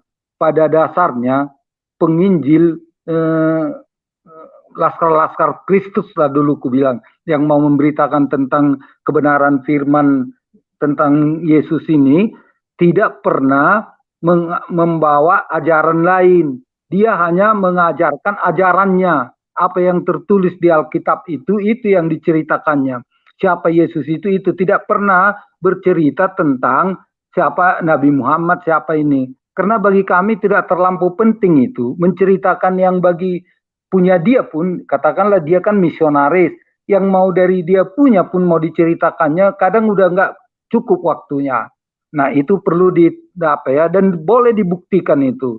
Kalau mungkin bisa ada orang-orang yang pernah apa. Nah, tadi dikatakan jujurlah, tapi ini terserah kepada kalian juga. Kalian nggak mau mengakui bahwa kalian yang banyak mengusik kami. Pada dasarnya kami juga mengatakan kalian yang mengusik. Kami tidak pernah diajarkan, makanya tanya dong, lihat dah dulu yang netral-netral itu. Pernah enggak kami tentang bercerita-cerita di gereja atau di ibadah-ibadah persekutuan. Tapi kalau sekarang mungkin udah, jujur, kita nggak terlampau bodoh lagi dong. Maksudku gini, karena udah terlampau viral kali ini, karena apalagi YouTube dengan semua orang, anak-anak melihat perlakuan-perlakuan, ya kan namanya manusia hidup, ya tentu mungkin ada counter attack-nya atau ada gerakan-gerakannya yang mau dilakukan, atau paling tidak merasa jadi nggak suka, bahkan timbul kebencian. Nah, itulah yang sebenarnya mau kita rajut ini. Makanya saya senang. Sekarang begini. Saya senang kalau ajaran kalian terapkan. Tunggu dulu. Saya senang kalau ajaran yang kalian katakan itu kalian terapkan, bahwa Islam itu rahmatan lil alamin, artinya bukan menakutkan. Baru juga saya setuju, saya senang kalau itu kalian terapkan, agamaku, agamamu. Oke, sama-sama jalan kita. Tapi jangan ada pemaksaan atau jangan apa. Begini, Bang. Sekarang begini, siapa yang kemudian kitabnya itu ke-Islam-Islaman tetapi dia bukan Islam, dan siapa kitabnya yang ke-Kristenan tapi dia bukan Kristen? Apakah Al-Qur'an itu isinya ke-Kristen-Kristenan, atau kitab Anda yang kemudian namanya pun ke-Islam-Islaman? Loh, sekarang gini. Abang jujur dulu. Abang jujur aja dulu. Abang kan cari tuh Sumber Tidak ada. permasalahan di antara dua agama ini adalah ketika agama Anda tampil ke Islam-Islaman. Tidak ada Alkitab ke-Islam-Islaman. Tapi kalau kitab Anda kenapa namanya Alkitab, Bang? Dari kalau mana Anda bisa Quran mendapatkan sampul kitab Anda? Kenapa bisa ada kata Alkitab? Iya, Kenapa Yunani nggak ada loh kemudian Alkitab. Anda sebut dengan sebutan Allah? Kenapa Paulus Anda sebut rasul? Maksudku Dari mana Anda bisa tidak mendapatkan ada, itu? Nah, siapa sekarang yang mau mengusik? Anda punya agama yang mau mengusik kami, yang mayoritas, atau kami yang mayoritas ini ingin mengusik Anda? Ada tidak Anda melihat kitab kami ke Kristen-Kristenan isinya? Atau justru kitab Anda yang semuanya hampir ke Islam-Islaman? Apa tujuannya itu? Inilah membalikkan fakta. Tapi wajar kalau misalnya Al-Quran. Fakta apa, Bang? Fakta apa yang Anda ingin katakan di sini? Saya tanya kepada Anda, original teks kitab Anda itu sampulnya apa namanya? Alkitab. Kenapa Di mana rupanya? itu tertulis? Di mana? Bahasa Yunani apa itu Alkitab bahasa Yunani atau bukan? Nggak penting kami bahasa Yunani. Itulah kurang ajarnya agama Anda. Hal-hal yang penting Anda katakan tidak penting. Sekarang yang Anda gugat ini apa? Anda kan mau lakum dinukum waliyadin. Kenapa tidak berlaku pada agama Anda? Sebelum ada agama Islam itu Alkitab. Sebelum ada agama Islam duluan rupanya datang dengan Alkitab. Sebelum ada agama Islam, itu udah ada. Sekarang begini, Bang. Sekarang begini. Dikatakan gini, percayalah kita hidup di Indonesia, duluan mana Islam dengan Kristen masuk di negara ini? Saya tanya. Ya, saya duluan mana? Duluan mana? Merasa duluan Kristen kalau di negara ini dah. Kristen. Dan itu sumbernya dari mana? Kristen masuk ke Indonesia tahun kapan? Tahun berapa? Tunggu dulu sebelum penjajahan. Kristen masuk ke Indonesia. Bangsa asing udah datang ke Indonesia, baik itu dengan menjajah, siapa mau yang memperjuangkan dan melawan penjajah? Ayo. Nah, siapa yang melawan penjajah? Siapa? Pada dasarnya apa para pahlawan ini, Bang? Bang, pahlawan pada apa agama apa pahlawan ini melawan penjajah Kristen?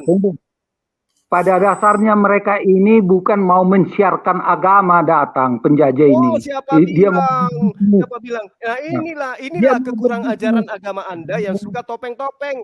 Perintah di dalam agama Anda, sampaikan Injil kepada siapapun, baptis yang percaya, hukum yang tidak percaya. Itu adalah anjuran amanat agung di dalam kitab Anda untuk mengkristenkan semua orang. Tadi kan cerita siapa yang dari orang seakan-akan sesuci, Anda mendudukkan diri Anda sebagai pesakitan. Fakta di lapangan, agama Anda lah yang ke Islam-Islaman. Anda yang mengusik Islam, Anda yang mengusik, kami yang mayoritas. Kami mana mau menyebut Tuhan kami dengan sebutan Theos, dengan sebutan Bapa, mana mau. Tapi kalian dengan gagahnya menyebut Tuhan kalian yang adalah Bapa dengan sebutan Allah.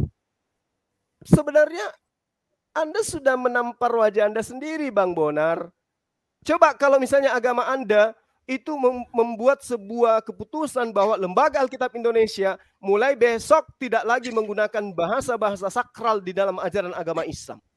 Aman pastinya. Layaknya Hindu, layaknya Buddha, mereka percaya diri menggunakan bahasa original teks daripada pemahaman agama mereka. Lah Kristen ini semakin hari semakin ke Islam-Islaman. Bentar lagi pasti kalian itu akan merayakan Natal dengan sebutan Idul Fitri juga. Tunggu dulu, tunggu. Anda mute pulanya. Apa orang Anda mute? Tunggu dulu. Karena Anda pada saat saya ngomong, Anda juga ngomong. Mending di mute dulu. Kan gitu, Bang. Sampai nggak aku perhatikan yang udah kena mute. Jadi dari tadi coba Abang ini jujur. Siapa kitab di antara Kristen dan Islam yang mencoba untuk meniru-niru plagiat terhadap kitab agama lain? Islam atau Kristen? Jujur. Tidak ada yang meniru. Justru kalau mau jujur. Kitab di dalam kitab Anda itu dapat dari mana? Kata Rasul dari kitab Anda dapat dari mana? Kata Allah dalam kitab Anda dapat dari mana? Dulu, kalian kan bahasa Arab, kalian pikir itu milik Islam aja. Nah, sekarang sadar enggak Abang bahwa saudara Abang yang mayoritas di Indonesia ini menggunakan bahasa Arab kitabnya? Sadar enggak itu? Boleh. Kami semua terjemahan. Sadar enggak Abang bahwa saudara Abang yang mayoritas Islam itu kitabnya bahasa Arab? Sadar enggak? Sadar kan? Ya, kenapa rupanya? Nah, itu dia. Anda masa bodoh. Nah, sekarang ketika kitab Anda dari Belanda diterjemahkan ke dalam bahasa Indonesia, kenapa masih ke Arab-Araban? Ini kan Indonesia. Kami, kitab kami boleh diterjemahin ke semua bahasa loh. Tapi kan ini sekarang di Indonesia, Bang, bukan di Arab. Loh, mau bahasa Arab, mau bahasa Prancis, mau apa? Kenapa Anda tidak menggunakan bahasa Indonesia sementara ini di Indonesia? Kenapa Anda menghargai agama Islam yang menggunakan Allah itu adalah Tuhan segala, Tuhan segala umat, maha. Sekarang begini Bang Bonar, umat Islam tahu. mengimani Allah yang kami sembah tidak memiliki anak. Anda dengan mudahnya mengatakan Allah punya anak, Yesus anak Allah dan seterusnya. Apa itu tidak mengusik kami? Loh, percaya sama ajaranmu cukup. Kenapa? Kami duluan kok. Nah, itulah alasannya kenapa kita berdebat. Inilah alasannya kenapa apologet muncul, Bang. Untuk meluruskan ajaran Kristen yang ke-Islam-Islaman supaya generasi Islam berikutnya itu tidak tertipu dengan ajaran gereja. Paham? Kembali ke awal dulu. Kira-kira siapa ini yang mengutip-ngutip? Duluankah Islam atau Kristen duluan? Ajaran Kristen duluan atau Islamkah?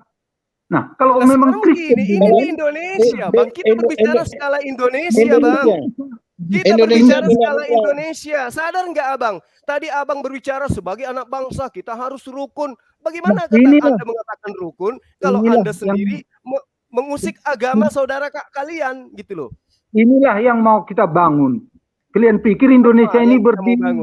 Malah nyari remis. Tadi nuduh kalau Anda ingin membangun, melestarikan persaudaraan kita, coba Anda gunakan topeng agama Anda sendiri. Ngapain harus menggunakan topeng Islam? Bukan, kami nggak menggunakan topeng Islam. Kalau ada orang bilang Tuhan kalian itu ketika berbicara mengenai original teksnya, Bang, Tuhan kalian itu bahasa Yunani kan? Enggak, kami bahasa Indonesia ini. Tapi inilah hebatnya Anda. Kitab Anda original teksnya bahasa Yunani, bahasa Greek. Kenapa ketika masuk ke Indonesia, melihat di sini banyak Islam yang menggunakan Al-Quran, Anda membuat kitab Anda seakan-akan ke Islam-Islaman. Itu apa tujuannya? Ada yang membutuhkan. Ketika pengajaran kami pengajaran terbuka. Kalau ada orang Bali memerlukan, mungkin di bahasa Bali kan. Ada orang Batak memerlukan di bahasa Batak kan. Ada orang Sunda di bahasa Sunda. Kemudian kenapa harus di bahasa Al-Quran kan? Kenapa harus di bahasa Quran kan?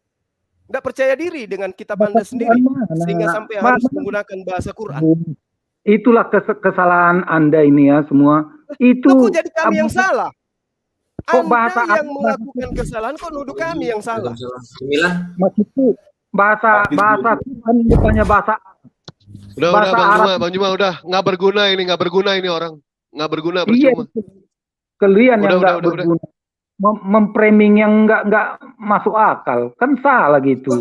Itulah Bang, mau nggak saya katakan bahwa ayam itu diganti namanya menjadi pendeta, mau nggak?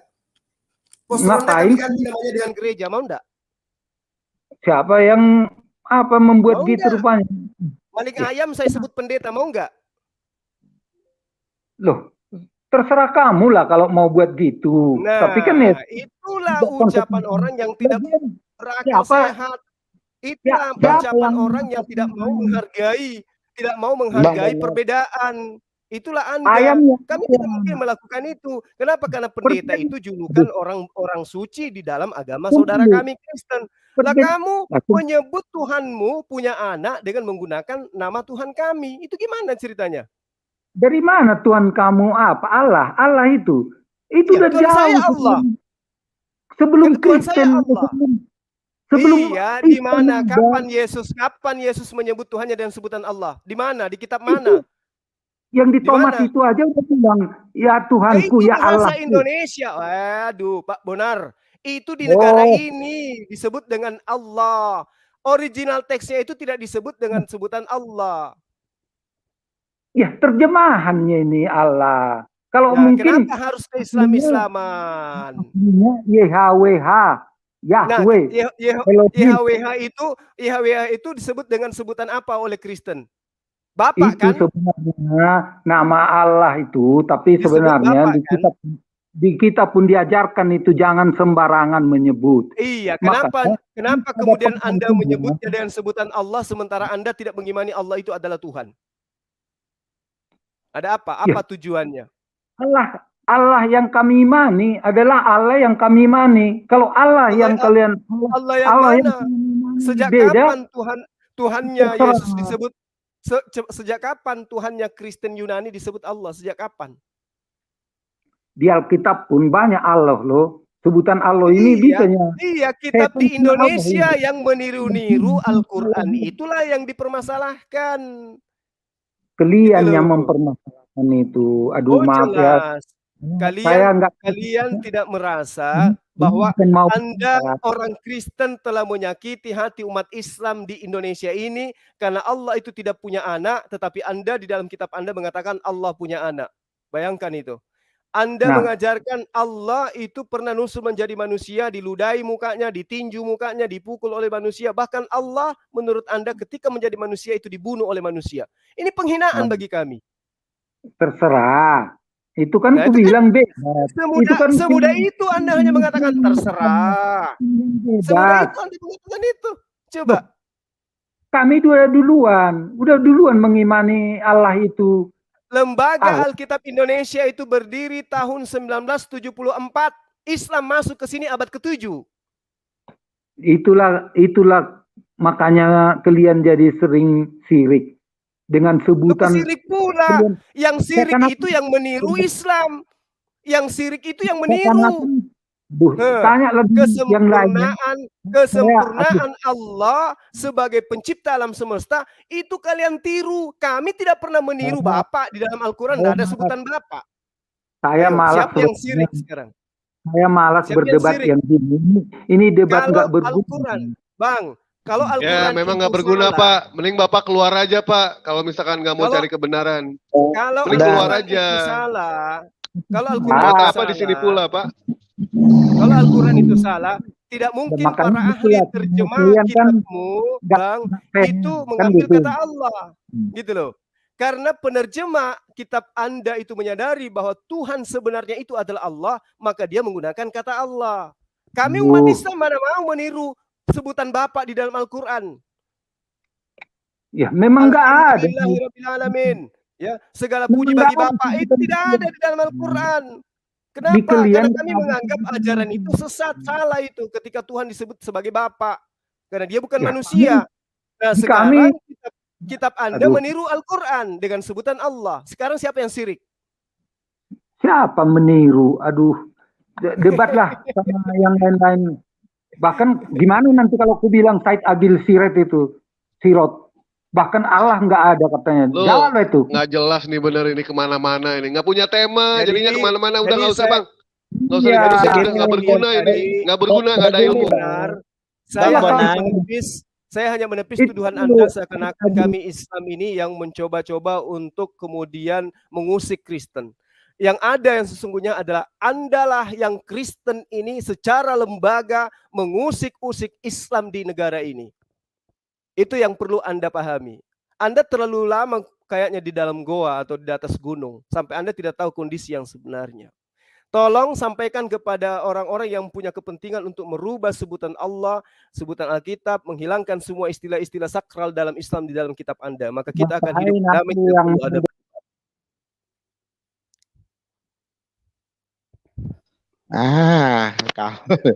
Jangan dianu kalau ada kawan Kristen masuk, biar saja ya kita debat. Jadi channel kita ini biar lebih jangan diusir, ya keluar aja gitu, jangan.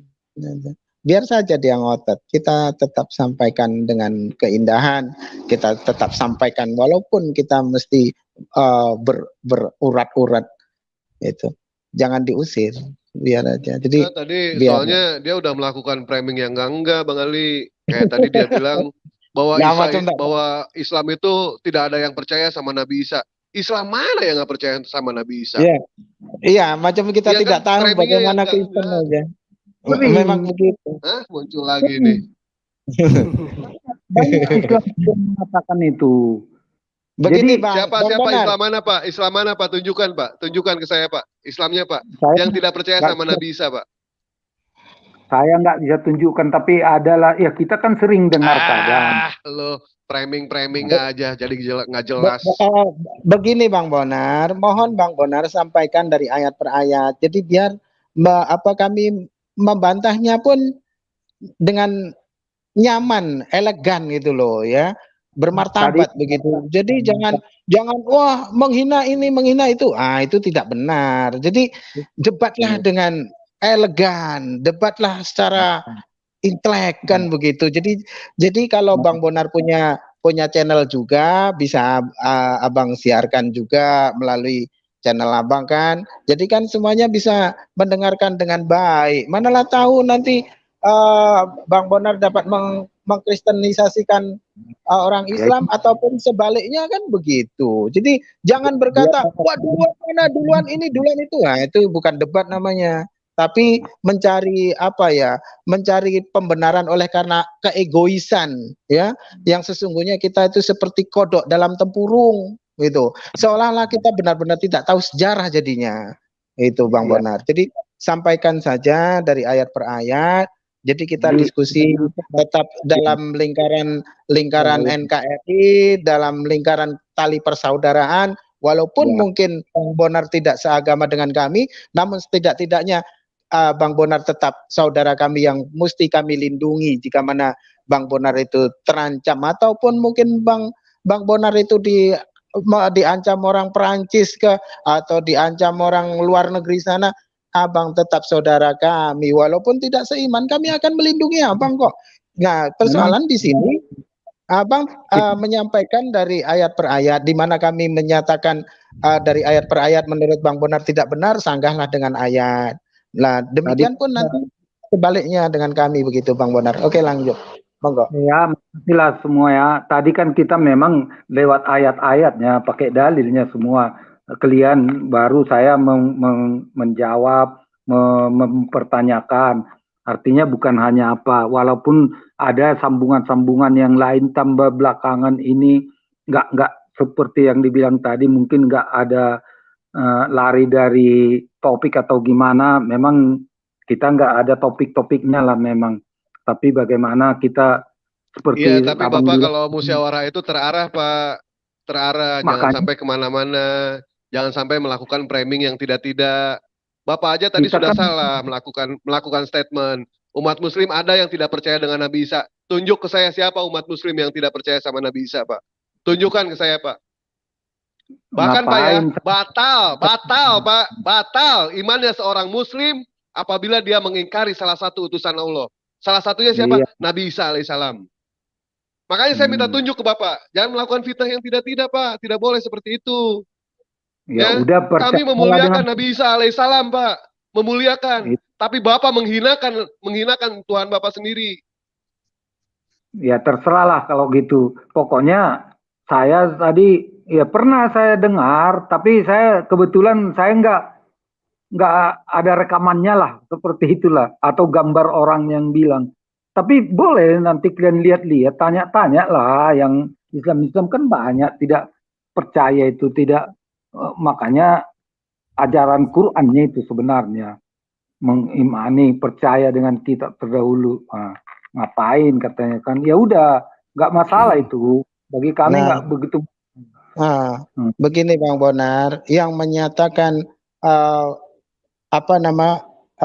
kitab terdahulu itu sudah dirubah-rubah itu bukan hanya Al-Quran, melainkan kitab Bang Bonar sendiri itu pun menyatakan hal yang sama. Ya, ketika di Yeremia 88 itu dia berkata, mengapa kamu berkata aku bijaksana, bukankah tinta pena palsu penyurat-penyurat itu telah membuat Taurat Tuhan menjadi bohong.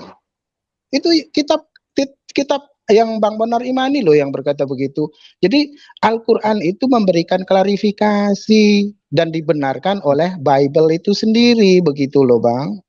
Nah, saya tadi udah panjang ini saya pun udah nggak begitu respect Bang lagi. Ali, ini Itulah juga kita ya. sudah 3 jam lebih Bang. Mudah-mudahan ini bermanfaat ya. Closing statement saja Ya, terima kasih Bang Ali nih, kangen kali aku sama Abang ini.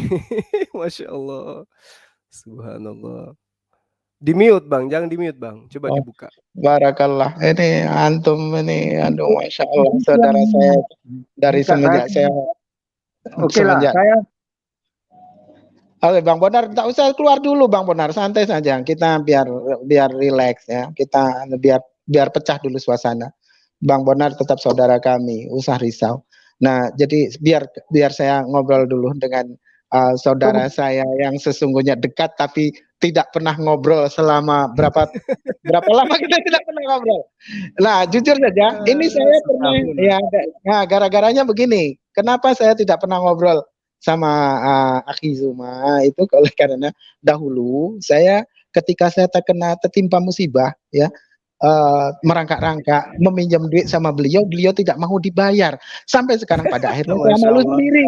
Jadi dari Kok situ Mas, sampai itu dibuka juga di sini Bang. nah, itulah tanda keikhlasan saya pada antum wahai saudaraku. Demi Allah Masya mendarah Allah. daging antum dalam hati saya sebagai seorang saudara.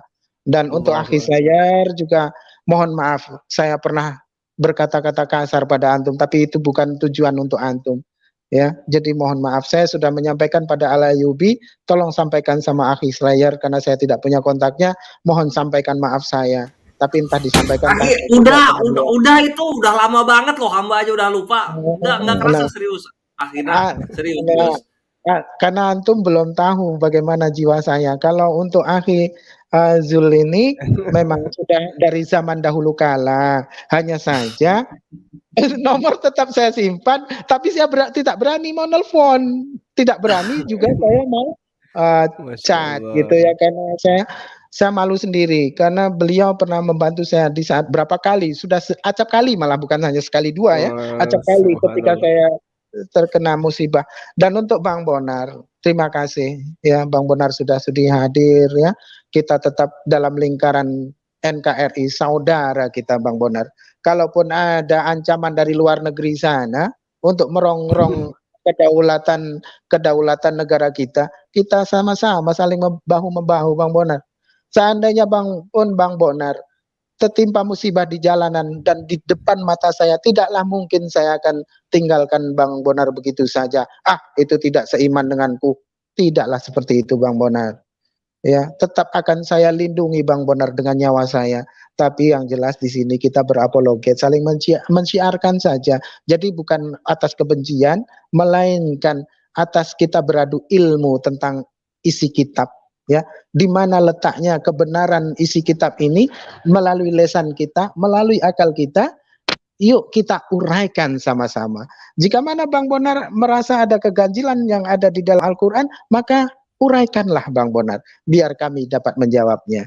Dan begitu juga seandainya pun kami menguraikan hal-hal yang ada tertulis di dalam kitab Bang Bonar, dan Bang Bonar merasa tidak nyaman, silahkan Bang Bonar sanggah dengan ayat juga. Malah kabur beliau ya. Tapi tak apalah. Ya udah, closing statement. Jadi terima kasih ya untuk akhi Slayer. Demi Allah saya mencintai antum akhi Slayer. Demi Allah mendarah daging. Saya kagum sama antum. Kalau sama akhi Zul M Abbas itu tidak perlu saya ungkapkan lagi ya. Demi Allah. Kalaupun jangankan harta benda saya, jangankan harta benda saya, kalau saya punya, kepala saya ini, kalaupun antum pinta akan saya letakkan leher saya ini untuk kalian penggal. Jadi alhamdulillah ini. Jadi akhi M Abbas, alhamdulillah hidup saya sekarang sudah nyaman atas bantuan antum. Allahu Akbar, subhanallah, masya Allah. Barakallah, senior kami. Barakallah. Jadi ya itulah. Beliau ini sama-sama saya di Facebook ini berjuang berdarah-darah bersama. Jadi kalaupun ada ada saudara-saudara Muslim yang susah, ya, jangan segan-segan menyampaikan pada saya. Jangan segan-segan. Karena apa ya? Jadi demi Allah saya wakafkan apa yang saya dapatkan, dan demi Allah ini bukan saya sombong ataupun saya ria ya. Di balik kesulitan ada kemudahan. Ya, di balik kesulitan ada kemudahan. Jadi ketika saya susah kala itu mau makan saja tidak bisa. Waduh ya. Pokoknya aduh sedih saya. Tapi kalaupun kita sabar maka sesuai janji Allah, memintalah kepadaku maka niscaya akan kuberi. Ternyata benar. Ya. Saya tidak lama saya bikin YouTube ini ya, saya sesungguhnya waktu itu jujur saya berharap YouTube saya itu dapat mendapatkan finansial kala itu ya, dan dapat juga saya bagikan. Nah, tapi saya seiring berjalannya waktu, wah kok jadi aku ini berharap betul sama YouTube nih, aku harus berusaha lain. Jadi saya kesampingkan ya, YouTube ini hanyalah sebagian wasilah untuk dakwah saja. Terus saya usaha lain dengan cara yang lain. Ternyata Allah mudahkan rezeki saya. Tidak selang lama, sekitar 3 bulan dari kesakitan itu saya dapatkan rezeki dan saya bisa buka usaha dengan ini, bukan saya pamer ya. Terus tidak lama ternyata YouTube saya pun atas bantuan Uhti Rifa, Akhi Nandar, Masya Allah dapat monetisasi, dan sama Akhi Nandar dapat diperbaiki ya, dan ternyata saya dapat banyak semalam itu.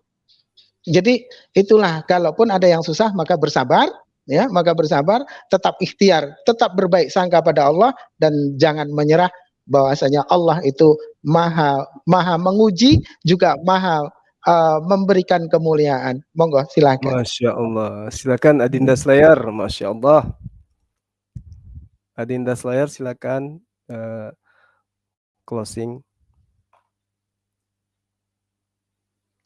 Mahadewa dulu, Mahadewa. Bang Dewa. Ya maaf tadi kepental deh Bang. Ditarik tadi sama Roh Kudus. Ini Ya, closingnya silakan. apa ini? Closing apa ini ya? Ya Oh terserah lah yang tadi Bang Ali Musa ya. Bang Ali Musa tadi kehidupannya sudah luar biasa, dan Dewa pun dibantu juga sama Bang Ali Musa kemarin. Alhamdulillah gitu kan. Dan sekarang pun kehidupan Dewa pun alhamdulillah mapan, berkat kemarin adopsi anak Bang. Adopsi anak, gara-gara adopsi anak itu, anak tuyul 2 Bang. Anak tuyul 2, Dewa suruh nyuri duit aja itu. Dan sekarang alhamdulillah. Baru saya mau mendoakan ternyata bergurau beliau. Ya, memang Bang ya, sekarang itu kan zaman lagi pada susah gitu kan. Semua susah, disitulah kita saling bantu. Banyak tetangga kita, pengemis di jalanan yang sudah tidak bisa kebeli nasi, sampai tidak bisa makan nasi. Kita miris ngelihatnya. Ternyata sekarang mereka makan spaghetti sama pizza. Kita harus kasihan lah sama mereka, ya kan? Kita makan nasi, mereka makan spaghetti. Luar biasa itu. Nggak bingung mau closing apa itu ya? Mau closing apa, bingung ini. Oh ini aja deh. Adinda Slayer. Sebagai ajaran agama Islam, kita sampaikanlah dengan yang namanya kejujuran. Jangan disampaikan dengan kebohongan-kebohongan seperti umat-umat sebelah gitu kan. Mereka itu selalu, yang apalagi kita tahulah kesaksian-kesaksian itu begitu luar biasa. Mereka itu bermain sandiwara, bermain sinetron gitu. Dan kita tidak diajarkan di dalam ajaran agama Islam untuk menyampaikan pengajaran para nabi itu dengan cara bohong-bohong, dengan cara bermain sandiwara. Kalau bohong-bohong itu Dewa udah paling jago, apalagi bermain sandiwara.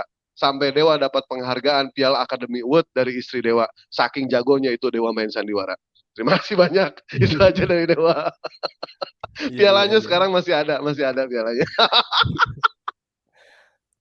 Oke, Adinda Slayer. Bang Dewa nih kemana nih?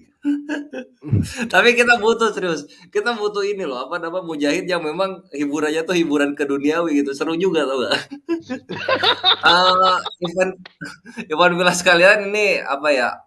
Aku seneng banget ini ngedenger apa dari ini ya, dari Ustadz lah. Masuk lagi nih, boleh udahan loh. Bang Monar, Dia udahan.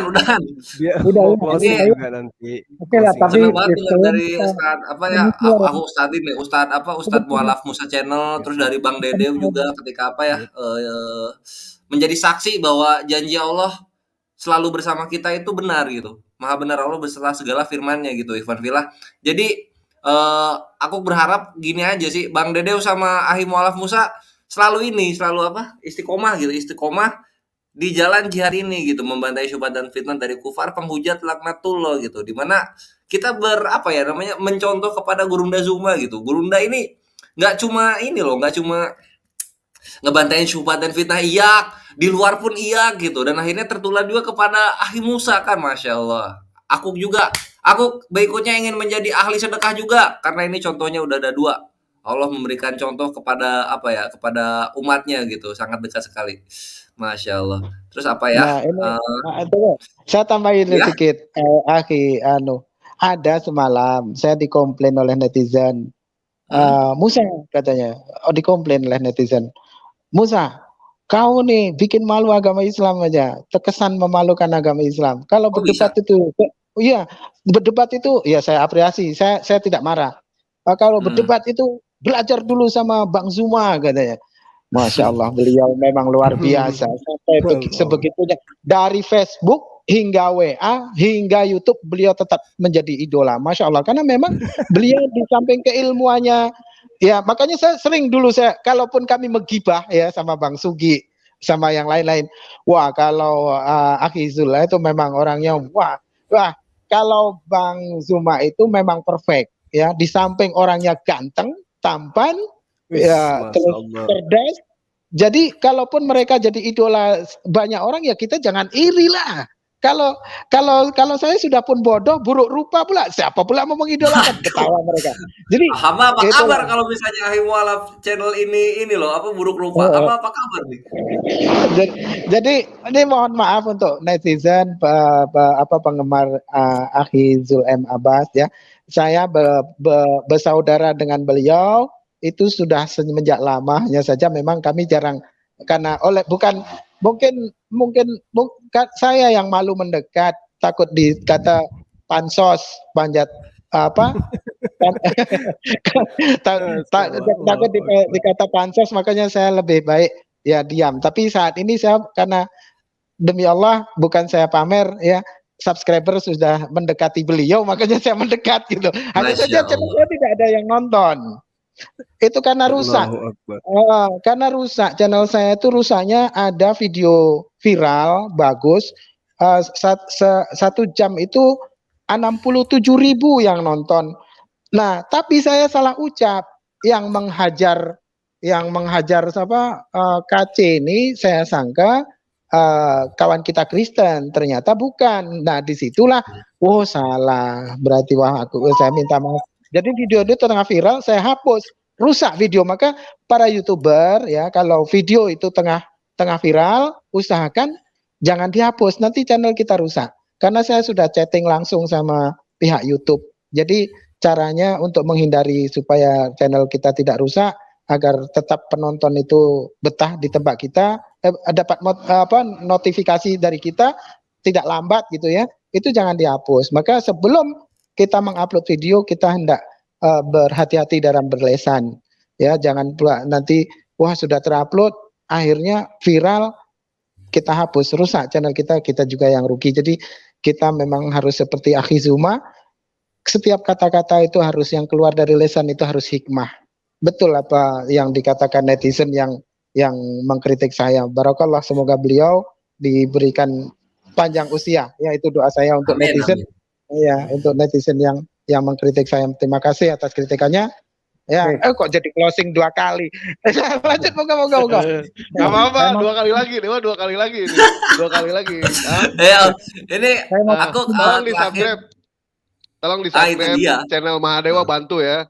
Bantu channel Mahadewa. Udah. Lagi ya tuh, nggak apa-apa tuh lagi. Marah aja ini mah. Nah itu Dewa mau nanggapi Bang Ali Musa dulu mengenai masalah tadi. Ngapain saya wajah jelek begini? Bang, jangan seperti itu ya. Yang namanya kita jangan pernah berkecil hati, Bang. ketika tidak ada orang yang mengatakan abang tampan. Jangan pernah yang namanya merasa riskan ketika tidak ada orang yang mengatakan kamu itu cakep. Sesungguhnya wajah yang tampan, pesona yang benar-benar luar biasa, semua akan masuk ke dalam tanah, Bang. Tetapi akhlak yang baik, iman yang baik, itulah yang akan menghantar kita ke dalam jannah.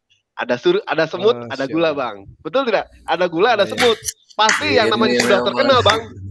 Sudah terkenal, pasti itu bakal apa namanya? Bakal dikejar sama para wanita. Contoh Dewa. Dewa nih udah alhamdulillah, Bang, udah pada kenal sama Dewa. Dikejar-kejar Dewa. Kemarin dikejar sama polisi sama debt collector tuh. Alhamdulillah kan? Iya. Kejar-kejar juga itu. Baik, itu aja dari Dewa. Adinda Slayer lagi, Adinda Slayer. Iya. Bentar, Bang Bona. Ini dikit ya, Ivan Villa nih. Serius dikit ya. Kita di garda terdepan pembantai syubhat dan fitnah ini ada juga gerakan manusianya, dan ini yang diusung dua. Gurunda, aku izin ya. Silakan. Boleh nggak Gurunda? Boleh. Alhamdulillah. Nah, yang pertama itu pembangunan masjid, Zujahidin, Tafadol, semua di deskripsi. Semua di channel-channel terafiliasi dengan ZCC itu ada nomor rekening sementara ZCC. Tafadol ke sana yang mau investasi akhirat. Yang kedua itu ada pendirian pondok pesantren modern At-Tauhid. Tuh, lihat. Ini Islam loh. Semua dari umat akhirnya akan menjadi untuk umat juga. Yang satu masjid untuk yang membutuhkan 60 tahun menanti-nantikan punya masjid sendiri di daerahnya, itu di Kota Blora. Terus yang satu lagi pondok pesantren modern At-Tauhid. Di mana ini juga kenapa mengusung modern? Karena yang diusung adalah memfokuskan untuk membantai syubhat dan fitnah pondok pesantren ini. Tafadol Ivan Villa, dua itu disupport. Kalau untuk yang pondok pesantren itu ada di channel-channel yang terafiliasi dengan Geraha Mu'alaf, begitu. Silakan dipilih investasi akhiratnya mau yang mana.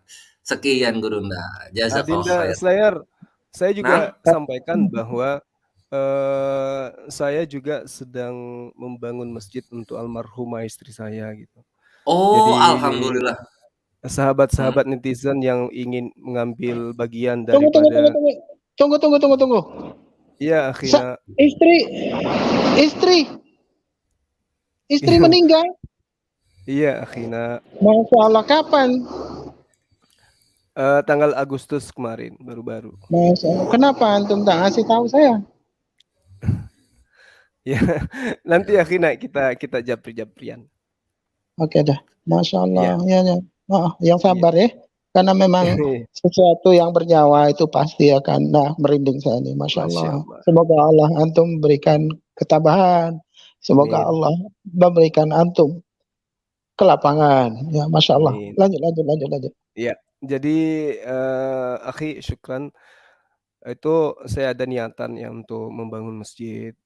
Jadi sahabat-sahabat yang ingin mengambil posisi juga, teman-teman di Makassar Mu'alaf Center Indonesia itu mencoba untuk mengajak netizen atau sahabat-sahabat siapapun yang ingin mengambil bagian.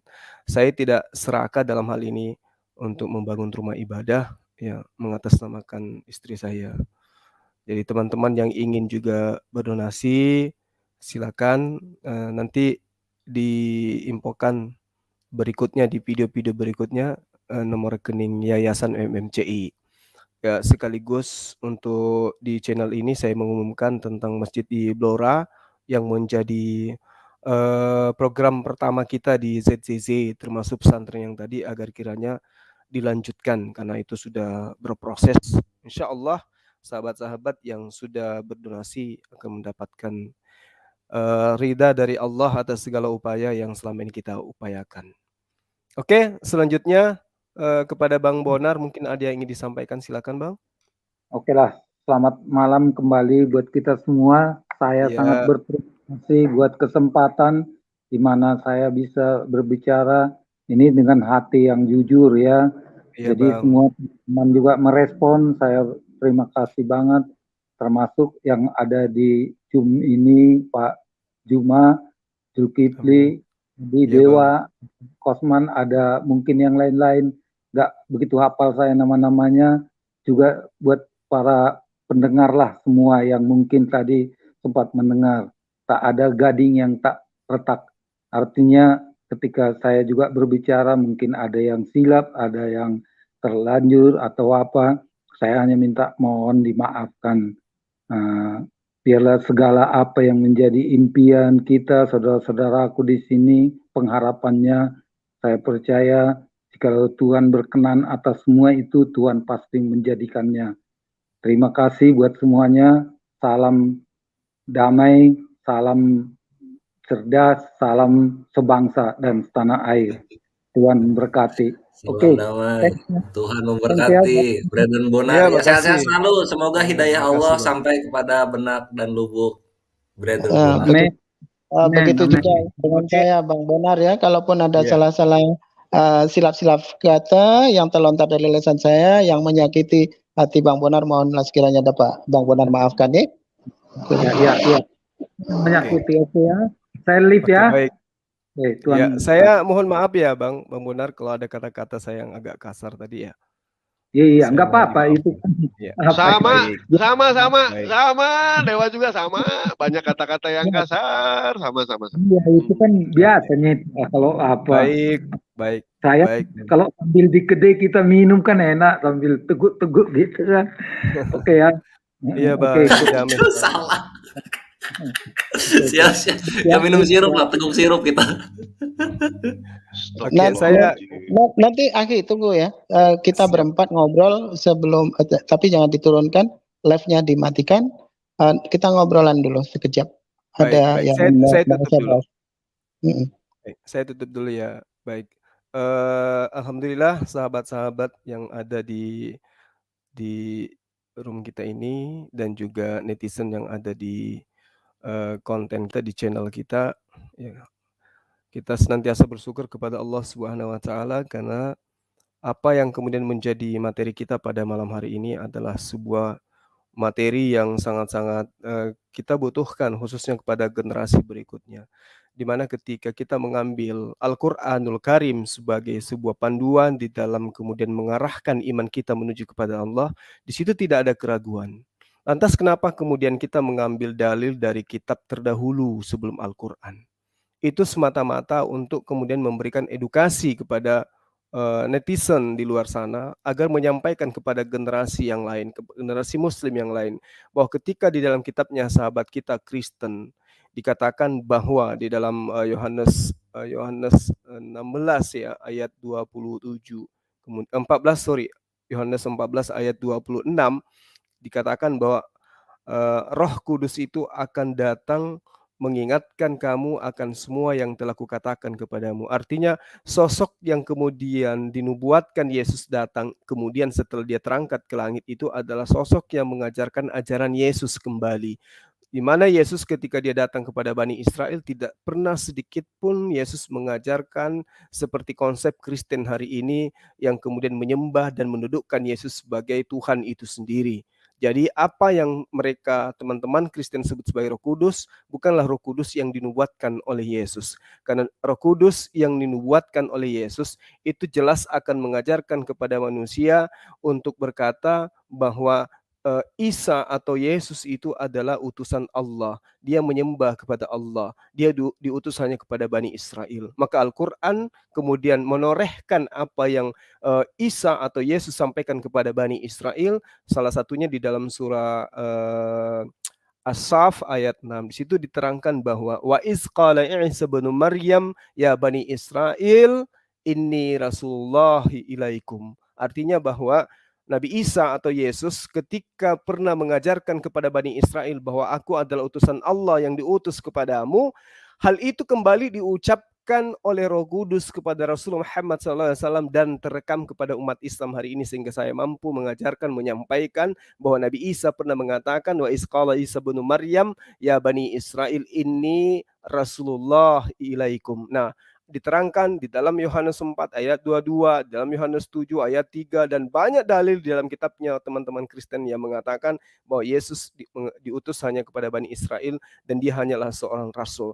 Dan apa yang terjadi hari ini kita disajikan ajaran dari Kristen misalnya di dalam Roma 10 ayat 9. Siapa yang berkata dengan mulutnya bahwa Yesus adalah Tuhan dan percaya dalam hatinya bahwa Allah telah membangkitkan dia di antara orang mati, maka dia akan diselamatkan. Ini ucapan siapa? Yesus tidak pernah mengajarkan itu. Sehingga roh yang mengajarkan Paulus itu bukanlah Roh Kudus, tetapi entah roh dari mana. Karena itulah kemudian para sahabat-sahabat sekalian, poin yang ingin saya sampaikan di sini adalah ketika roh penolong itu datang, dia akan mengajarkan segala sesuatunya. Maka jangan heran ketika di dalam ajaran agama Islam itu penuh dengan hukum-hukum, penuh dengan syariat, penuh dengan aturan. Karena memang sudah dibuatkan para nabi bahwa termasuk Yesus, bahwa akan datang sosok penolong lain, dialah yang akan mengajarkan segala sesuatunya tentang hukum-hukum, tentang keadilan, tentang pengisapan dunia akan dosa, diterangkan dalam Yohanes 16. Demikian para sahabat-sahabat sekalian, sekali lagi yang berdonasi selama ini, yang membantu pergerakan-pergerakan kita di dalam mengajarkan tentang kebenaran, mengajarkan syiar Islam, dan meluruskan akidah yang dibengkokkan oleh umat terdahulu, kami ucapkan banyak terima kasih. Insya Allah rahmat, rezeki, dan juga kesehatan akan terlimpahkan dari Allah kepada antum semua, dan kebahagiaan dunia akhirat dipersiapkan oleh Allah semua, dan yang terpenting kemudian adalah antum semua dimasukkan ke dalam golongan hamba Allah yang dijanjikan kenikmatan keselamatan. Amin, amin, amin ya rabbal alamin. Demikian para sahabat sekalian, terima kasih atas perhatiannya. Wabillahi taufik wal hidayah. Assalamualaikum warahmatullahi wabarakatuh.